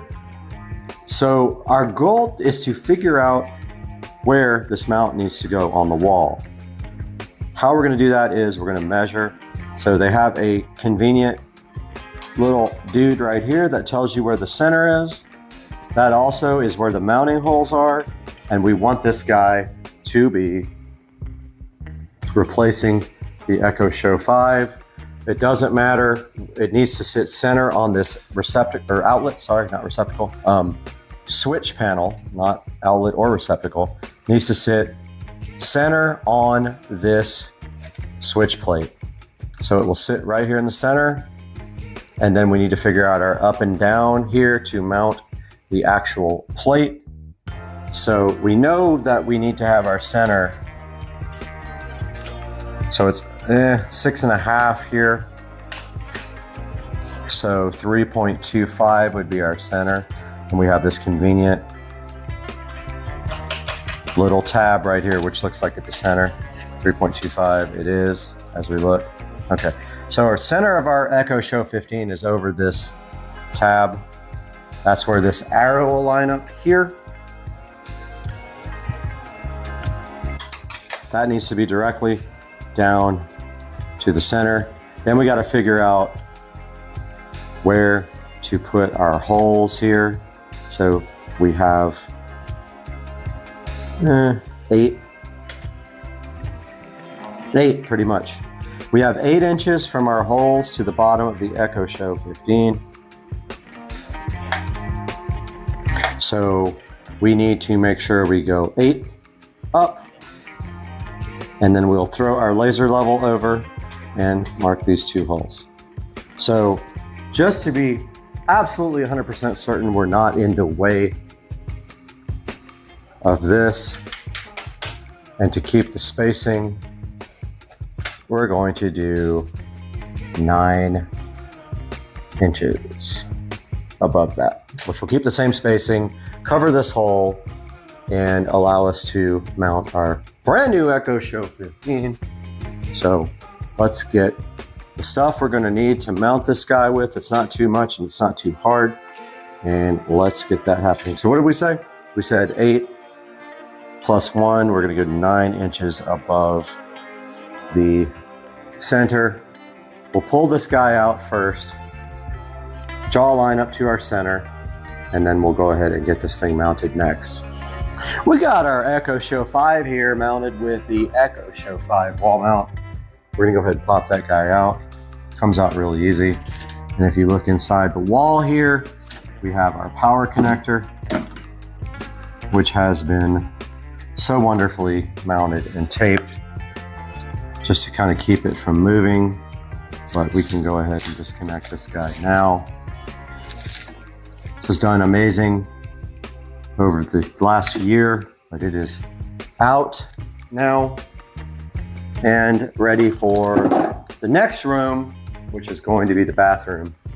And then we have little clips here that keep the wall mount in place. We don't need this mount anymore, and it's moving to the bathroom.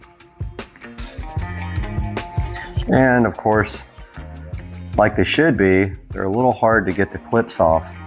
These clips are what actually holds the wall mount to the wall, keep the pressure onto the drywall. That came right out. Now make sure you don't lose this power connector if you've gone ahead and run power to your device. And if we see here, this is what it looks like after you remove the Echo Show 5 wall mount, which is featured in another video. Now, our goal today is to get this guy mounted. It's not going to be flush mounted. It's going to be more or less a picture frame mount is what it actually looks like. And we're going to try to mount this guy 9 inches above the center. And doing that, we need our laser level.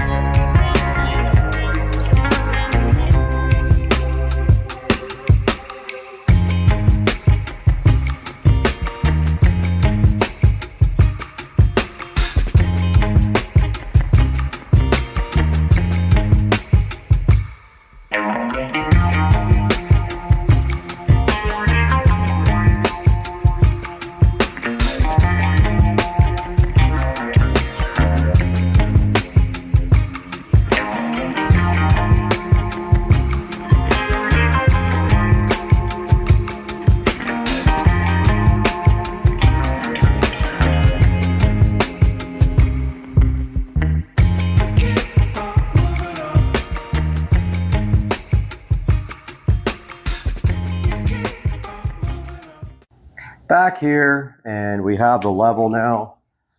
We know our center point, so we can go ahead and get at least one hole kind of level. And we got our level here.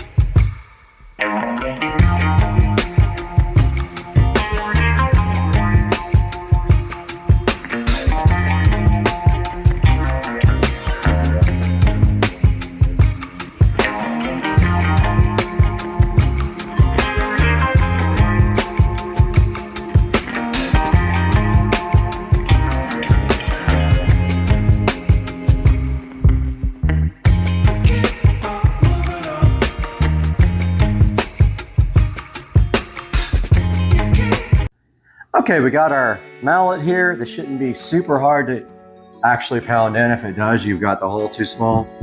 So let's go ahead and see all the dust going back there. And notice how that went nice and flush there. And let's grab our other inserts, which I lost. Here's the other one. So I really just kind of wallowed this out with my screwdriver. But if you get close enough, you can get it in there without. So any kind of screwdriver, or don't go too big on it. If you do, it'll be loose. Might work. Let's see. Yep, perfect. Not the best inserts, but they'll work. We got our inserts there. This is live. Remember, I haven't tested this out. So if I mess up with you guys. And then they give you, whoops, dropped the hammer. They give you 3 screws here. I got my cordless drill as well. Make this a little bit easier. So here's our mount. The only thing that would have been convenient is if they do like when they do TV mounts and they put a bubble level on the actual mount. So I noticed already they don't give you flathead screws. So that tells me that the mount doesn't even come close to these screws. And there we have our mount. Looks like it's level. Let's go ahead and screw it in.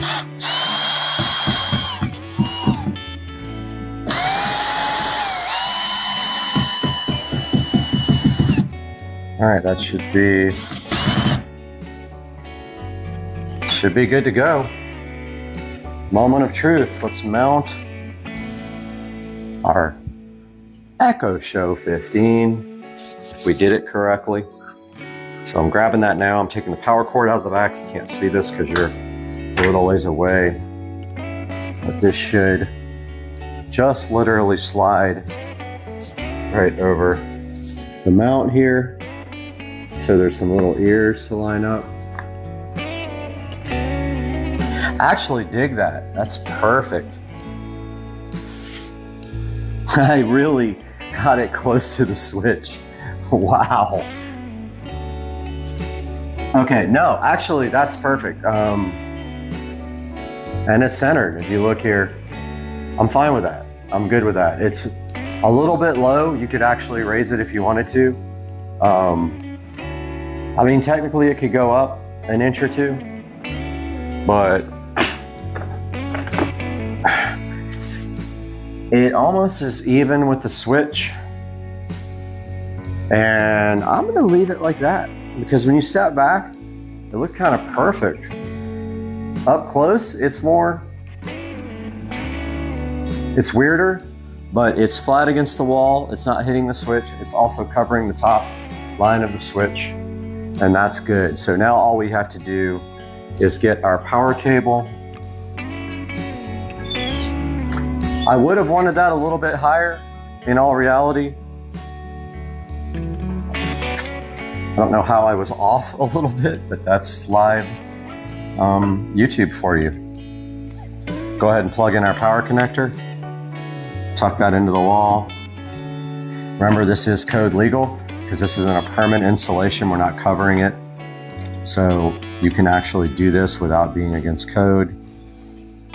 It's when you cover it up in drywall that becomes an issue. We get our Echo Show 15. Go ahead and plug that up.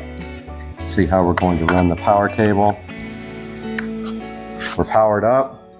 And there we have our power. Literally, this thing is mounted. If you step back, you don't see it covering the receptacle so much, so it looks less.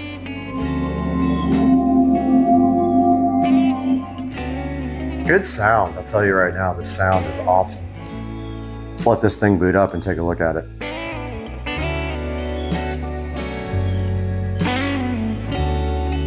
So here comes the Echo Show 15 booting up. And there we have it. Alexa, show my smart home dashboard.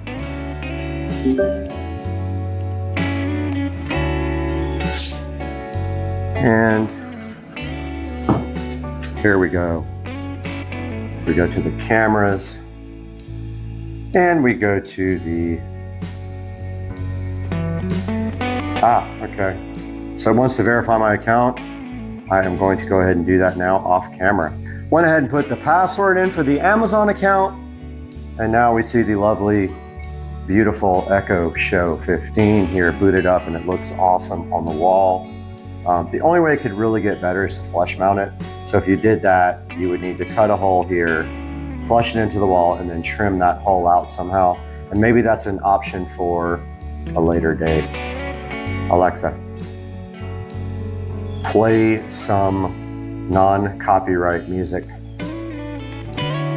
I couldn't find any non-copyright songs. Oh, really? What other music do you want to listen to? Perhaps classic rock? No, thank you, Alexa. So this is going to conclude our Echo Show 15. What do you want me to play? Every device is kind of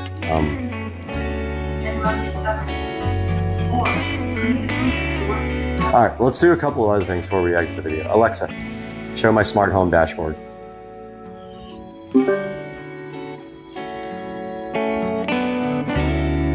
Go to our cameras here, go to pool.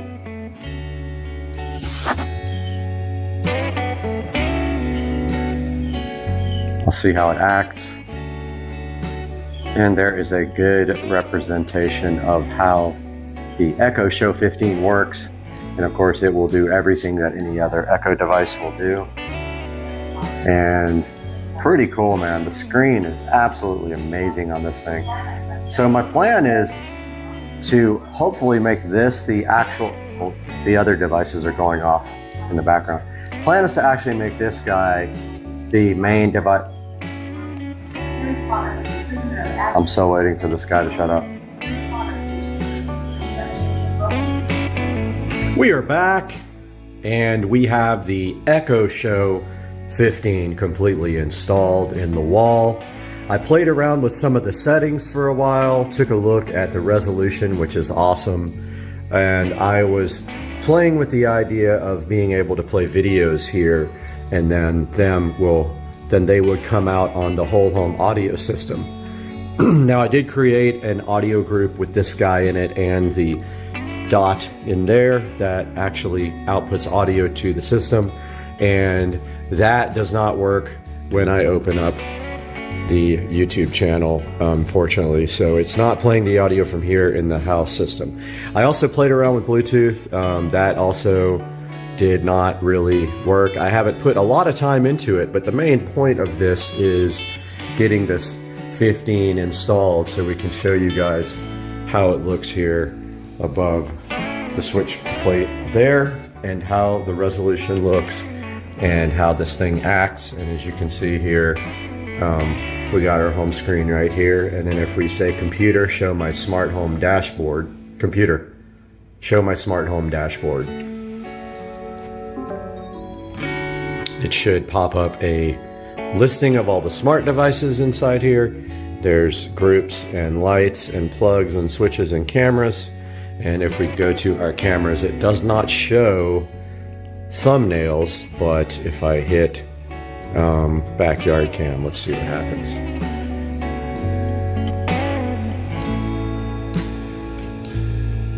So they all are Wise cams, so it accesses the Wise app to, it's actually the skill to open up your Wise cameras, and that's a good view of how the screen looks.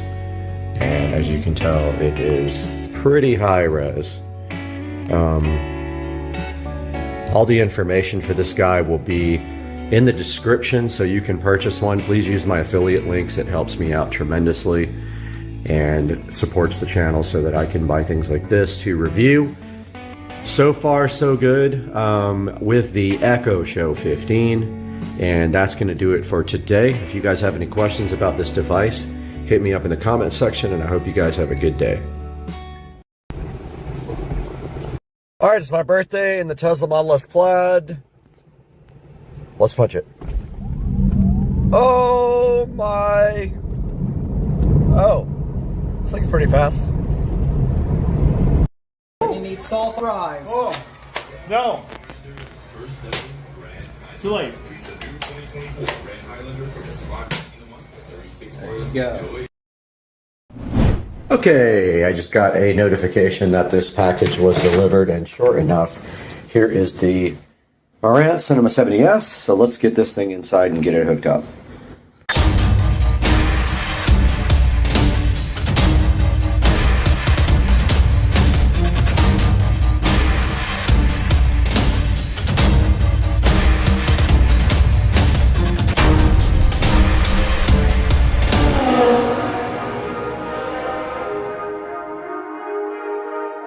Marantz Cinema 70S sitting on the table here, ready to be unboxed from Japan. I said China, it was Japan. Let's get this thing unboxed.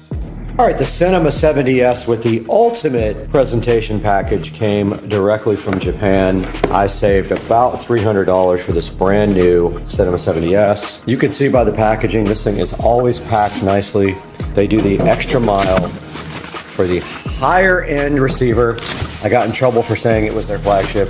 Kind of made a mistake there, but I didn't feel like editing it. It's not the flagship, but it is their slimline receiver. Let's get this thing out and on the entertainment center.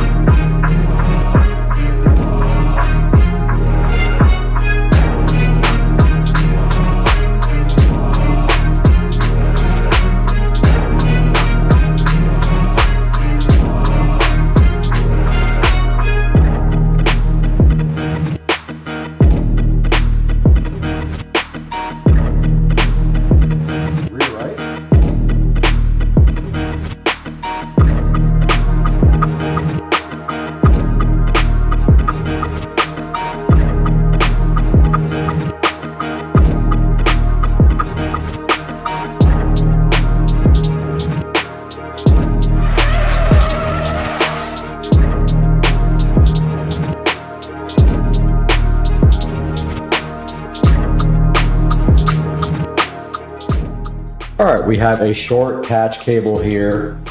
We're gonna do Ethernet to the switch. So we will tie up the extra, but it's gonna go right in here. So we're gonna tie this down below so it doesn't poke up. And it does kind of fall down because of the weight. So I'm just gonna cut this off and this thing was connected in less than 5 minutes. There is the Cinema 70S. Here is a Cinema 70S completely connected. We don't need any of this. They give you labels and all that, but I had already done that part with my label maker. The Odyssey mic is here for calibration. We don't need the manual. We don't need the antenna. We're not connecting AM/FM. For the subwoofer, we're actually connecting it to 4. For now, we have 1/4 of the bass. We will have 4 subwoofers connected to this guy, but this thing is ready to go. And that's how it looks, sitting so fresh and so fly. It did power on. It's probably gonna want a update, but first, we have to switch the TV on HDMI 4, which is the ARC input. We should see the Marantz here. We do. All right, let's go ahead and go to the setup. This is setup assistant, so I'm just going through that. Done all this already. I have a center speaker already connected. All right, it's saying, do I hear sound from this? I do.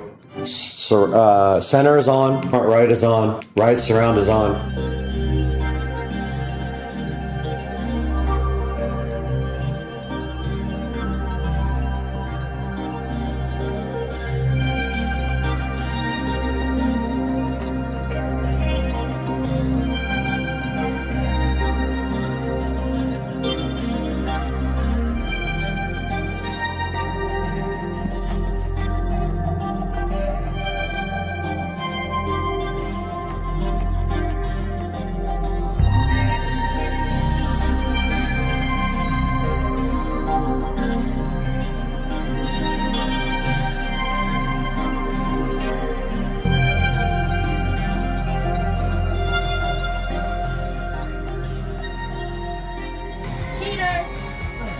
I went all the way down, dog. Good job! 3. Oh, old man trying. Wow. Get it, dog! Let's go! One-handed push-up king. Okay, so we gotta put this on the couch back here at ear level. So I'm just gonna put it right on the back of the couch.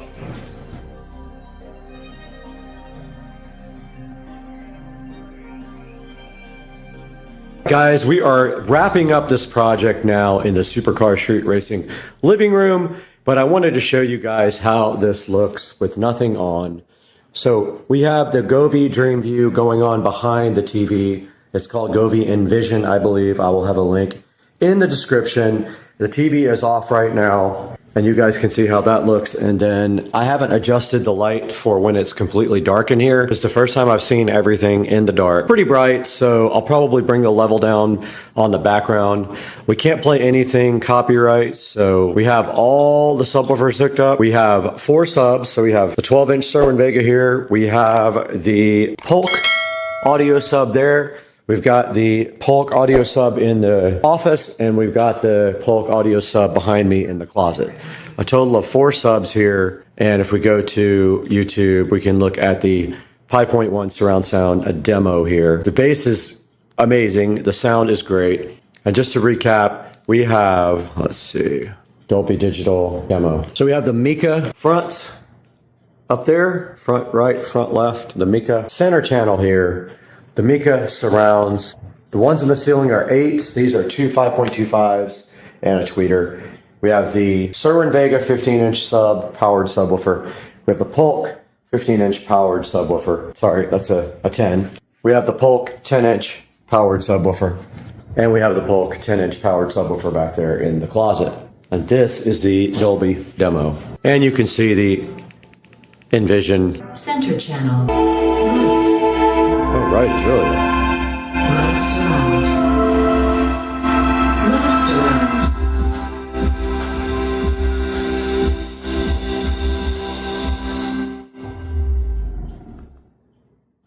Yeah, so it looks like the right channel's a little bit low. I ran the full test as you saw in the video, but I've also done some adjustments to it since I did that because I added more subs and I needed more level, so I jacked up the subwoofer level to make up for the fact that I added more subs. And that's going to wrap up this project. I hope you guys liked everything. It came out amazing. I hope you guys ordered the Govee LEDs for the back of the TV, the Amazon Omni 75-inch 4K TV, the Marantz Cinema 70S, looking so fly. And we'll see you guys next time on the channel. Have a great day, guys.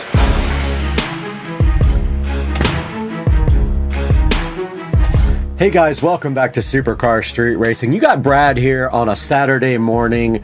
Just got back from breakfast. Shout out to Jared over at Broken Egg. He's our guy and he always hooks it up.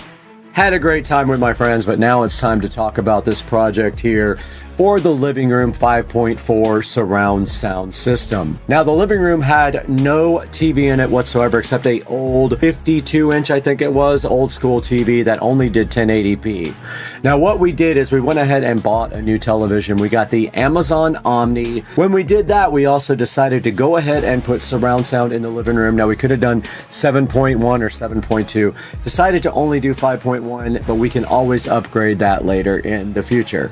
And sitting right in front of me right here and right now is the Marantz Cinema 70S, and it's my second Cinema 70S. The other one is sitting in my bedroom looking so fly and fresh, but now we have one for the living room as well to do the 5.4 surround sound there as well. Now the Cinema 70S does everything that you could possibly need in a home theater receiver. It is the entry level of the Cinema series, but it's also slim, so it fits in places that other ones don't fit, and it looks pretty cool sitting there on top of my entertainment center in the living room. Now the Cinema 70S supports all the popular digital audio formats for surround sound. It does DTS, it does Dolby True HD, Dolby Digital, and of course other formats as well. And this thing has plenty of power. I'll be honest, when it's cranked up, it's pretty loud using the surround sound speakers up in the ceiling. And you can see right here, it puts 75 watts out for the front two channels. It does Wi-Fi, it does Bluetooth, and it does HEOS so that you can stream audio to it from another device. It's also 8K, so if you have an 8K device, it will support 8K video. This thing also has multi-zone and multi-room streaming. And honestly, I think it looks pretty modern. I love the look of it. Compared to the one we have, the Marantz we have here in the 4K production studio is much more sleek looking. Now this thing is sitting at a healthy 4.3 star reviews over here on Amazon. And taking a look at the pictures here, it does say it fits anywhere. It would not fit in my home entertainment center. And I have only 4 inches. This is like 4 1/4. It would have been pushing it with the legs off even. This thing has 6 HDMI inputs and 3 of them are 8K. I don't know anyone who has 8K equipment yet, but it is possible that you could use 8K with this receiver. So you can see right here, it has multi-zone capability, the second zone output, a second B speaker connectivity and HEOS built in, make this Cinema 70 a whole home audio oasis is what it's telling you right here. And also one thing that most other receivers don't have, it has full preamp outputs for all of the outputs, so you can add external amplifiers. It does say right here how pretty this thing is, and I'll be honest, it does look good sitting on that entertainment center in the SCSR compound living room. Now we do have some other things to show you from this build. We've got the Mika M-8C two-way in-ceiling round speakers. They have a 9.4-inch cutout diameter, but they are considered an 8-inch speaker. Now one thing you should know about these, the tweeter will move so that you can position it towards your listening experience. Now we put 4 of these in. We have 2 in the fronts up for left and right front, and then we have 2 in the back for left and right rear. And I like these. I've bought them before for other places in my house. I do like the way they sound. They have a nice bright sound. And taking a look through the pictures here, you can see that they do have a paintable grill. They are easy to install. Basically, you take their cutout, and once you cut the hole out, all you have to do then is just throw the speaker up in there, and you make sure the tabs are tabbed back so that it can catch on your drywall, and you drive them up there with your electric drill. Here you can see them nice and flush mounted in the wall and painted so that they kind of blend in with your current environment. So these guys do have a 1-inch tweeter and an 8-inch mica woofer and a 6 decibel crossover. And right here you can see the overall dimensions of 10.7 inches. They're 3.5 inches deep, but they're 4.2 with the grill and the magnet counted together. And your drywall cutout is a total of 9.4 inches. Right here's the whole line of the Mikas. We do have the M-CS. We're going to show that to you momentarily, but here's a good look at all their media series drivers. for your in-home audio experience. Right here and right now is the Mika M-CS dual 5¼ two-way in-wall center channel speaker, and you can see right here and right now it has two 5¼ woofers and the 1-inch pivoting silk tweeter. These are also paintable, and they are about $56 right now on Amazon. They're sitting with a solid 4.6 star review, and I love the way this sounds. I have it mounted right underneath the TV in the front, and it sounds amazing. I just used my oscillating tool and their cutout template, and it was super easy to cut the square, and then you just take them and shove them right in there and use your drill to drive all the screws in. I had a few issues with the grill getting in there. I had to bend it in places to get it to push in, but I eventually figured it out. And here it shows it painted or unpainted. You can leave it as it is white like I did because I have white walls, or you can go ahead and paint it if you like to match your existing interior and blend in better. So look at the actual speaker. It has a 1-inch pivoting silk tweeter and dual 5¼ woofers, a 12 dB per octave crossover. Make sure that the right frequencies are going to the individual drivers. And here's a look at the in-wall series here. So here's a look at the Mika M-CS in-wall speakers. And you can see a diagram right here. Your total cutout diameter is 15.4 inches wide and 8.3 inches tall. And your depth's going to be 3.5 inches with the grill and everything else. Once again, here's the whole line of Mika Media Series speakers. Now, there's going to be a link in the description to all of the items that I use for these videos. Please purchase through my links in the description. It helps me out just a little bit, and it gives me just a few dollars to keep Supercar Street Racing still running. And we'll see you guys next time. I got people blowing my phone up left and right that are trying to party.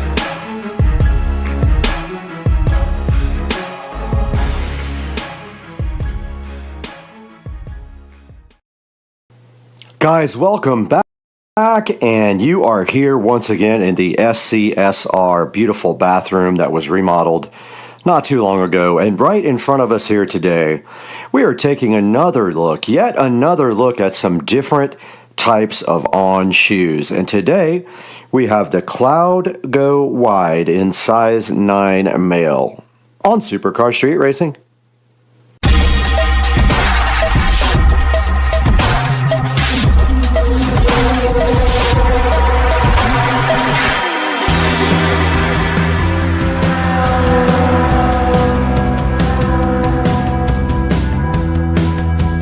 Back in the Supercar Street Racing awesome bathroom, and sitting right here on top of this beautiful vanity are the Cloud Go Wides, and these are in the color black and shale. Now these are last year's models, so these are on clearance, so you can pick them up pretty cheap right now. They are about 20% off of their normal price, and all of the last year's models you can get on sale if they do have your size. One of the problems is though that usually my size is not available, so I have been buying these up as I can. But as of right now, these are the Cloud Go Wides for me, and I have not opened them yet, but we're gonna do that next, so let's go. Right on top of here is the On logo, which I call the chicken, because to me it looks like a chicken with a beak up in the air.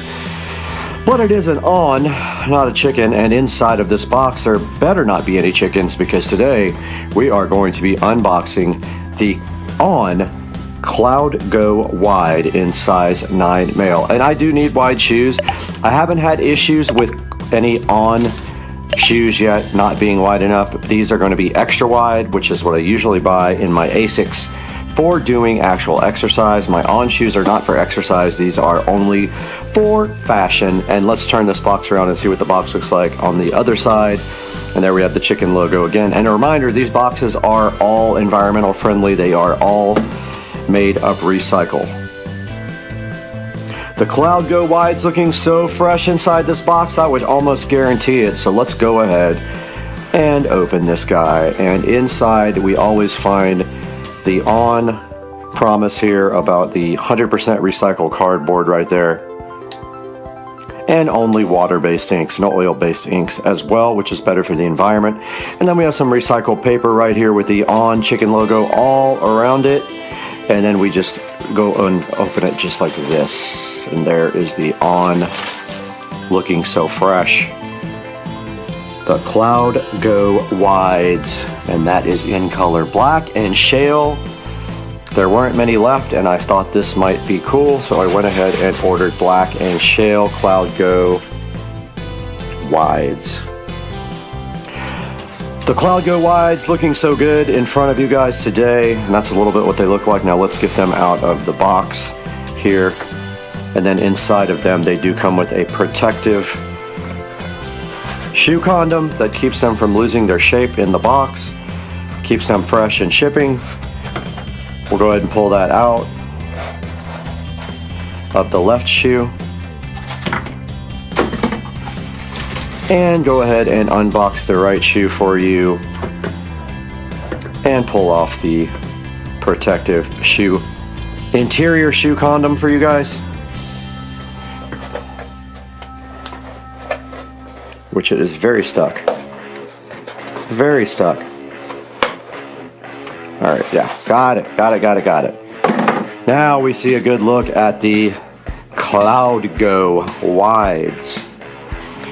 And you can see on the side right here the Cloud Tech logo.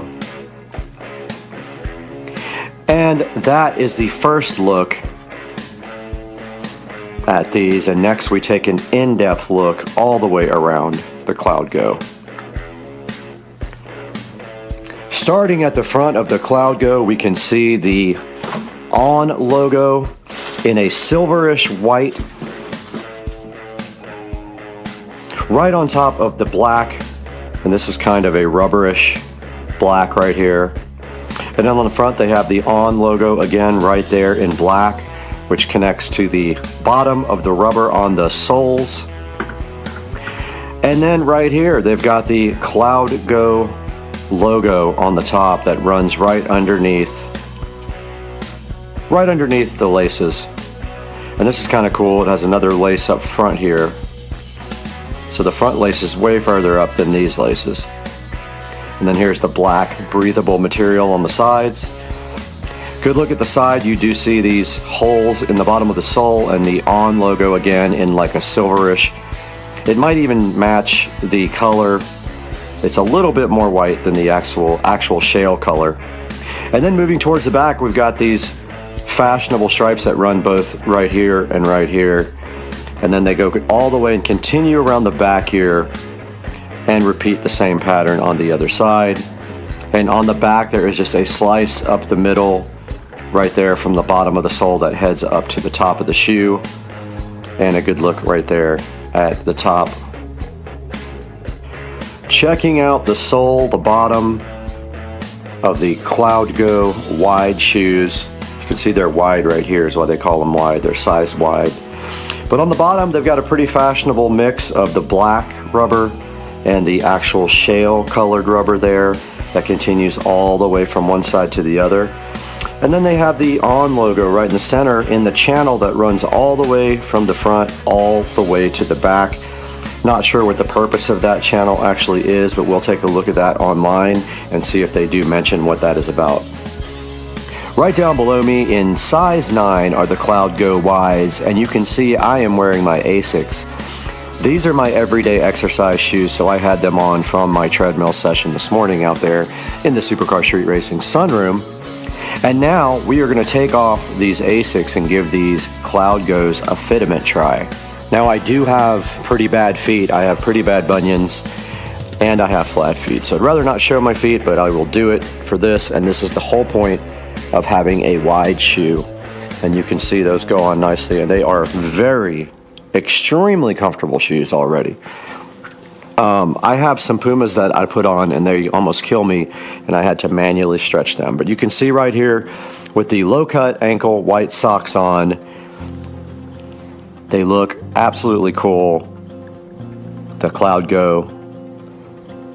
They feel awesome, and next we'll take them for a little spin and see how they feel in action. All right, we got the Cloud Goes on, and immediately I noticed towards the back of the shoe there is a dip down, because that's the way the shoes are designed. They roll towards the back. As far as comfort goes, especially on the issues I have with my bunions on the side, no problems at all with that. No problems whatsoever. And they are very extremely comfortable. They're actually more comfortable than these ASICs that I just took off right here. Those ASICs are about $45 shoes. These are $150 shoes if you pay full price for them. Very, very much different price point there. And these are extremely comfortable. And that's the treadmill I usually get on in the morning. But I do wear my ASICs on the treadmill. I will not be wearing the ONs. I guess I could try them, but I am pretty comfortable on the treadmill with my ASICs. But after walking in these for a good couple of minutes, they don't even feel that they will need a break-in. They just feel like very comfortable and ready to go. And I'm sure that you guys would love these if you get them, because I actually love them already. So let's throw them in the Supercar Street Racing studio closet and add them to the collection. Back inside the Supercar Street Racing closet, and you can see here the On collection is actually full. The only way we can add more to this is to take these hucks and take them down and put them here, or we have space over here with the other boat shoes. Plenty of space right here. So that leaves us space now for the ONs over here, so we can increase the On foot collection. Let's go ahead and remove these guys and get them added to the collection. That means we are only 2 pairs short from filling up 3 shelves. And there we have the On shoe collection. There are 7 pairs right here, and then my flip-flops up on the top. And then over here on this side, we have the Puma collection. All Puma shoes, except for these are Guess. But all the rest are Pumas there. And now let's to the 4K production studio and see what Brad has going on in there with these On Cloud Go shoes.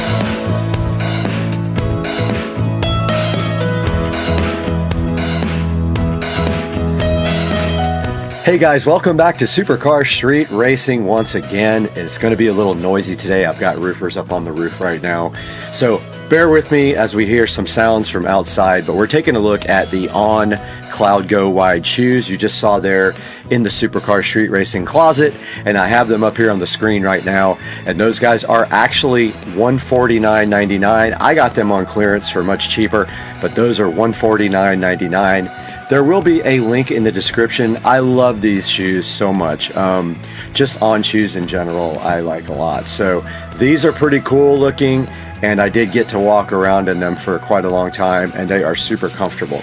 Now, when you go onto the On website, I'm going to show you guys how to do this, and there will be a link in the description, of course, to buy these. But when you go onto men's here, and you go on last season,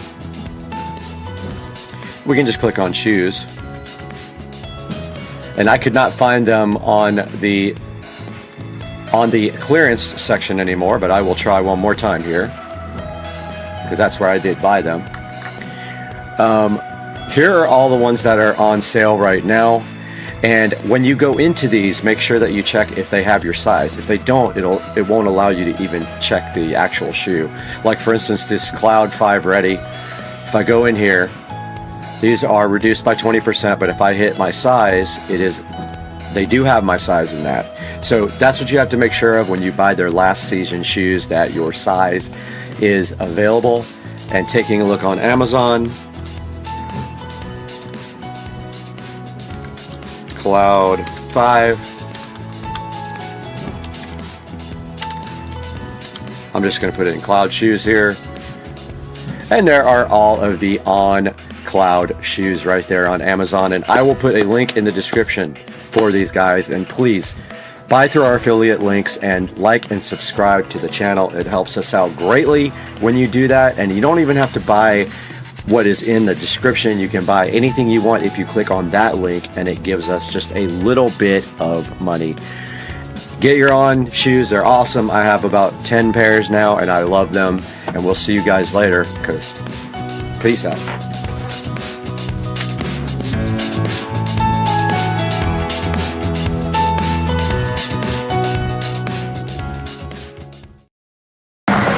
Out here ripping Joe's golf cart. I got Joe's cart, and that's Joe. I'm gonna try to pass him. I think his batteries are low.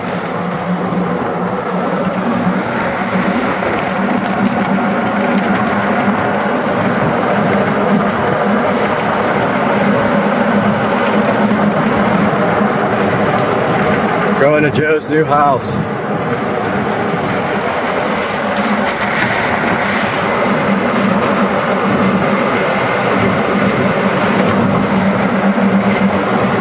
I think we got, yeah, this thing's dead.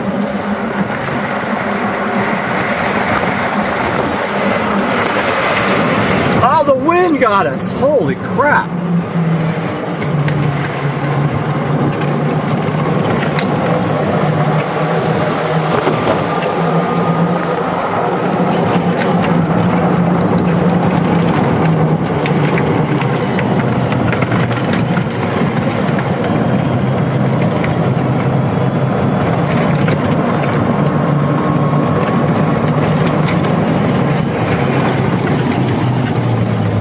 All right, Joe's new place.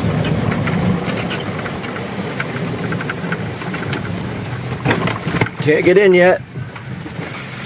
Your batteries are almost dead. Yeah, it was like 37 volts. Oh, that's weird. Yep. That's surprising, actually. It's 45 stopped, and then about 36, 37 when you floored. So it needs a charge. Guys, welcome back to the channel, and you can see right here that we have a bunch of parts for the golf cart. This is the 70 volt lithium ion conversion for the club car, and also the AC motor conversion for the club car. We're going to be unboxing all that today. But first, before we do that, we need to get this motor and controller out because it is sold. So you're going to see that next when Dukes of Duval and I take the motor and controller out of this beast on Supercar Street Racing.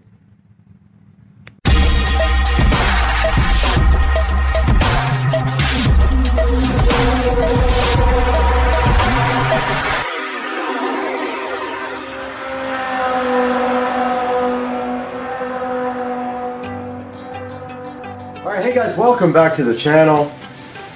We got Dukes of Duval over here disassembling the golf cart. So today, what we're going to do is we're going to take out and this controller because we have somebody that's coming over to buy it. So once we get this motor and controller out, we got a whole bunch of boxes up there ready to convert this thing to lithium ion and 70 volt.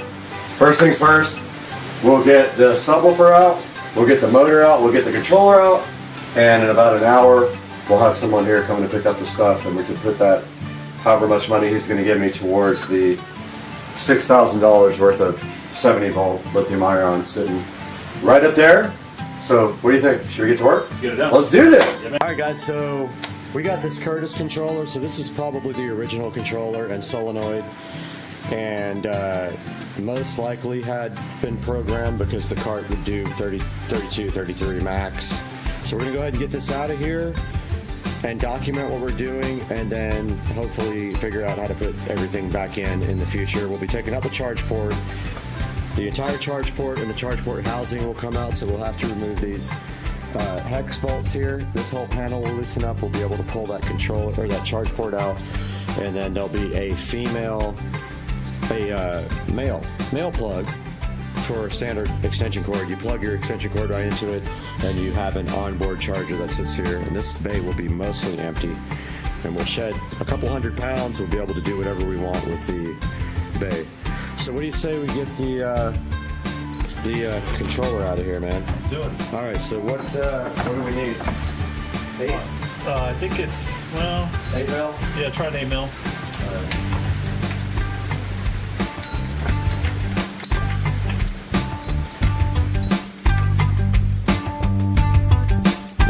Gotcha. I'll get that gun actually, so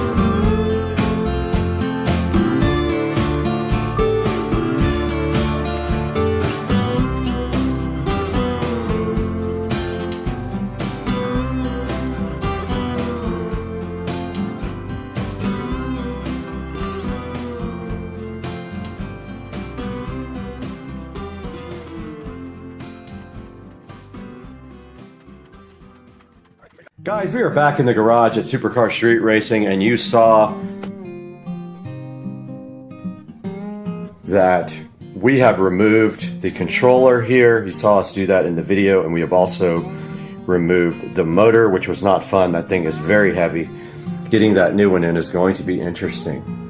But over here now, we have the Eco Battery 70-volt conversion kit for the club car, and we have already picked it up and figured out that it weighs a lot. It is something like 105 pounds, and here is a look at the massively expensive Eco Battery. Let me take you guys out of the tripod so you can see the 70-volt Eco Battery conversion here. There's a good look at it. We aren't sure about mounting it yet, but the guy did say it would directly mount to the club car, but I haven't seen any way to do that yet without modifying the club car battery tray. But regardless, it's going in there either way. So that is the Eco Battery 70-volt lithium ion $3,700 battery, and the lights just went out. Alright, so we took a look at the Eco Battery here, the 70-volt Eco Battery, and we can get that thing back in here, maybe.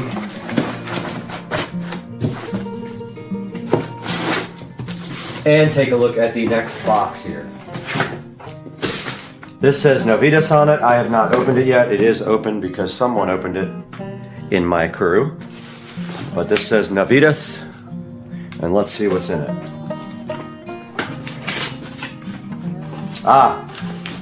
We have the Novitas AC motor controller here. So this is for converting the cart to AC, and then I don't know what's in this box. Let's see.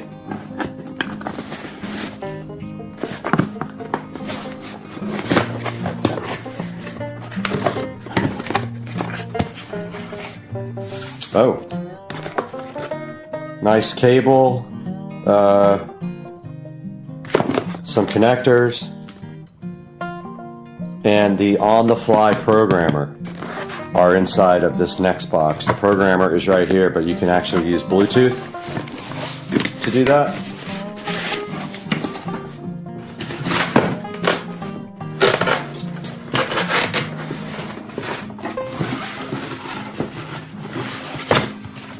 And we will package this back up.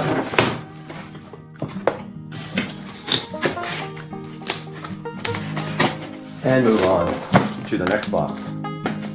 Not Xbox, next box. Alright guys, this box is open. We took a look at this already. But this is the solenoid. And there you see on the side. This is a, I believe, 400 amp solenoid.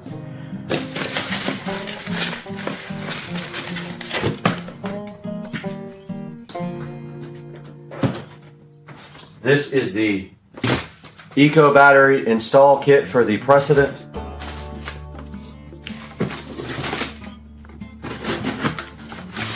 This is what it says. I have not opened it.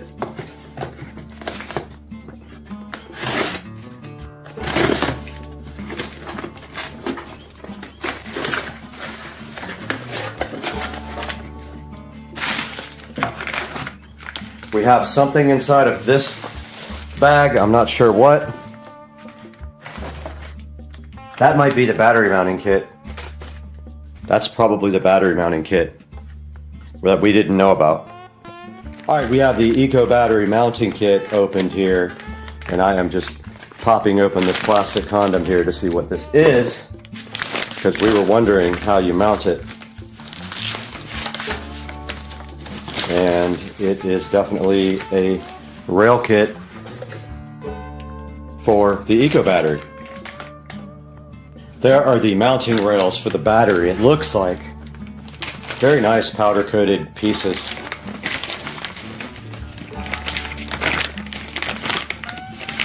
This is exactly what we were looking for here. We will put these back into packaging now. Keep everything nice for the install process. And what is next in here?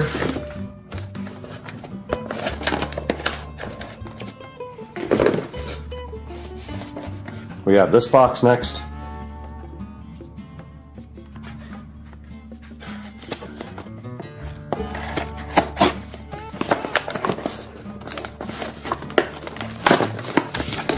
And this is the charging port. So it converts to onboard charger.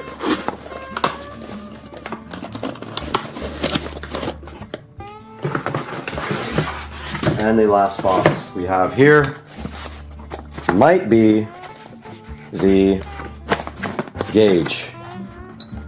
There's a charging gauge. It is.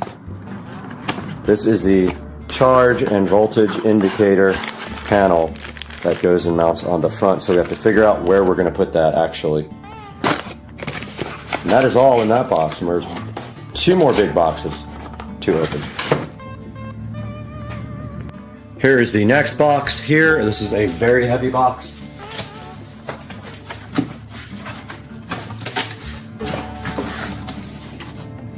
There are some screws. Look like some wiring caps, some eyelets. And inside here we have the Navitas 5 kilowatt AC motor with the beautiful color-coded voltage wires here. This thing looks awesome. I am so hyped for this. Hopefully you guys can completely see that. Let's zoom in. But there is the Navitas. This is the best motor you can buy from Navitas or Navitas or however you want to pronounce them. 5 kilowatt motor. This thing is going to absolutely rip. And is that everything? Oh, we have one more box after that. Put this thing back into its box.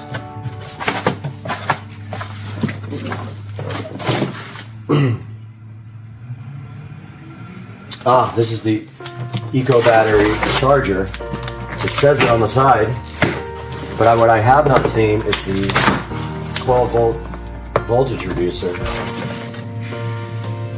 Yeah, it was supposed to come with a voltage reducer. I do not see that. This is the built-in charger.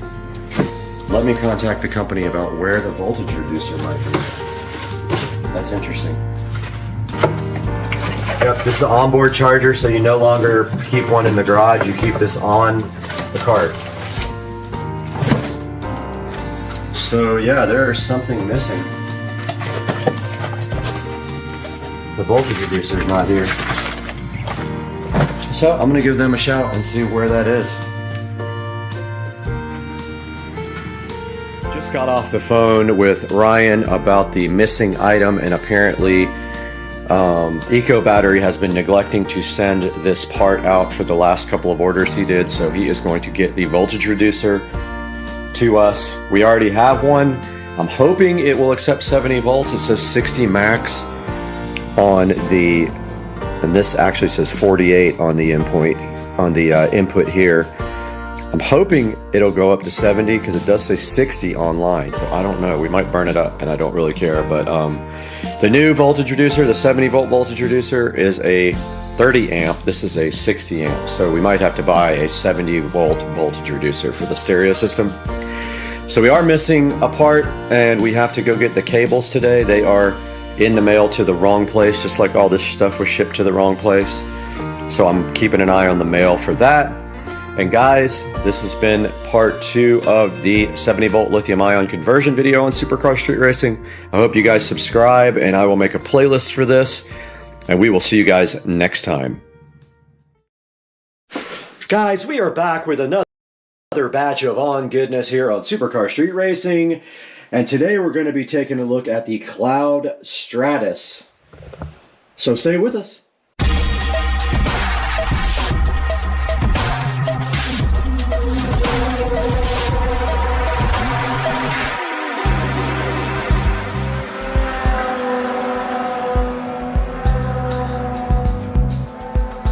right here in front of me, and right now in front of me also, is the On Cloud Stratus in the color Fossil, which is this color here, and Midnight, which is actually black.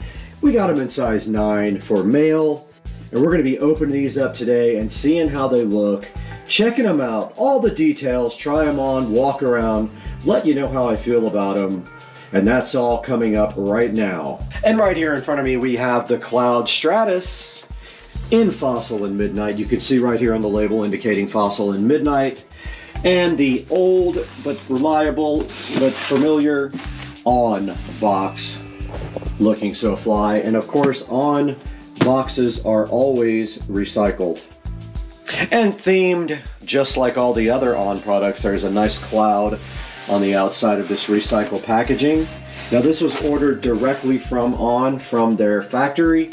So this was part of last year's models. Again, I believe I got them for about $100. I think they were 20% off of normal. So let's take a look and see what's inside of this box next. The On freshness keeps rolling here on Supercar Street Racing with these amazing On shoes that were ordered at a discount, the Cloud Stratus. Let's open them up now and get a closer look at what is inside. And as always, the packaging does indicate that it is 100% recycled cardboard. It has a message right here letting you know. And inside the box with recycled tissue paper here protecting the On shoes. And here you see Fossil and Midnight On Cloud Stratus shoes, looking great, if I must say. So let's get these things out of the box, take a look at them in detail, and see what they're literally all about. And once again, sitting in front of me is the Cloud Stratus from On in Fossil and Midnight, which is very cool. It's kind of a bluish color, the Fossil, or a bluish gray color, and Midnight of course being the black. And let's take a look at the detail of these shoes. Now on the tongue here, you see that it says On Cloud Stratus with the On chicken logo, like I like to call it. To me, it looks like a chicken pointing a beak in the air, but it actually is the word On, and I guess it's supposed to be a person. But yes, right here on the tongue, they've got the On Cloud Stratus logo, which it is in blue and kind of a reflective silverish white right there, as you can see. We do have some darker gray laces, which kind of accent very nicely and contrast the white here on the side. And then up front, where the laces hit the front, you've got this blue lace material right here that the laces actually go through. And then here you've got the softer gray material up front. And all On shoes are shipped stock with these inner condoms to protect the shoe shape.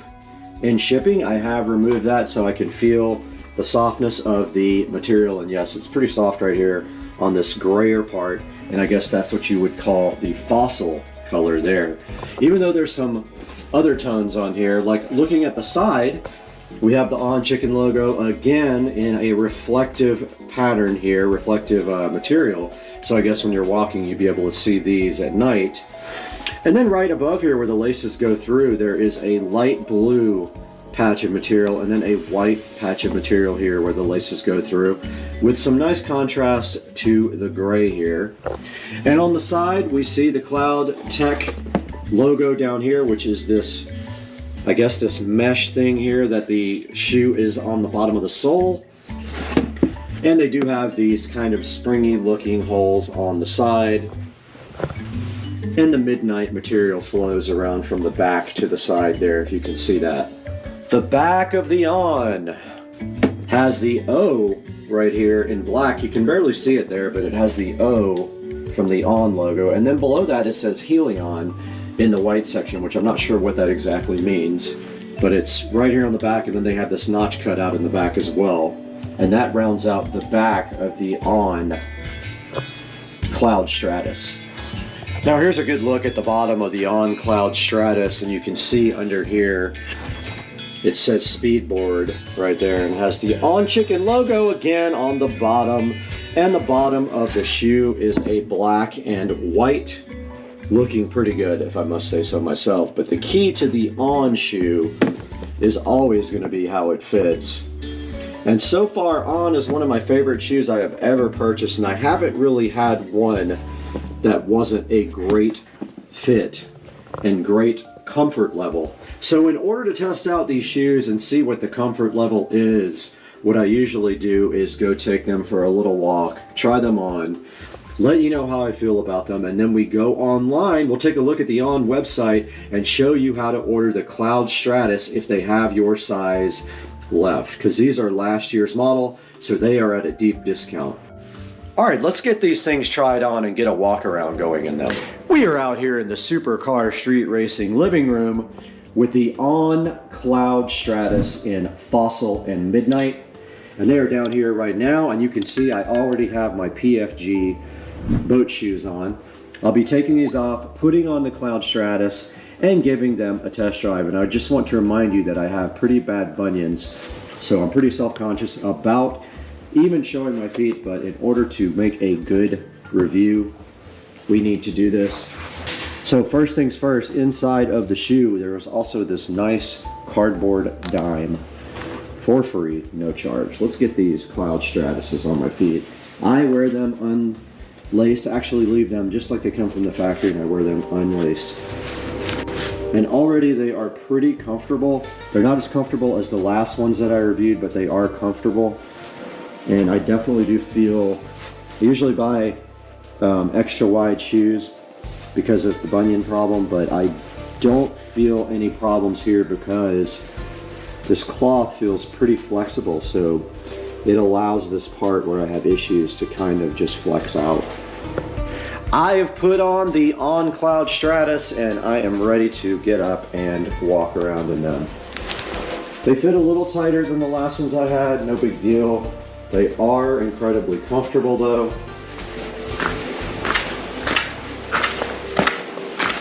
Let's go out here and take them for a walk down the block.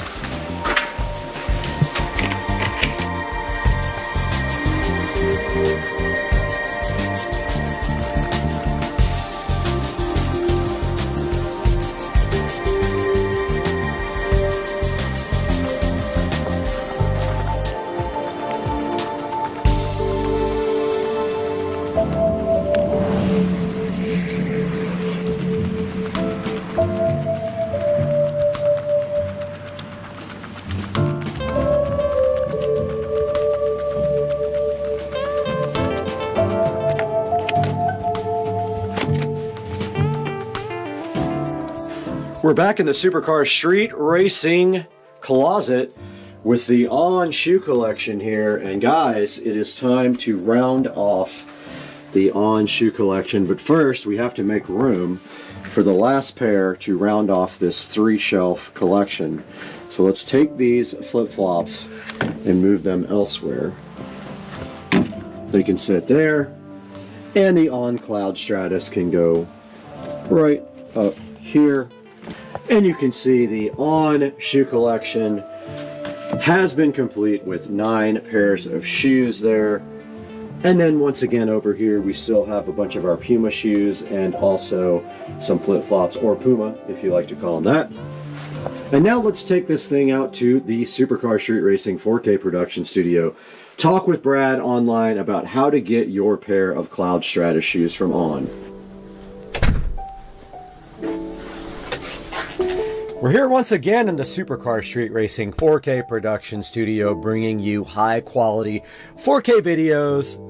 I'm Brad, you're on Supercar Street Racing as usual, and today we have the On Cloud Stratus that we just purchased directly from On, and we're taking a look at it right here and right now on the onrunning.com website. So it's on-running.com.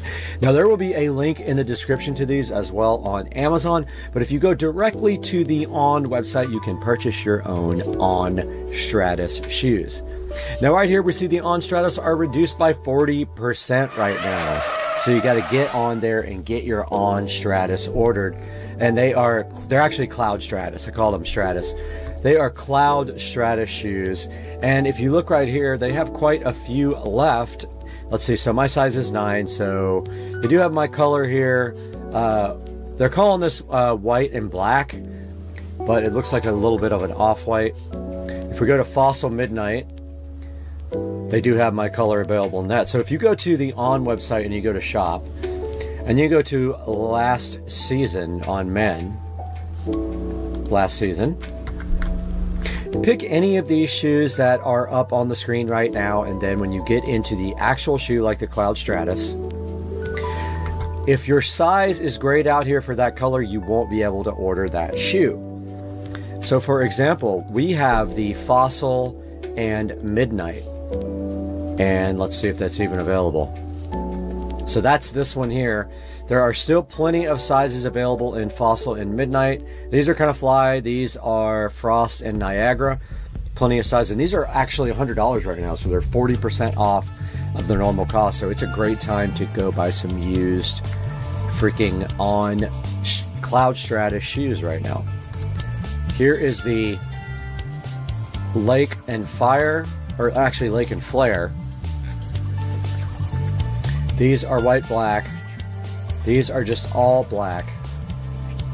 These are kind of cool, man. These are white and creek. I like that color combination a lot. And then we go to Fossil and Midnight, which I already showed you. So guys, I just want to thank you once again for being here at Supercar Street Racing. It means everything to us. Please like, subscribe, click the bell icon. And when you buy something from Amazon, please click through any of my video links.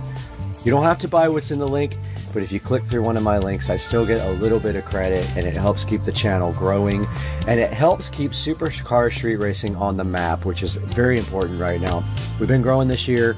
We want to see that growth continue, and we really appreciate you guys so much. And before we go, let's just check out one more picture of the Cloud Stratus. And you know from my video I have good 4K close-up pictures, but there's the color that I got. Looks really good. These shoes are so awesome. They're really stylish, super comfortable, and I just love them. So guys, we got to get out of here. I just ordered 20 more pairs of shoes, and I got to go pick them up at UPS.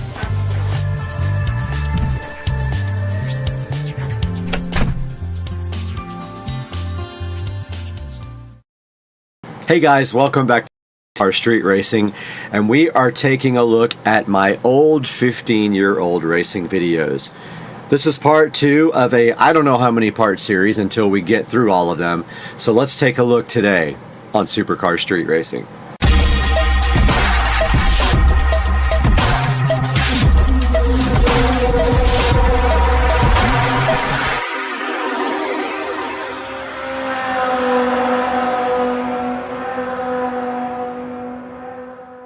Guys, welcome back to part 2 of me reacting to my 15-year-old racing videos on YouTube.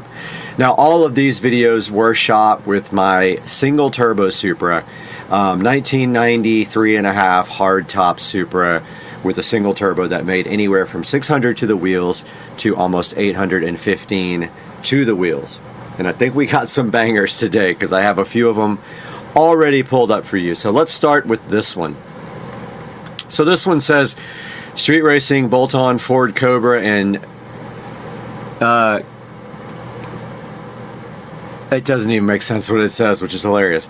It says bolt-on Ford Cobra and even compete with 67mm single turbo Supra. I guess I have to fix that. But let's take a look and see. And actually, this is my buddy Leo's car, and he was the guy on YouTube that had the car sounds with your mouth video that was really famous. But let's see.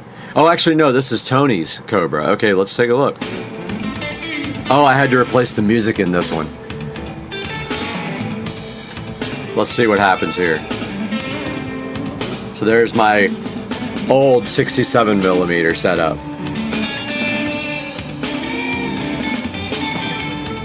And there's no audio because I had to remove the music. This is before YouTube started doing all the copyright stuff. But I spun hard on that one, it looks like. Interesting. Looks like we got a good start on this one against each other. Back in the day, those Cobras were pretty stout with just like pulleys and a tune and all that. Looks like I pulled them on that one pretty good. That's the Dames Point Bridge, I can tell already with those cables.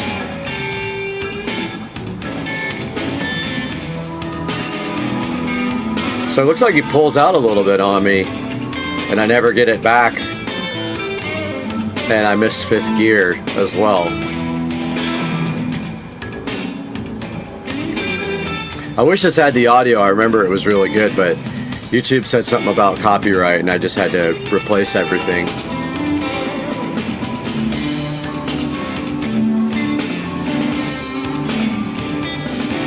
Yeah, the car would definitely, on the top end, it would usually get everybody, you know. So it looks like I pulled on it pretty good there.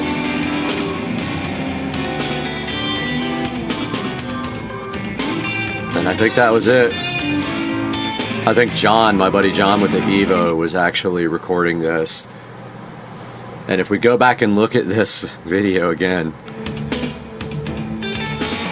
So yeah, this car was making around 490 to 500 wheel horsepower, so not a slouch at all at the time. So I only had about 100 more wheel horsepower. I believe I was on pump gas at that time, but yeah, pretty interesting video. A lot of these Cobras back in the day wanted to run me. Now we have this next one that says old school chromed out Gixxer 750 versus 950 single turbo Supra. And I remember this one. So this bike was a Gixxer 750 SRAD. They're not anything crazy powerful, but I remember this. I actually had someone had a good camera for this race. So let's take a look and see if make sure there's no copyrighted music or anything on this guy. All right, so this next one I remember, and I had to start this over because it has some profanity in it, but this is actually a 750 SRAD, so not anything super fast.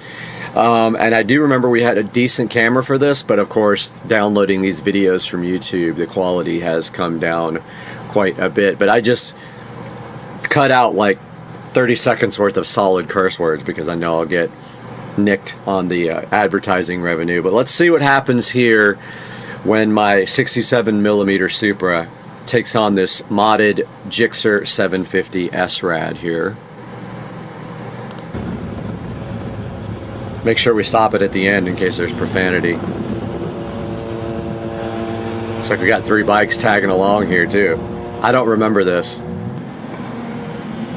There we go.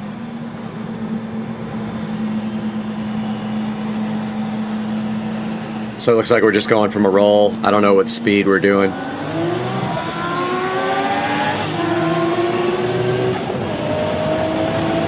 Yeah, it was hard for a bike that wasn't at least a liter, you know, size to pull that car. So yeah, so just a little bit of a bike racing video there, which is pretty cool. Now this one, I remember this like, okay, so in Pasadena, I believe this was, my buddy lived in Pasadena, somewhere in LA, and this is my buddy's car and my car parked right next to each other. There was this turboed I think it was either I think it was a 350Z, and he actually called me out, and we both videotaped it, and then afterwards he talked a lot of smack about the race, saying that he beat me and all this other stuff. It was ridiculous. It wasn't even really a race, but let's check it out. Come again.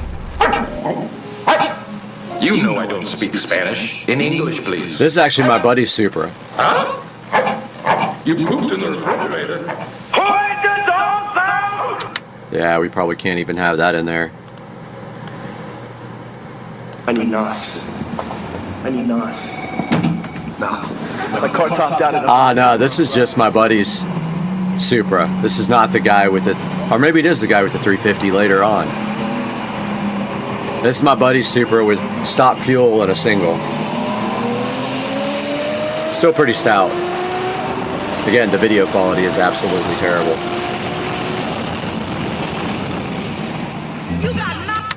Yeah, there's some cursing in this we're gonna have to go past. It's actually a 350Z. I don't know why I put 300ZX, mistake.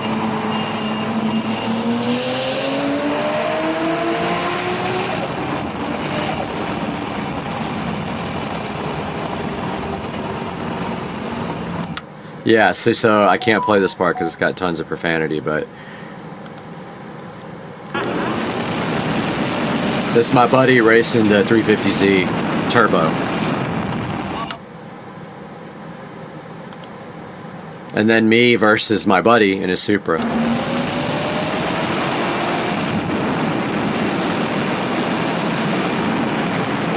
Stock fuel, I think he had like a 67mm. Can't remember.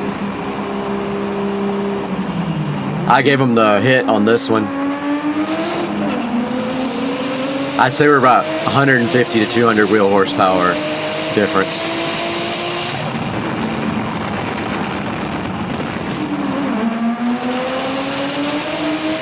There we go again for round 2. I don't know what comes up at the end, but yeah, we're not going to go ahead and make that profanity happen. Alright, so this is a Trans Am. I'm trying to see. Yep, music was replaced on this one too.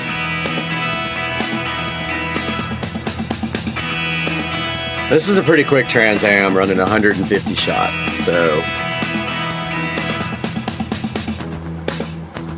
Yeah, all these videos I had to remove this had Du Hast on it. I remember this specifically, being upset about having to remove the audio.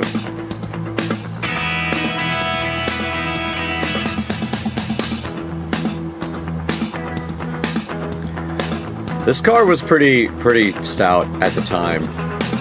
If you were around 500 wheel horsepower, you were doing good at that time.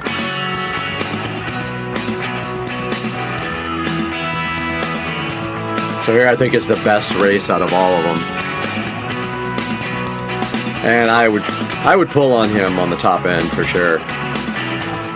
I always had terrible tires, never got good tires on that car. I suffered with just bad tires. I don't know why I did that.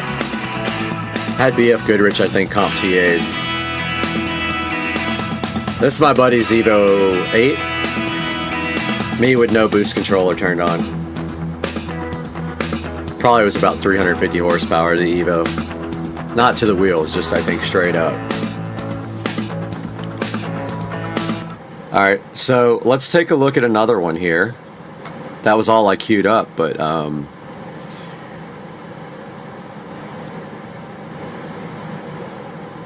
alright, so this is actually a really good one. This is Tracy from Speedfab, which is now closed. This is his Turbo Hayabusa on low boost and me. This is a banger.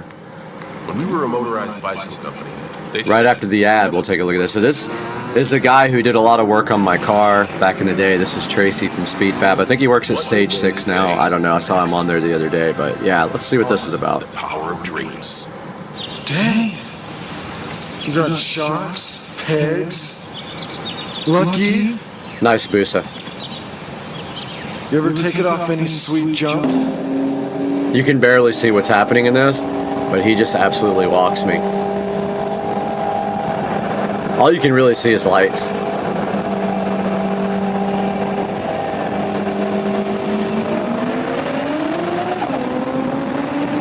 And goodbye.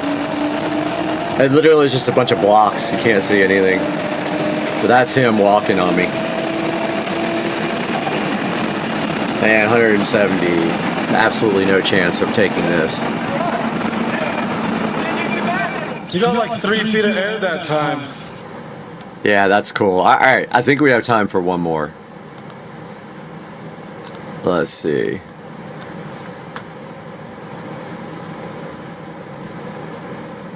Volkswagens can cheat emissions, but they can't cheat and beat a 800 horsepower Supra. Let's see what this is about.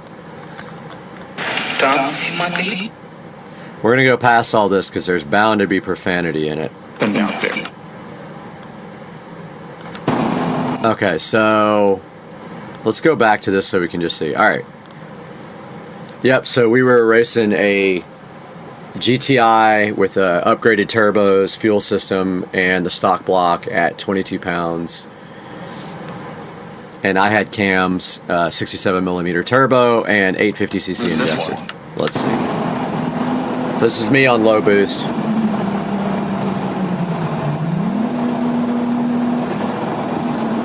Can barely make out a Volkswagen there, huh?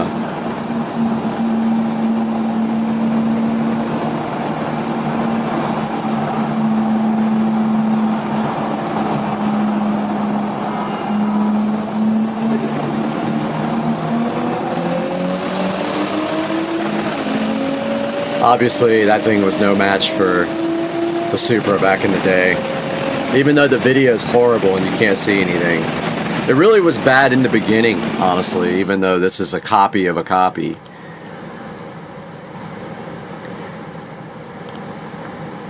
And I think that's going to do it for part 2. Those are some interesting videos. I hope you enjoy watching them as much as I do. And then we're done with this. We'll reflect on my Kings of the Street video, which is actually really good. But guys, thanks so much for watching Supercar Street Racing. We will see you in the next one. Alright, this is how you punch it in a 1,000 horsepower Tesla in Mexico. Punch it.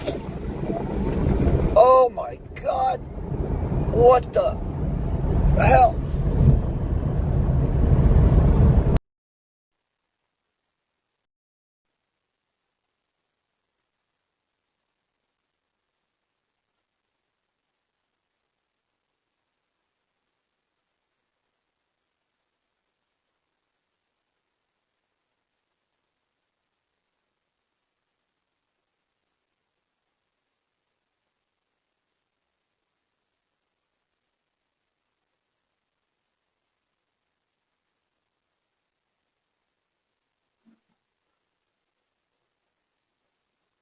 What's up, everybody? Supercar Street Racing here on a beautiful Tuesday, and today we are going to be doing an oil change on the 2011 Honda Accord. This is the daily driver, and it is due for an oil change. This car actually has really low miles on it. I bought it with 13,000 miles on it a year ago. About a year and a half ago, and currently it's sitting at 24,000 miles. So 2011 Accord with 24,000 miles, the car was hardly ever driven. So what we're going to do is go over the steps to changing the oil in this car, some of the tools that you're going to need, and how much oil and oil filter type you're going to need to get. Now, your best bet is obviously going to be to check the sale papers, because your local auto parts store is going to be putting out a flyer probably once every couple of weeks with oil change specials. Those specials are going to have 5 quarts of oil usually with a oil filter, and usually you can get a full synthetic oil change for around $30 if you do it yourself. If you compare that to going to Jiffy Lube or one of the other establishments, they will charge you up to $50 or $60, and that's only up to 5 quarts. If you hold more than that, they charge you a ridiculous amount per quart. So definitely doing an oil change on your own is the way to go. You're going to need some basic things to do that. We'll go over that here in just a minute. But the first step is going to be, let's head to the auto parts store, see what they got. Over here at Advanced Auto Parts, because their stupid website will not allow you to add the coupon or actually add the oil change combo from online, so we got to go in here to get it. So I missed a 25% off coupon. Let's go see what they have in here. That's the one right there. See if we can get this going now. Got everything we needed for the oil change. Got some 0W20 oil, which is recommended by Honda, right here. So I can not cover up the screen. Got the oil filter, and also got some engine degreaser. I'm going to go ahead and detail the car today. It's going to take me a while to change the oil and detail it, but this car needs to be washed and detailed today. It's been too long. And I never let my cars go this long without a check. It's just a shame to say that it's been probably 5 months, and probably a little it's max. So when we get back to the house, we'll go over everything you're gonna need to change the oil. All right, everybody, sorry for the cluttered up workbench here. I still got this roll bar I'm trying to get shipped out for selling, but here is everything you're gonna need for your oil change. I actually have some leftover oil, so I'm gonna use leftover oil rather than the brand new oil that I just got. I'll put this in the shelf over there for safekeeping for later. You're going to need your oil filter here. It's a brand new Purelator oil filter. You're going to need an oil filter wrench. I bought this specific wrench for the Honda. Fits right on there. Uses your socket right on top of there like that. You're going to need for the Accord 4-cylinder, and I believe the V6 uses the same thing. It's a 17mm socket. This might give you some issues because it hits the oil filter, but I think you can still get it on there because it's a deep well. So that's all I have. You're also going to need towels. I recommend a good dirty towel plus some paper towels to clean everything up. And most important thing is, right underneath my Sawzall here, you're going to need this drain system. Now keep in mind, these are terrible and they leak like crazy, and that one appears to be almost full, so I don't know if I'll actually get all of it in there without it overflowing. But yeah, see this part? It leaks no matter what you do, so that's why it's in this bin. So these are all the things you're going to need for your oil change. Oil filter wrench, 17mm socket or wrench, ratchet, and 4.2 quarts of oil for the 4-cylinder Honda Accord, and this is a 2011 Accord. So you're going to want to make sure you have a good set of ramps and jack stands. Trust me, you don't want to be caught under your car and one of these bad boys collapses, even though it's very unlikely. This is your safety net here, these jack stands.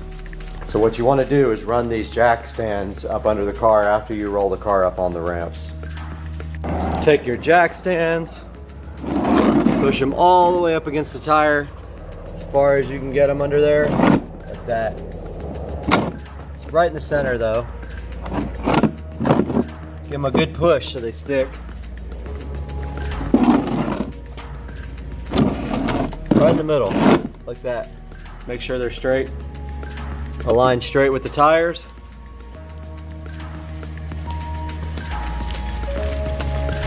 Go ahead, get in the car. That one looks like it might be a little bit off. Double check. Yep, that one's off a little bit. Put it back that way a little bit. Looks better. I think that's better.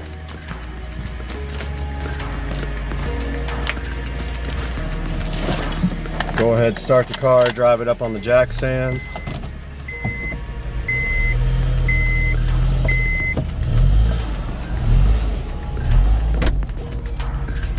Car is up on the jack stands now.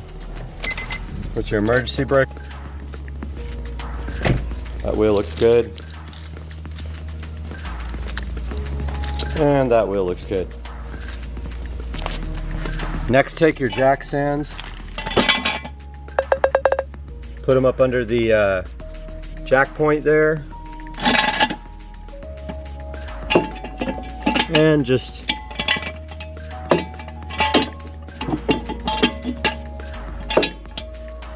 perfect. That way if something happens, it'll fall on the jack stands and not you. Same with the other side. Up front as close as you can.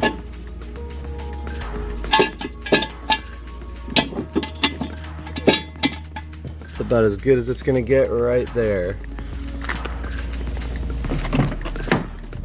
Go ahead and pop your hood. Let the engine start cooling off.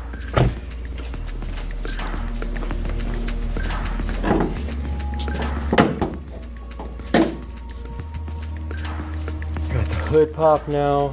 Motor is very hot from driving home from work. Gonna let this cool off for now.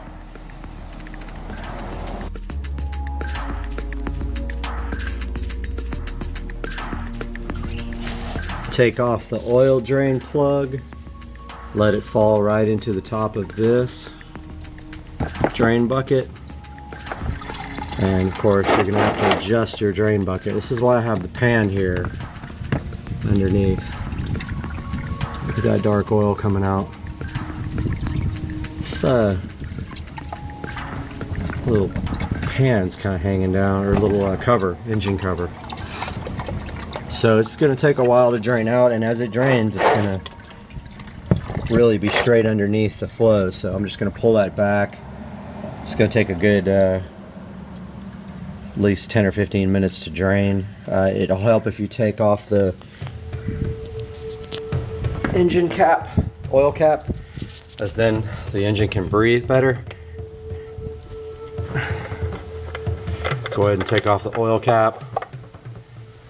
Let it drain a lot better under there. So that's going to drip for a little bit. I'll let that go ahead and drip, and then I'll take off the oil filter. Now you want to prep your new oil filter for installation on the car.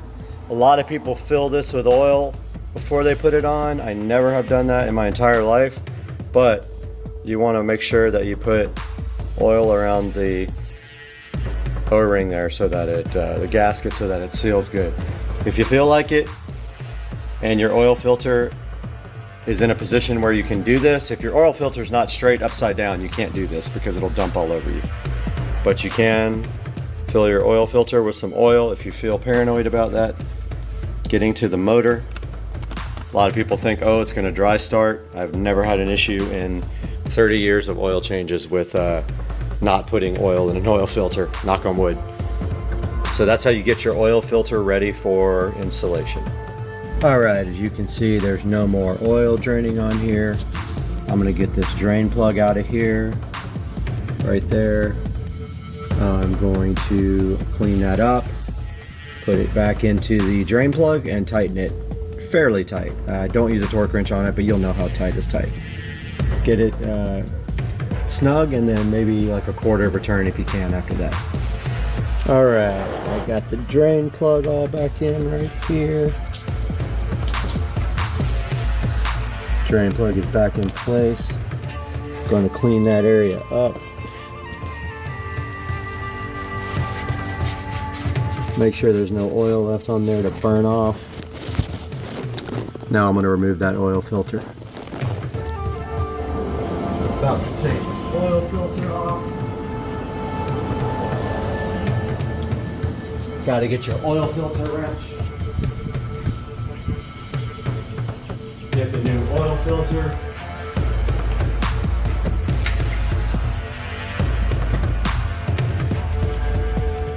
Got the oil filter wrench right here. Got my drain vat ready to go. Goes right on the end of this ratchet like this.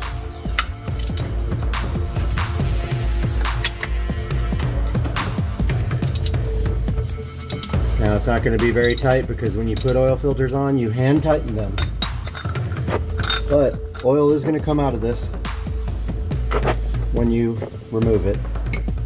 Don't have your face underneath it. Get your drain ready for it. And it's going to get on your hand for sure. And it's very hot. Had a little spillage over here on the driveway. So I'm going to try to get that up ASAP before it soaks in.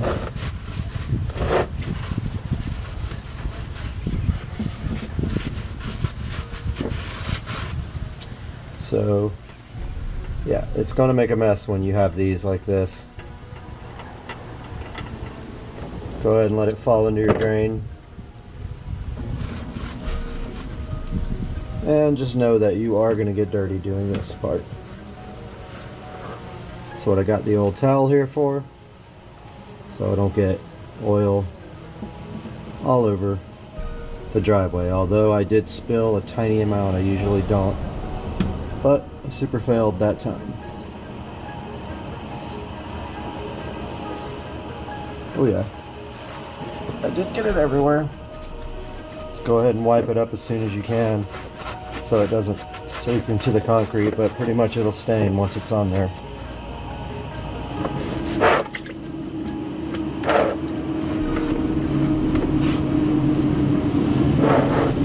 Yep, I got a little bit on the driveway.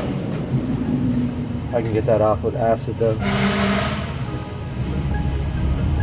Now it's continuing to drain out, so you want to get your new oil filter in there.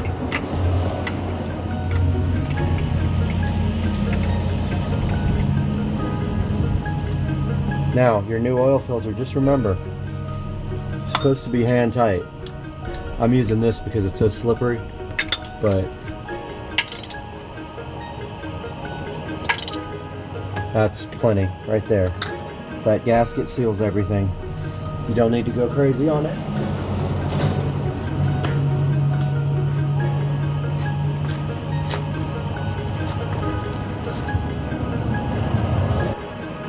Okay, don't forget to retighten your drain plug.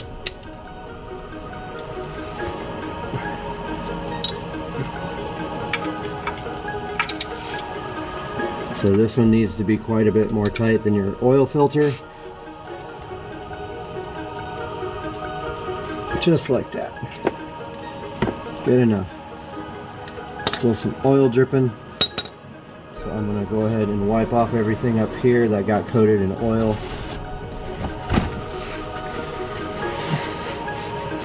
Go ahead and keep your vehicle as clean as possible. Keep the underside of this looking brand new like mine is. Some oil got all in here. Go ahead and wipe all that off.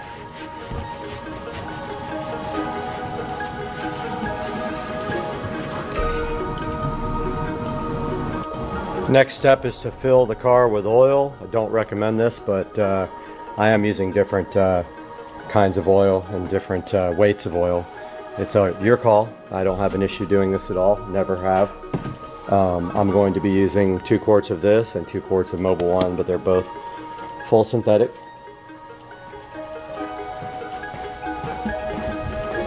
Helps to have a nice funnel. So like I said, hate on me, flame in the comments, whatever you want to do, but I'm going to be mixing oils for the sake of using what I have left over. Here's my funnel. Those funnels are really cool that screw into the top of the oil thing right there. They make a threaded funnel, which is awesome. So, be back to pour the oil in. Got the funnel in there. The Accord takes 2.4 quarts of oil, and here comes the fire truck coming by. Wow. So this is 2 quarts. I can see in the marking here that it has 2 left. Go ahead and put this 2 in.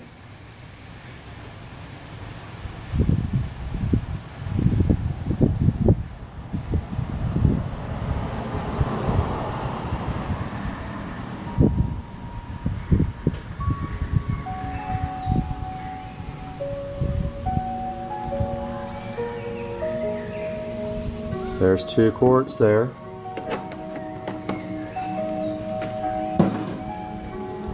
So the recommended oil for this car is 0W20. This is all full synthetic oil. There's 3 quarts.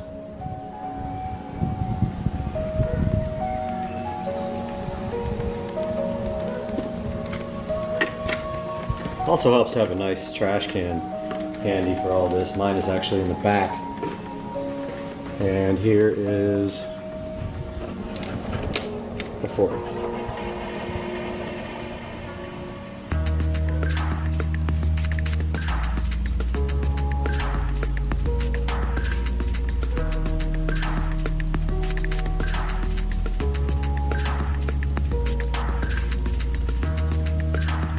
All right.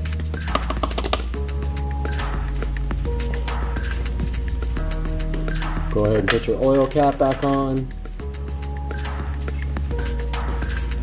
Next thing we're going to do is run the car off the ramps. Go ahead and remove your jack stands. Key to a good clean shop is always replacing your tools so you have them for next time.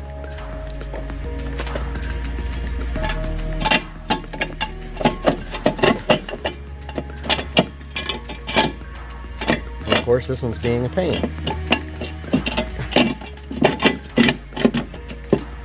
I'll get this out one sec.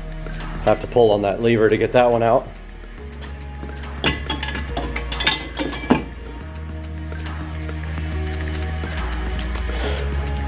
Now, go ahead and take the car off the jack stands. Sorry, off the ramps.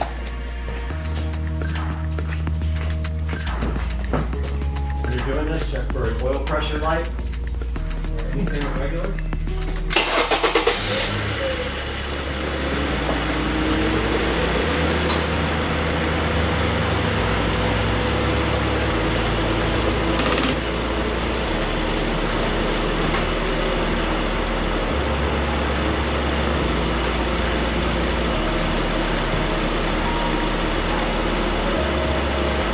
Everything looks good on the inside of the car. Just gonna quickly look underneath for any leaks. That is the air conditioning system dripping there. I don't see any oil leaks, but that pan is really hanging down. I'm gonna have to fix that. Next thing we're gonna do is check the oil. Next thing we're gonna try to do here is make sure we got the correct oil level in here. This is supposed to hold 4.2 quarts, and I put in just about 4. Let me grab some napkins real quick, some towels. Alright, got my paper towels here. Gonna check this oil level.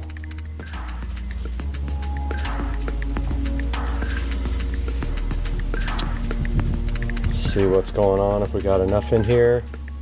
Like I said, I put in 4, it calls for 4.2.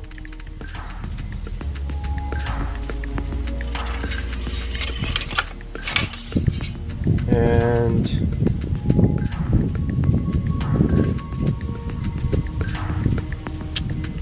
doesn't look like there's enough oil in there on one side, but I'm gonna go ahead and double check that and I'll be right back. Okay, it looked like it was a little low, so I went ahead and added 0.2 of a quart, and I think that's going to do it. Go ahead and clean up any spills you have here so it doesn't burn off the engine. And of course, very important is your cleanup effort. Get all your tools together. Make sure you clean all your tools. Put all your tools back together in their right places, and that should do it for the 2011 Accord oil change. It looks crazy out here, dude. The camera does not do it justice at all. But this is post-hurricane Florida life.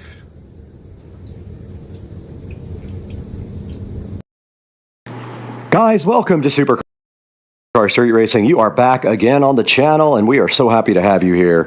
And yes, we have some more of these junky mainstays lights because we are going to return the ones that broke and replace them with these because they broke after a couple of weeks in the warranty period. So yeah, let's get these things replaced tonight.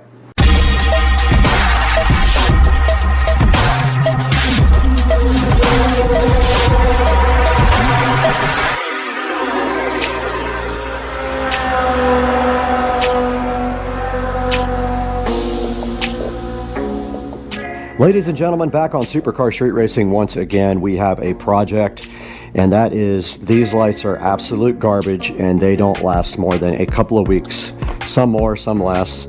And so I have ordered 7 sets of them to replace the ones that burned out, and I'm going to return the ones that didn't last because they were still in warranty. So Yeah, so we're going to get all these replaced tonight. We're waiting for it to get a little bit darker so we can actually see which strings. Most of the strings need to be replaced, so hopefully we have enough. If we don't, we'll have to order some more. So now we're just waiting for it to get a little bit darker.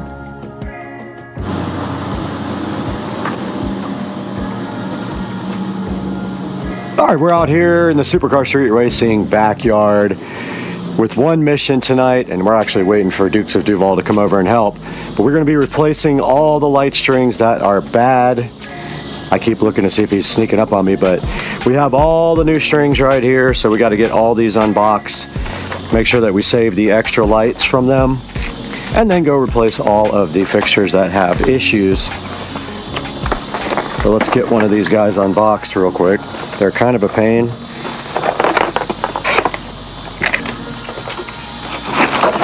They come like, and we have to save the boxes because we are returning all the bad ones.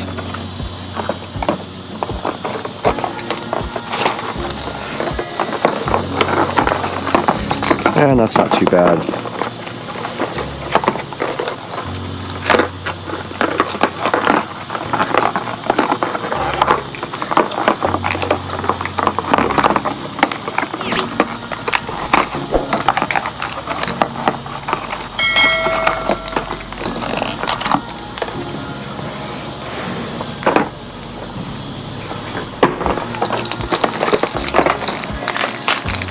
Alright, we've got one unboxed.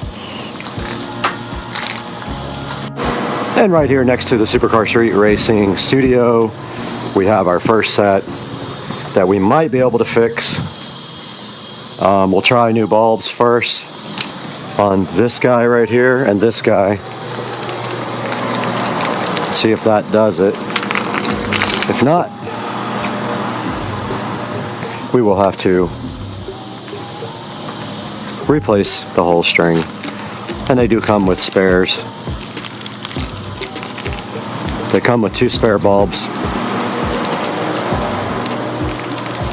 This one's got several out, so that whole strip is out, which it could be the fuse.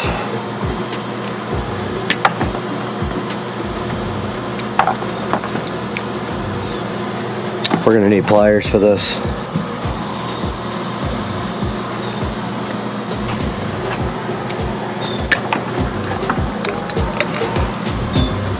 Yep, grab some pliers.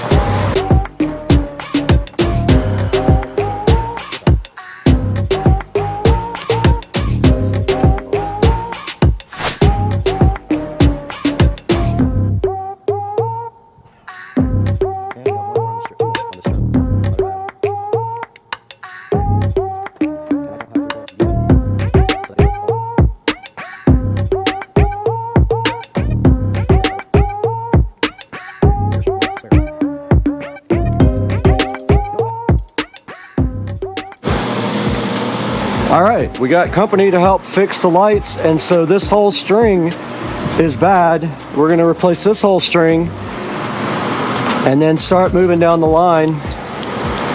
That one just needs a new bulb. Pull it straight off. And then we got pliers to take the bulb out, but we need a spare. I don't have any yet until we open another package.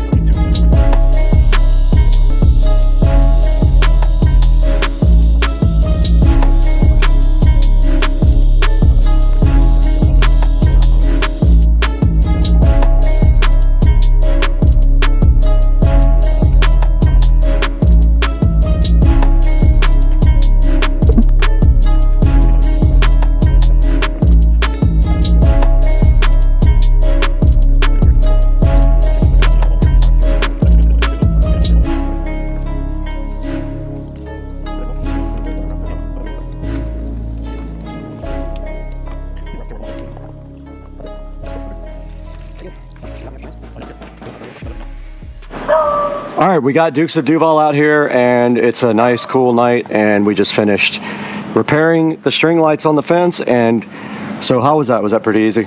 Easy. Easy peasy. We just real quick knocked it out in about 15 or 20 minutes, and as you can see, we were able to repair 2 sets of lights with spare bulbs, and we replaced 7 whole pairs of lights, and that's what we are left with right now.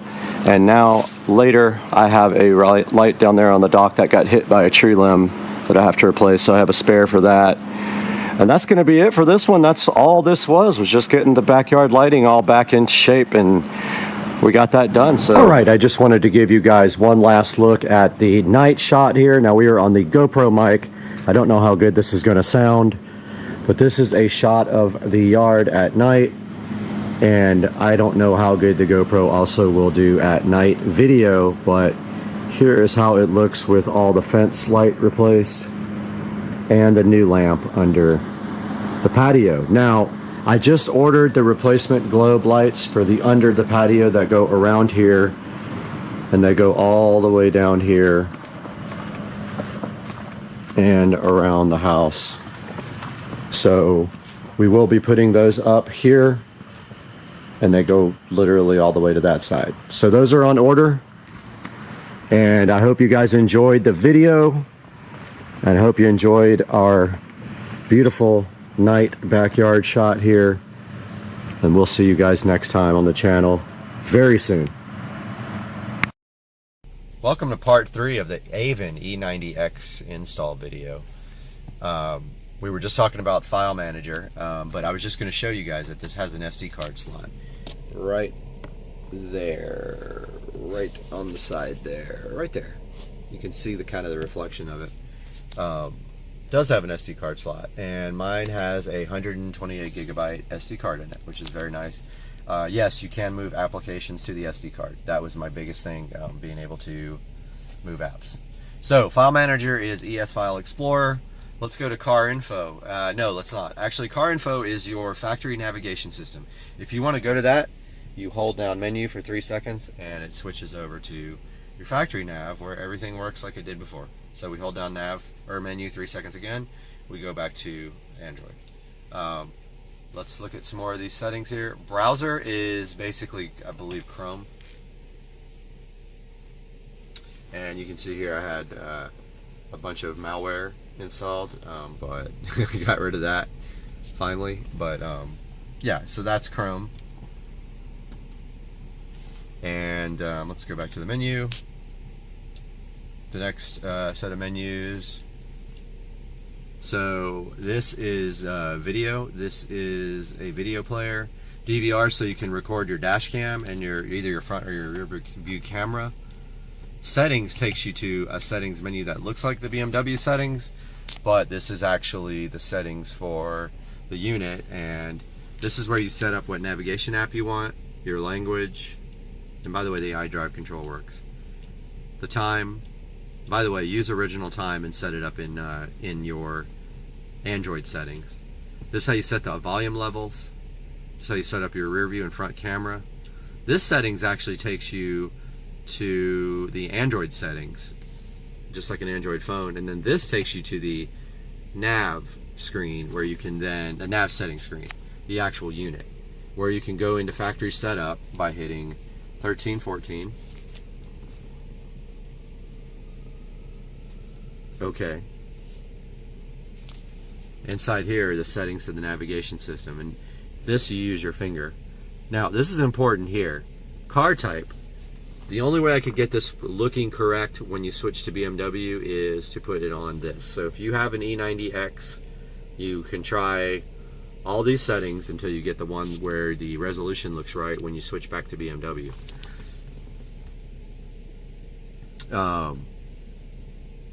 There is also a boot logo change screen here. This is where you set up the GUI. I have it set on Evo New, but if you set it to NBT, that is the new BMW look. So let's go to menu again.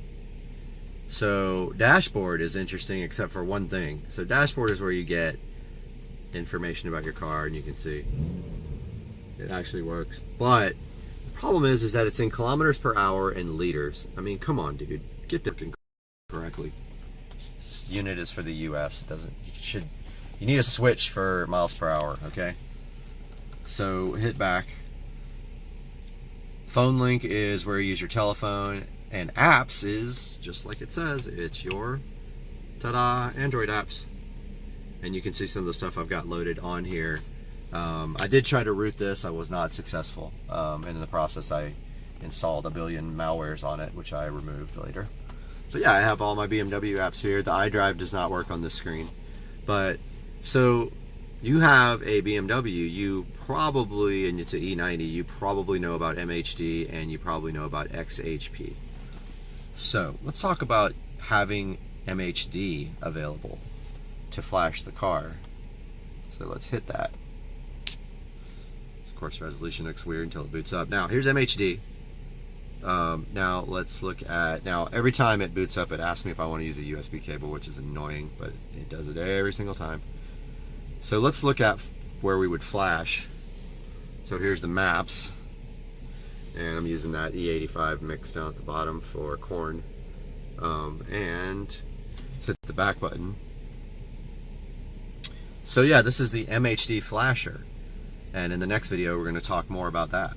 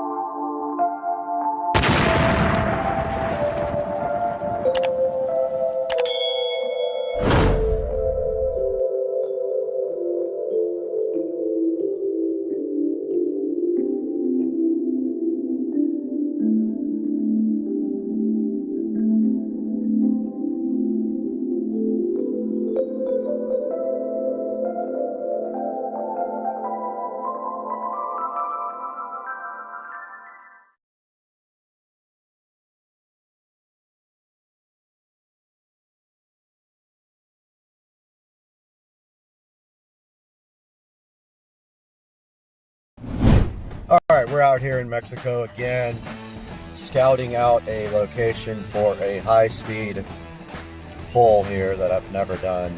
So we're scouting this long bridge in Mexico to see if there is any police parked anywhere.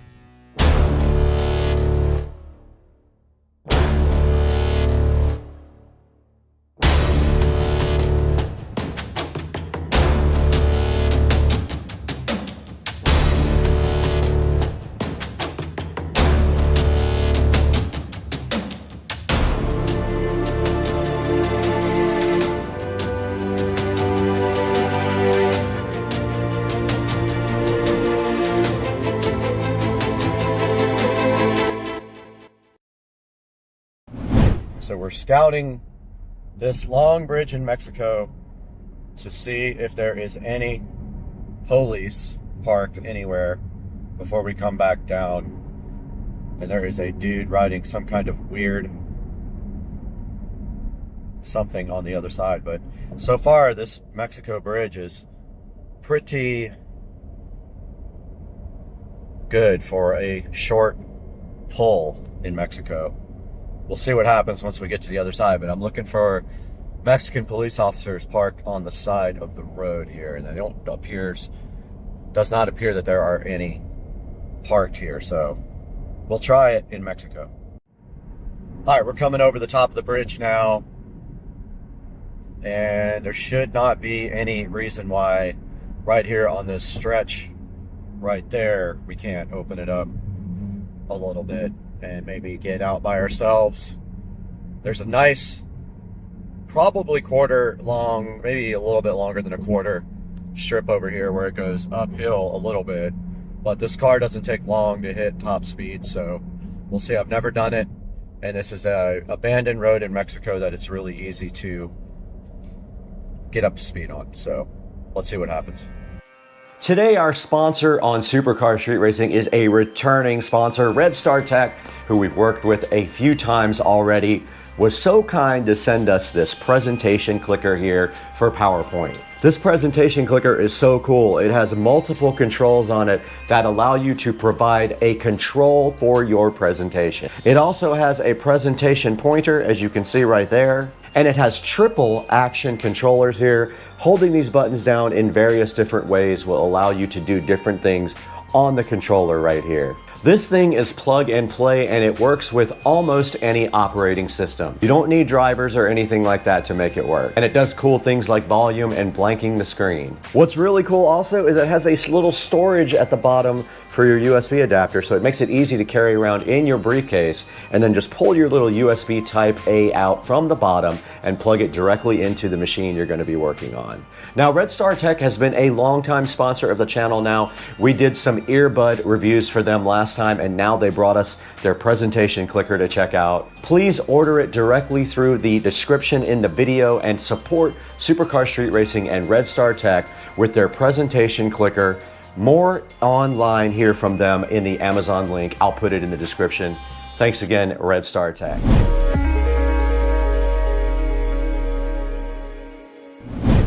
All right, guys, we are right in front of the Tesla Model S Plaid track package. I wanted to go over this with you guys because basically when you have a Model S Plaid, it is limited to 160. However, I hit before the limiter kicked in, and if you get The Model S Plaid with the track package, you can order it right here. It says right here it's $20,000.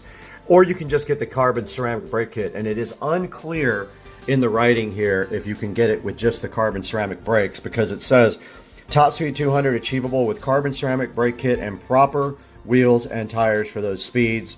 Now, if you get the carbon ceramic brake kit for the Plaid, you have to have the 20-inch and 21-inch wheels, and I believe mine would probably work because I have 21s. It does come with Supercar 3R tires if you get the wheel and tire package. However, I would just get the carbon ceramic brake kit so I could unlock the 200-mile-per-hour top speed if I wanted to go 200 at all times. So here it is, and right here on Tesla Model S Plaid, it's shoptesla.com, and you can see right here, if you click carbon ceramic brake kit, it rings up at 15K there. If you drop this down, you click track package, you get the carbon ceramic brakes, and you get these nice wheels and tires with it as well, and they install them at the actual dealer. And then it says also you can monthly payment this guy. Let's see what that says on this. Yeah, they want you to use a firm. You can actually pay a super high interest rate to go ahead and get your Tesla Model S Plaid equipped with the Model S Plaid track package or just the carbon ceramic brake kit. And right there it tells you a lot about how the carbon ceramic brakes work. They feature continuous fiber technology in 3D matrix and tells you what they come with there. They're 2x4 10x40 carbon silicon carbide front rotors, 2x4 10x32 rear rotors, and then you get the calipers as well. You get the integrated caliper mounting parking brakes and brake fluid, and you get the firmware updated, which does give you the high speed as well, the 200 mile per hour. And it puts the package on at the Tesla service center, so that's kind of cool as well.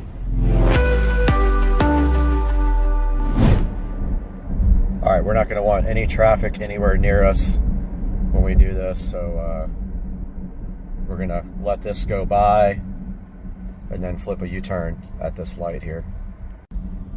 Okay, we have let traffic kind of go for a minute.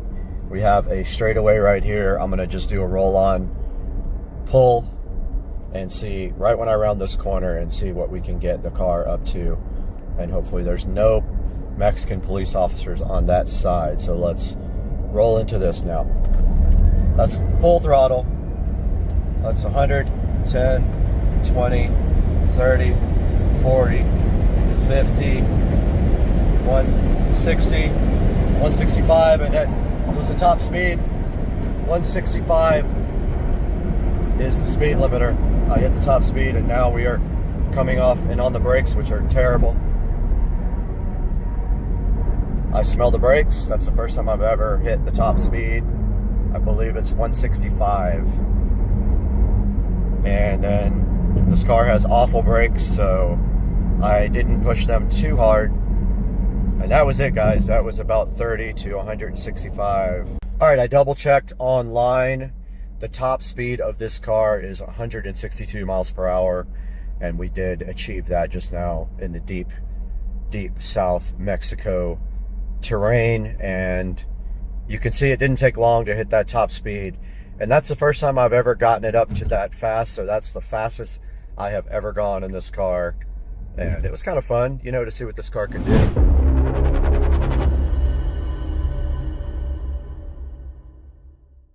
Now let me show you guys another option for carbon ceramic brakes, but you do not get the unlock firmware, so that's the one thing you won't get.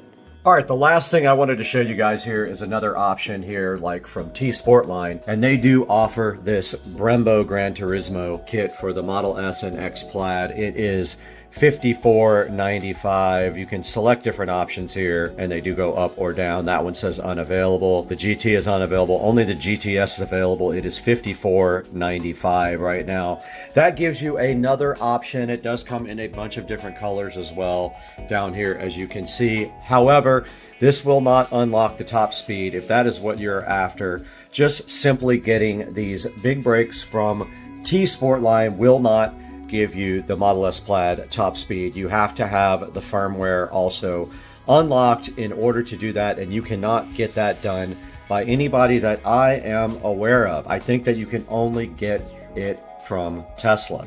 So if you're looking to get your top speed unlocked in the Model S Plaid, you will need to get the official track pack from Tesla, and that is right here under Model S Plaid track package that we looked at a minute ago.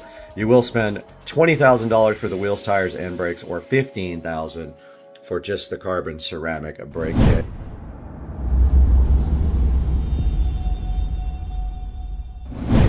We have another option right here for you, and that is the Unplugged Performance Model S Plaid Superlight Carbon Ceramic Front Big Brake Kit. You can see this runs up to $9,000, and this is just for the front. They do have other kits available, but that one is the performance brakes for the Model S Plaid. When you click on it right there, there are some other options. You can get larger rotors for just the front and the rear, or you can go ahead and get the full carbon brake kit, which is right here. $91.95 for this. Your options here are big brake kit or replacement brake pads. If you choose big brake kit right here, you can choose your caliper color, red or black, and then you can choose your brake pads if you want racing or street. And it looks like right here, right now, that is going to be around $8,400 is your total if you would like to go ahead and get the Unplugged Performance Big Brake Kit. Racing Brakes also makes a big brake kit for the Model S Plaid. We are on racingbrake.com showing you their options here.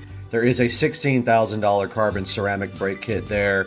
There is a $7,000 one there. There is an $11,000 one there and a $13,000 one right there. And if we click on this one here, you can see that this is the front and rear kit here. And you can get it oversized. You need 20+ inch wheels to do that. And you can get your brake lines replaced also. So that is probably the best option. If you do this and you go oversized, it is $8,000 for both the front and the rear brakes. Now this also fits the OEM calipers, which is why it is cheaper. If you want everything, you're gonna have to go ahead and step up to go ahead and get the calipers and the rotors together. This one does fit OE calipers as well. But if we go to the $17,000 kit here, you can see that it has everything for $16,960. Front and rear brake kit for the Plaid.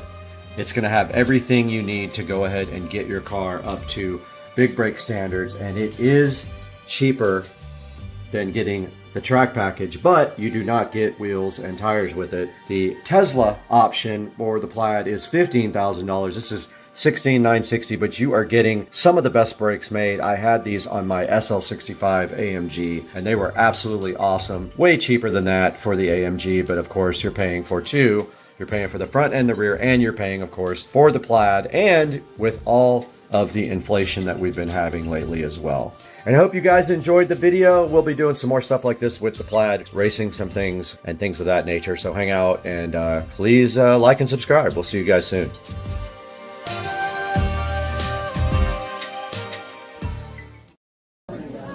All right, we're here again, and this guy, Why are you being so loud? he always stuffs his own olives. Look at this. Self-stuffed olives. Let's go. Are they good? Yeah. One more set. Here we go. Oh, it covers the holes, dog. Where's the other one? Right here, big dog. You're running out of time quick. You gonna make it? Let's go!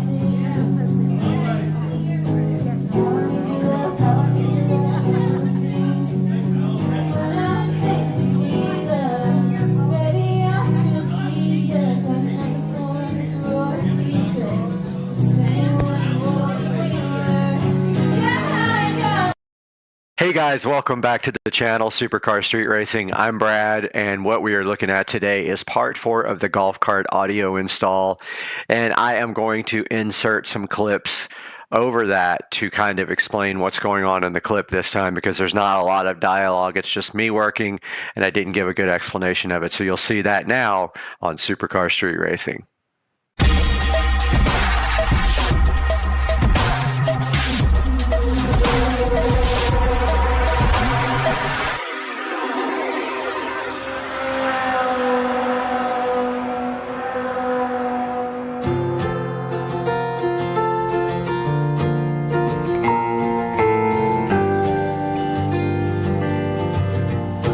Hey guys, welcome back to the channel, and today, as you can see here, we're going to be working on the golf cart audio system again, and we are doing some electrical wiring. Now this clip you're seeing here is me working in the battery tray, and there are lead acid batteries in that tray that provide 48 volts to the golf cart systems. In order to run the amplifier and everything for the car audio, we want to bring that down to 12 volts. We do have a 12 volt voltage reducer, and this master switch that I am installing is going to drop that 12 volts down to, that 48 volts down to the 12 volts that we need to run the audio system. I hope you guys enjoy it.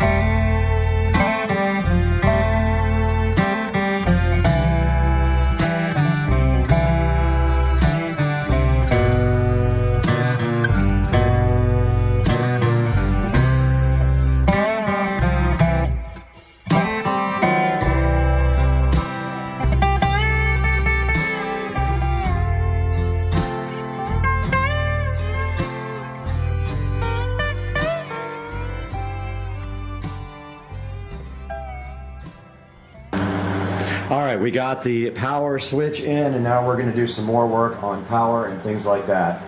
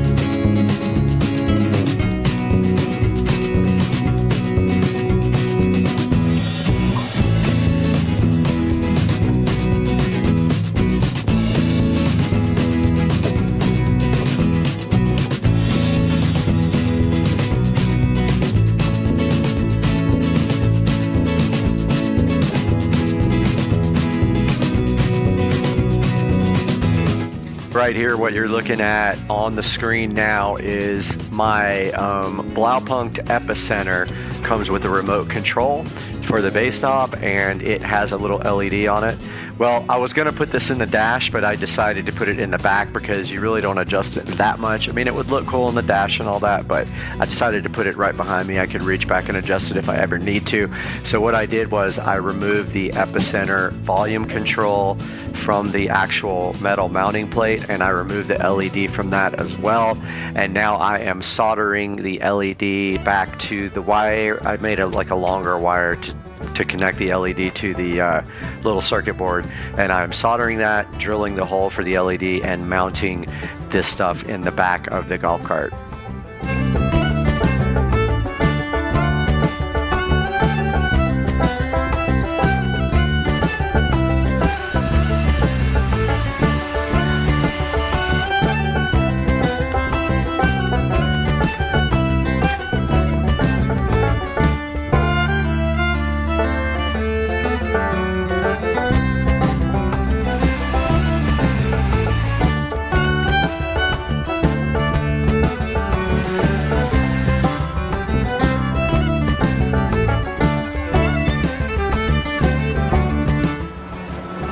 Alright, I'm going to install these bus bars now up front.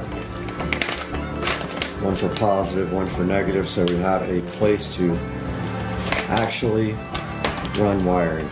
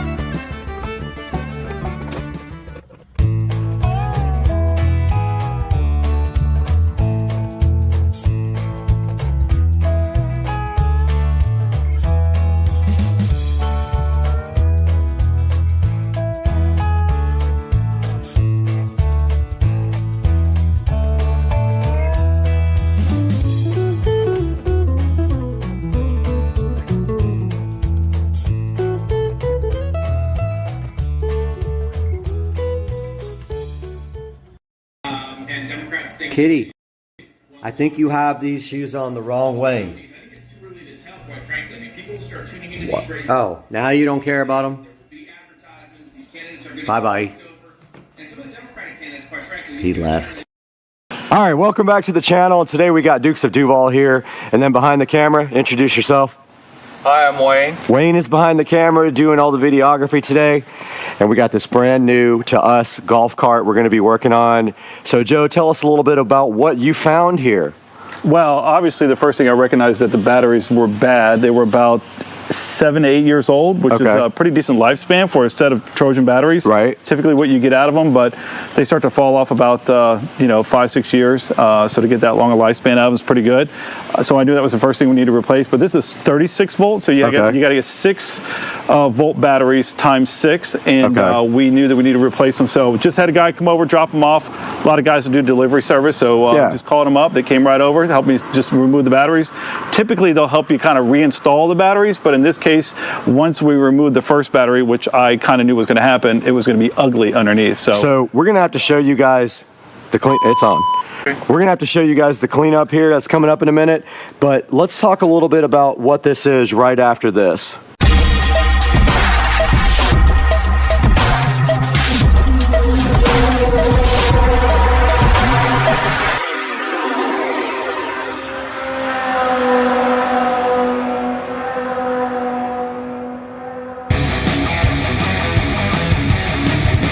All right, we're back once again with this. Oh, it's a 2001, I believe, 36 volt Easy Go that I scored from a neighbor that just moved away. He unfortunately went to a community that doesn't allow golf carts. Okay. Which I almost told him that he needs to not move there, but he's dead set. He's going anyway, or his wife's going to go without him. And he made me a deal that I couldn't refuse, but I knew that there was going to be some problems with it, including the batteries, which is going to be the main thing. Okay. My hopes are it's just the batteries that are the issue. Some of the cables for the batteries are corroded and pretty bad. So I'm going to have to replace those. I have extras. Awesome. But for the most part, most of these golf carts, especially Club Car and Easy Go, they're pretty indestructible. Like, you can't kill them. Like, the only thing you're replacing on them most times are batteries, tires, and sometimes some of the brake parts, but we will see. What I really like about the golf carts is in general is that there's so much room to work on them usually. The problem is with the batteries, there's not a lot of room.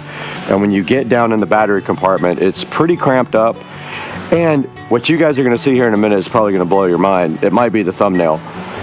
The amount of acid in the tray here for the batteries is insane. So what we need to do today is get that battery acid washed out. We're going to make it inert. We're going to clean up the engine bay, call it engine bay, battery bay. We're going to paint this thing and then get it ready for these brand new Trojan 6 volt batteries.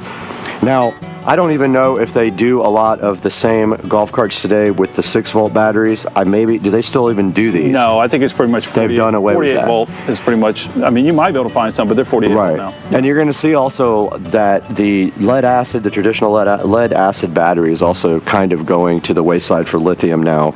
So a lot more manufacturers are offering less lead acid and more lithium because of the low maintenance, the long life, the output's better, the shelf life is better. Everything about them seems to be better. They're sealed. There's no acid in them at all.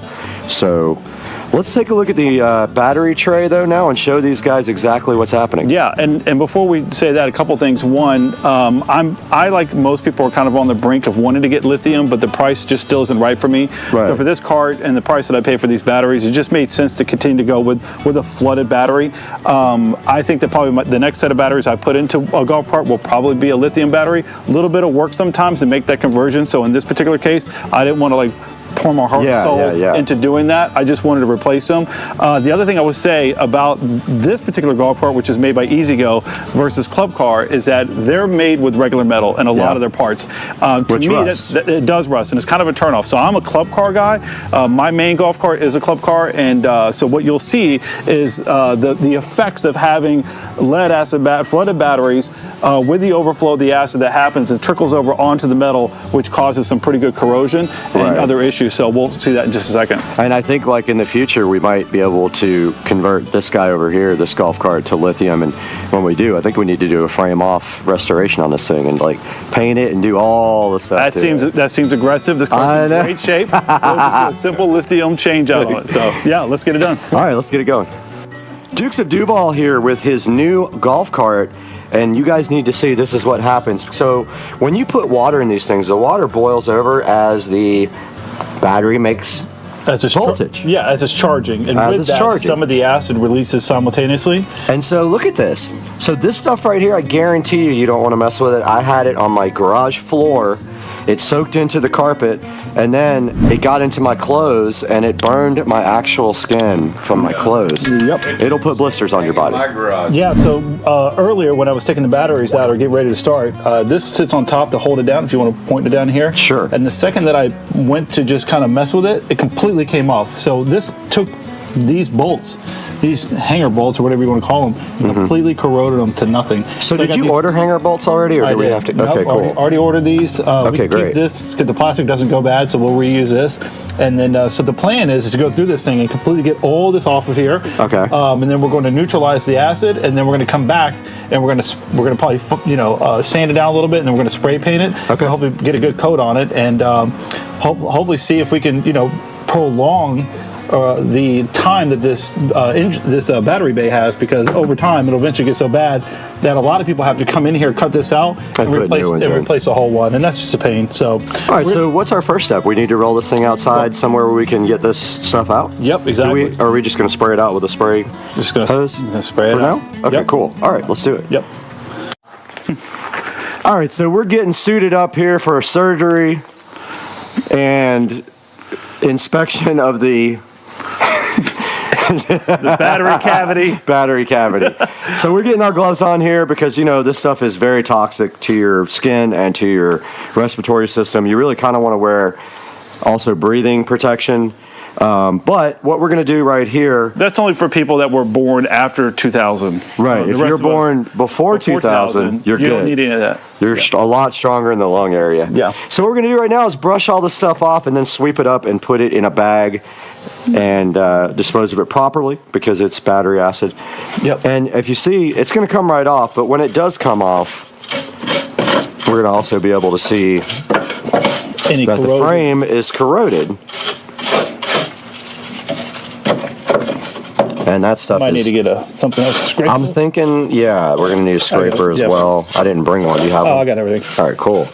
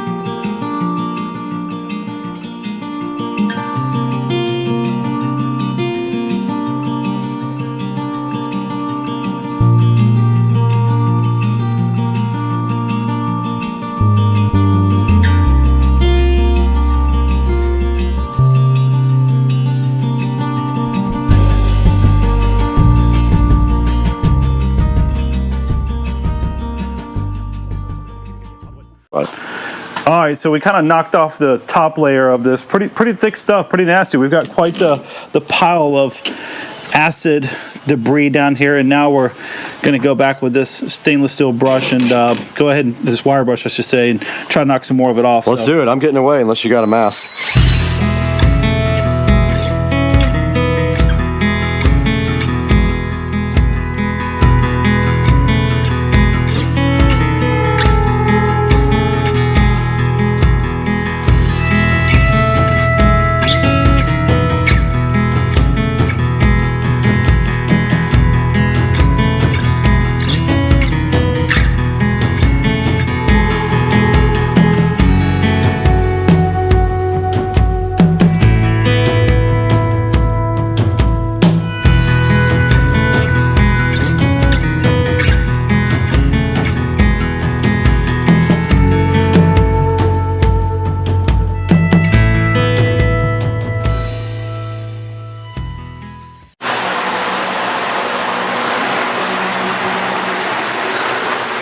good enough.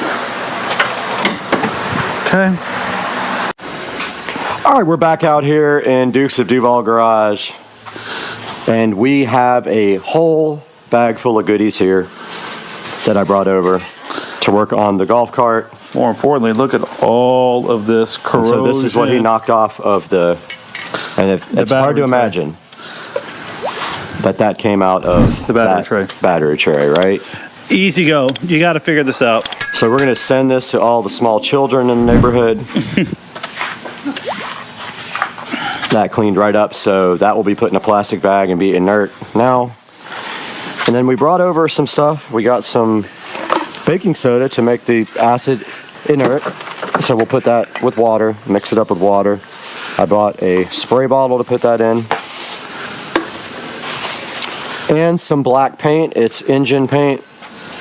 So we're gonna knock all the rust and acid, inert that thing, and then spray it black. So, Brad, do you want to? I can pull my spray nozzle out. We'll just spray it. I mean, spray nozzle, my air nozzle out. We'll spray that out. This is a family channel. You can't pull your spray nozzle out.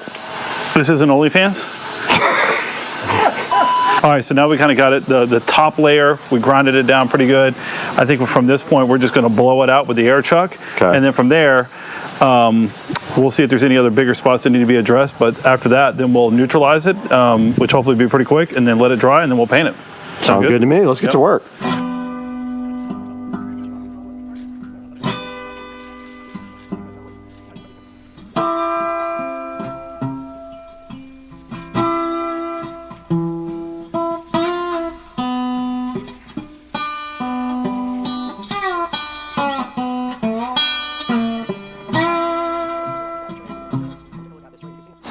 All right, we're gonna take our spray bottle that I brought over. Already prepped and ready? Full? It's not full. We got to fill it up with some baking soda and some water. Now the trick is we need a little funnel to get the baking soda in there. Yep. And then we'll put some water in it. Ratio is here? Or? Yep, I got to check my phone, so we'll be right back. We need what, 16 ounces maybe? Probably. 27 fluid ounces. Okay. So you do the math on that. I don't know how to do math. But I went to public school. We'll just put in what we think. Do a lot. Yeah, that's bad. It's going to come out in clumps. You don't have a real funnel? I'm sure I do somewhere. But this is good because we just throw it away when we're done. True.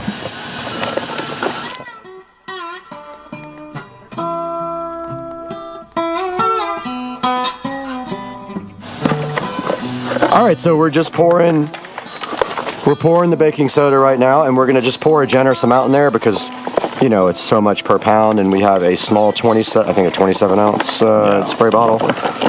And we're going to make sure we got enough to, we might have filled up the hole. Yeah. And then we're just going to put some water in there, shake it up. Again? Something per pound, I don't remember. That's plenty. Okay, that's the whole box, so I guess we're good. No, it's not the whole box. All right. Yeah. And now we'll fill this up with water. I'll be back. All right, so Joe just filled this up with water. Yeah, look at this. And look at this. Watch this, because this is what baking soda does to battery acid. It instantly starts neutralizing the acid. And this is why you do this when you change your batteries. Wow. Check out, it's almost like peroxide going on your skin or whatever. Now, here's the thing. Look at that. Look at that go. I think my spray nozzle's clogging up here. Oh my goodness, your nozzle's clogged. Look at this. Yeah. There it goes. Breaking. Whoa, that's working good, I almost said. This is killing it, dude. Yeah.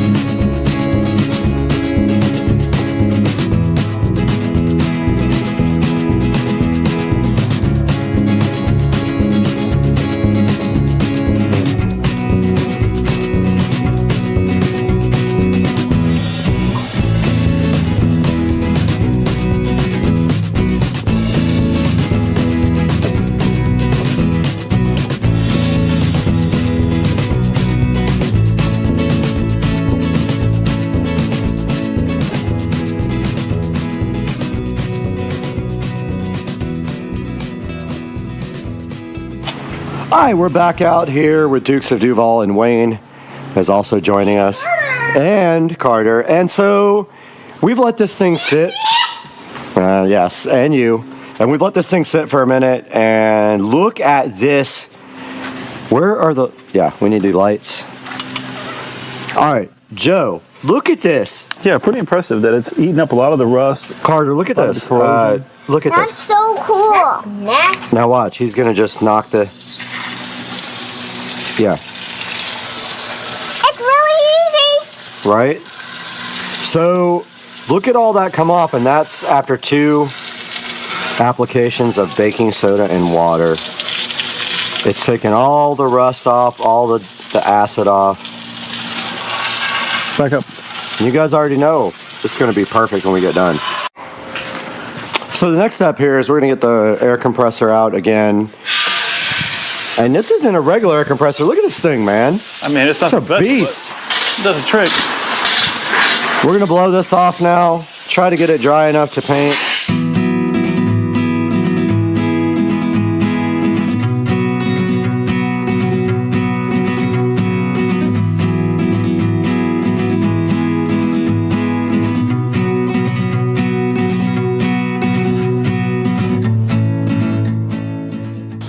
Oh, that's ready to paint. All right, guys, we are back out here in the garage, Dukes of Duval's house, and we have prepped this as best as possible. Now we're just going to spray and pray. Yep. Oh!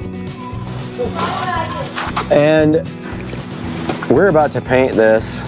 Oh! What? All right, all the nonsense just happened, and then we are about to spray this guy with paint. So I think we're just going to pray and spray. Yeah.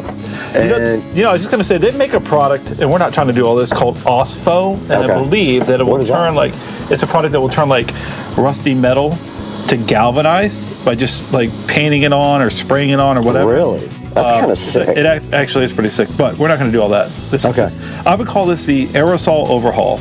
All right, so where are we going to paint this? We can't paint it on your driveway because we'll just paint your entire driveway black. We're not. I'm going to buy some cardboard or grass. Grass will just grow back, so should we just pull it right over there? Yep. All right, so it's not a major cleanup.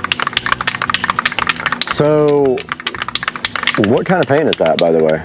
2 times Ultra Cover Paint and Primer Rust-Oleum. So it's flat black, so I think it's going to look good. Yeah, listen, nobody's going to be in here looking anyway, so it's just to stop the corrosion, right? Right. All right, here we go. Yo! That's going to actually turn out good.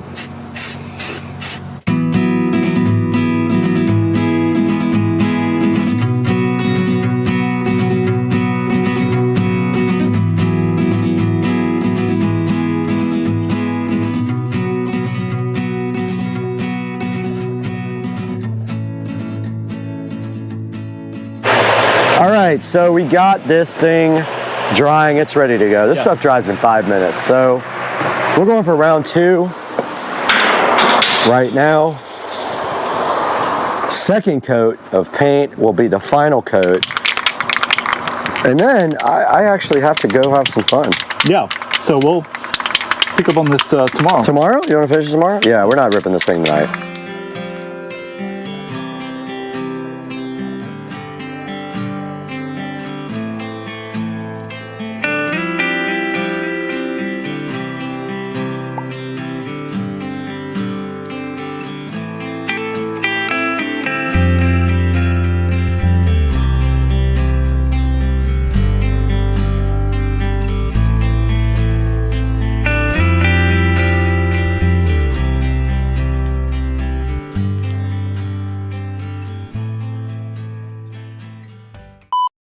What do you think about this whole story?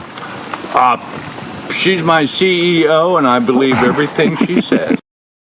Guys, welcome back to Supercar Street Racing, and we have the brand new Amazon Fire Stick 4K sitting right here next to us to look at today. It has some great new features. We're going to talk about it, install it, and see what the hype is on Supercar Street Racing.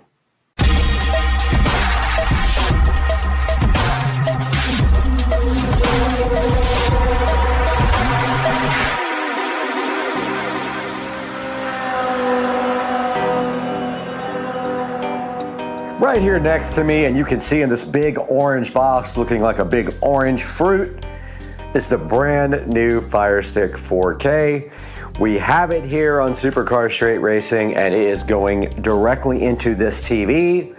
And this thing has all kinds of new features that we're going to talk about right now. We have the Fire Stick 4K sitting right here next to me, eager to be plugged in to the Supercar Street Racing TV right here. And this new device does some cool new stuff, and we're going to take a look at what it does. But some of the features that it does now are Atmos, Dolby Vision, 4K, which it has done before, but they have enhanced that with this device here. All right, we're gonna go ahead and unbox this brand new Fire Stick 4K with all the enhanced capabilities. We're gonna plug it in right now, see what it can do, and then after that, we're probably gonna test it out and see if the hype is real. We are right here in front of the 4K Fire TV Stick, and one thing should be known about this. We did trade in the Fire TV that is currently on this box right now for this Fire Stick 4K, and it's on sale right now for Black Friday. Hoping to get the video out now. You guys can click the link in the description to go ahead and buy one of these for half price almost. So let's go ahead and open it, and you already notice on the front of the box, it does support Wi-Fi 6 here. It shows you some of the absolutely, you know they're gonna support all these. It's not even anything special. Netflix, Prime Video, YouTube, Disney, Hulu, Apple TV, and Max. And then on the back, it shows you all of the features of the Fire Stick 4K, including Ultra HD, HDR, Dolby Vision, and Atmos, a brand new quad-core 1.7 gigahertz processor, a Wi-Fi 6 enabled Wi-Fi band, and a power and volume control. And it has all the stuff that it includes down here. So it does come with a second generation Fire Stick, a voice remote, and batteries, and some other things like a power cable. So let's go ahead and get this thing unboxed. And as usual, in Amazon fashion, we do have one of these little strips that pulls right off there to get this out. This is typical for their stuff to unbox. It makes it easier. One of the smart things that they have done. And then there's just a flap right there, which will reveal the Fire Stick 4K in all of its glory. And here's our remote. And it does tell you to go ahead and pull off this little protective device. We'll throw that over here.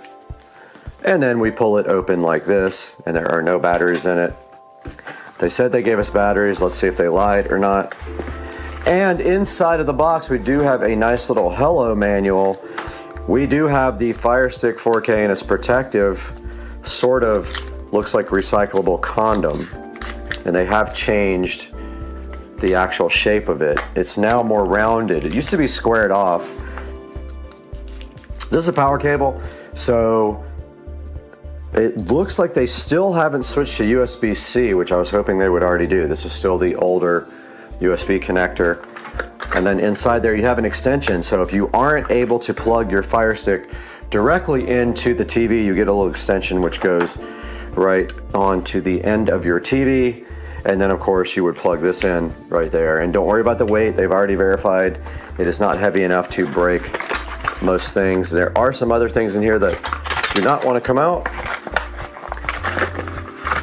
Okay, it must be, yeah, it is the power adapter, standard 5-volt power adapter. Probably has a little bit more amperage than a standard one. If you ever try to plug your Fire Stick into the back of the TV, you might get a warning that says that the amperage isn't high enough. If you do that, use your adapter. And then here is the back of the remote. You just put the batteries in like that.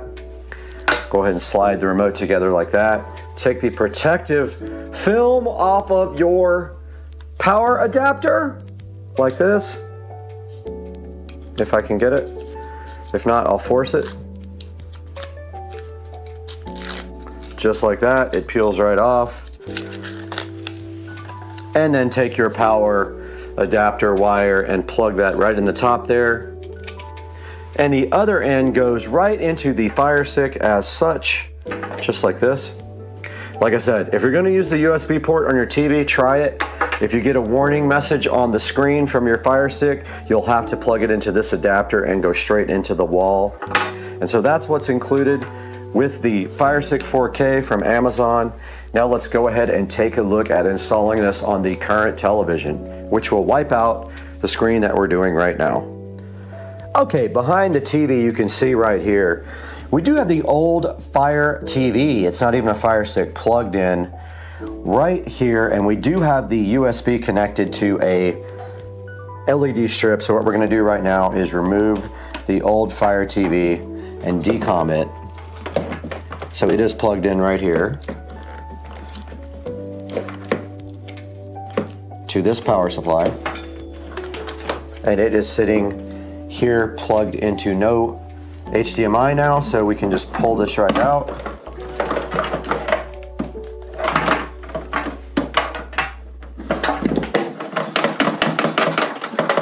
And we just need to untangle that with our other hand. Let's go ahead and do that now. And then after that, all we have to do is connect the new device and go ahead and set it up. And of course, that was our source for our nice display. So we have lost all that, but we do have our Fire TV here. Now this is an old one, so we did trade it in. And we got $10 to trade in this on the new one. The new one was $25, so we paid $15 total. And now we can go ahead and hook up the new device. We have our old Fire TV here ready to be traded into Amazon to get a $10 credit. They did send a shipping label for this, so all we have to do now is take this to the UPS store and go ahead and take this out and take the batteries out. The old AC Delco batteries, or a car battery, I guess. And this thing is ready for shipping. If you're paranoid, you can factory reset this device before you actually ship it. We are right in front of our brand new Fire Stick 4K here, looking all sleek. It does have a new design. As you can see, they rounded off the edges, making it look more modern, and it does say Fire TV right here. Now we are going to use the AC adapter. We're not going to use the USB port on the back of the television because we already have that connected to our LED strip right here that is lighting up the back of the TV. So we're going to go ahead and go back here to the back of the TV now. It goes right into the HDMI port. If you have any issues with your port not having room, you have your extension right here that you can connect. So I just wanted to point out to you guys that Amazon has stored my Wi-Fi information in the cloud. So this came up immediately and was ready to go ahead and download the latest software, which it is doing now. And it looks like it is almost done downloading the software. So at this point, it is going to reboot and install the latest Fire OS here for the Fire Stick. So let's see if it does that now. There it is. So it came on back and now it is updating, and it's asking us not to unplug the power cable because that would be catastrophic for the update procedure, guys. So just leave it plugged in while it's doing this.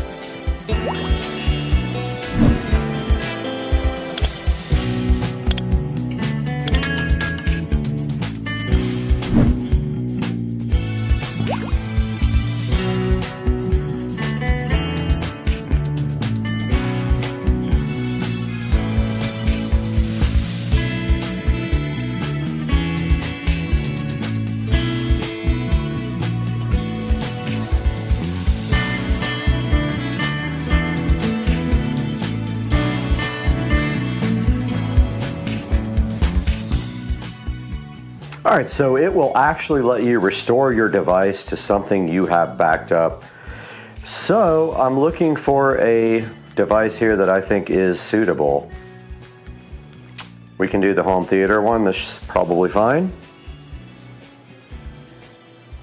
It's getting the remote ready now. Probably will update the software in the remote and set up the actual Westinghouse television. Little update here. I did pick a generic Amazon Fire TV to go ahead and get past that point. It would not let me set up the Westinghouse television. We're not going to do the kid friendly because I don't have kids. No streaming services needed.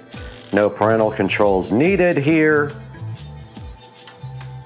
And let's see if now we can set up our remote. All right, so the volume does not work. Everything else does. Let's see if we can change televisions. So we go to settings, we go to equipment control. It says to press power, I did that. It says to wait 10 seconds, let's do that. And it did come back on with the Fire Stick remote. Now, if your display is not touching all four corners here, you go over to settings, you go to display, you go to display, video resolution, or calibrate, and then you match up your 4 arrows to the side of the display, and it already is, so we're good there. And our resolution is on auto, so we're also good there. We're also just using the audio from the television. We're using best available surround sound. And we can do volume leveler or dialogue enhancer if we want. Why not? Let's put it on. We were able to scan a code and go ahead and sign into YouTube. And now if we go to subscriptions, we can see Supercar Street Racing. Right here, we visit the channel, looking so fly and fresh. And over here, we can go watch a video for Supercar Street Racing. The keys just go right there. And we test the volume and it works fine.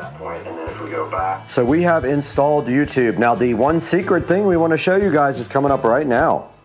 Now if you do want to use Kodi for whatever you want to use it for, you are going to need the downloader app. So what you want to do is search for downloader.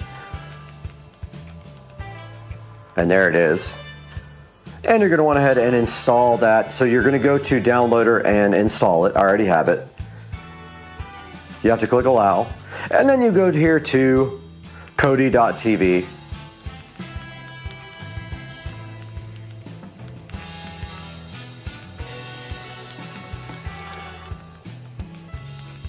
And it will go to the actual website. Now you go up here to the little hamburger. And you go to downloads. And you go to the 30-bit version of Android, 32-bit version. So you go to Android 32-bit. ARM V7A 32-bit. It will go ahead and download.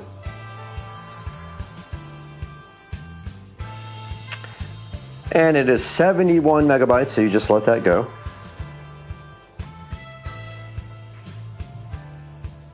Depending on your internet speed, it'll take between 1 minute and maybe 20, I don't know, depending on if you have the slowest internet on the planet Earth.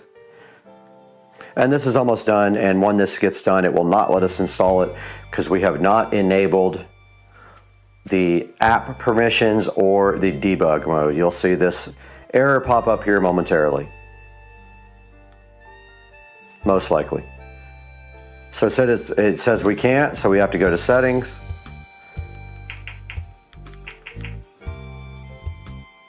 And then we have to enable developer mode, which we will do here shortly. So when you go to about, just keep on clicking the Fire Stick 4K until it says you're in developer mode. Go to developer options, turn ADB debugging on, and install unknown apps from downloader on. Go back to downloader.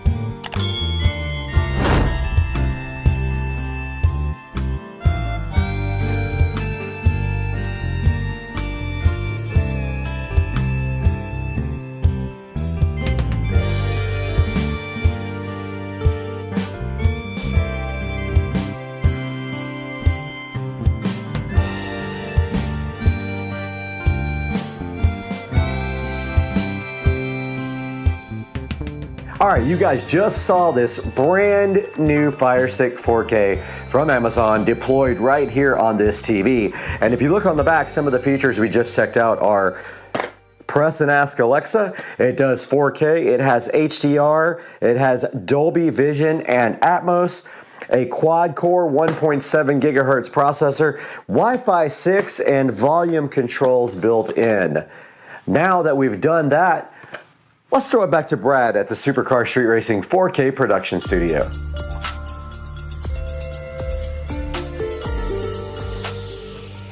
Welcome back, guys. Happy Thanksgiving. We're out here in the 4K production studio today on Turkey Day, talking to you guys about the Amazon Fire Stick 4K. They call it the Fire TV Stick 4K. A lot of confusion there.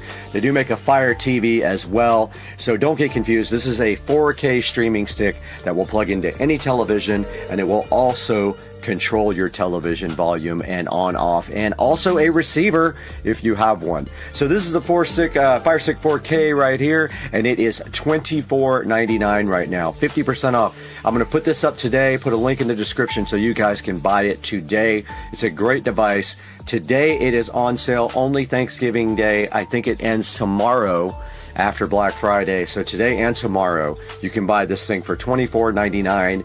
Go ahead and grab one, and make sure you like and subscribe to the channel, guys, and always buy anything from Amazon through any of our links. Click any link we have and purchase anything you want through us, and we get just a tiny bit of a commission off of it. And guys, thank you for watching Supercar Street Racing. You can see this guy has good reviews, so go ahead and grab one, and we'll catch you guys later. I gotta go get fat.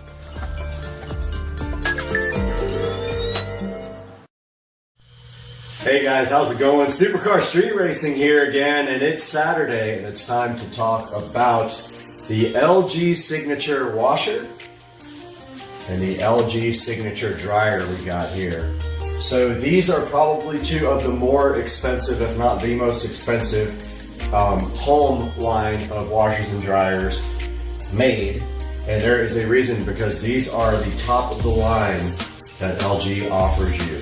This is the Signature washer. As you see inside here, it is the WM9500 HKA right there. It is a 8.5 cubic feet washing machine, so it holds a lot of laundry, and trust me, that comes in handy. You can do an entire comforter, sheets, pillows from a bed set in one load is what they promise. Now I'm going to go ahead and turn the dryer back on here. This is the dryer, and before we do that, this is a DLEX 9500K. Alright, so the dryer is going there. We have some laundry in here. We have the comforter in here that I just washed. And I did wash the comforter and sheets separately for a different reason. But the most exciting thing about this whole setup, besides being the fact that this whole setup is Wi-Fi enabled, if you look right here, you will see that it has the Wi-Fi indicator right there. This is Wi-Fi enabled, and it will report back to the ThinQ app on your phone, the LG ThinQ app. Now, if you guys watch my videos, you know that all my devices are smart enabled. So all my LG appliances are smart enabled. They all report back in one app. So we'll have some live video of that from the phone a little bit later in the video. But for now, this is the washing machine. Some of the features on the front, steam cycles. It has a steam washer and a steam dryer. It's got a normal heavy-duty bedding, permanent press, and towels under the general steam cycles. Then it's got under caring, it's got sanitary, allergen, bright whites, tub clean, and jumbo wash. And then under special, it's got delicate, sportswear, speed wash, rinse and spin, and downloaded. So the one that I wanted to particularly highlight here was the speed wash app, or not app, speed wash setting on the washer and dryer. It is around 15 or 20 minutes, and it works amazing. I use it all the time, and it works great when you're in a hurry. For example, this comforter that I just had in there was speed washed.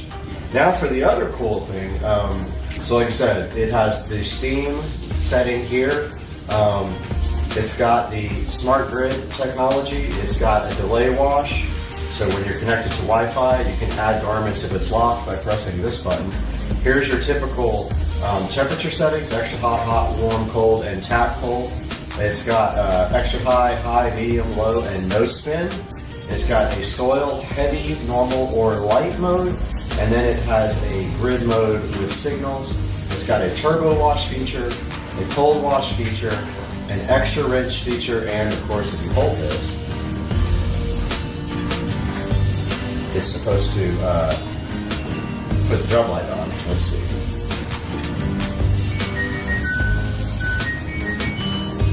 There we go. Drum light comes on with this, but it was ready to start a cycle, so it wasn't quite ready. But yeah, this comforter has already been washed on speed wash, and it is basically dry to the touch. This thing washes and dries, and you know, when it spins, it dries the clothes almost all the way, so that means less stress on your dryer. It's a high efficient washing machine. It does have a direct drive motor with a 10-year warranty on the motor, so right here on the front. And if we look down below that, we got the best part of this whole setup. We have a Sidekick. So I'm going to show you guys that in a minute. Sidekick is another washing machine underneath the regular washer that does another set of clothes. It's very exciting.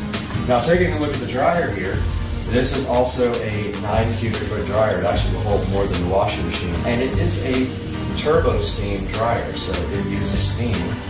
And it has the same type of settings as a normal dryer. It's got normal heavy duty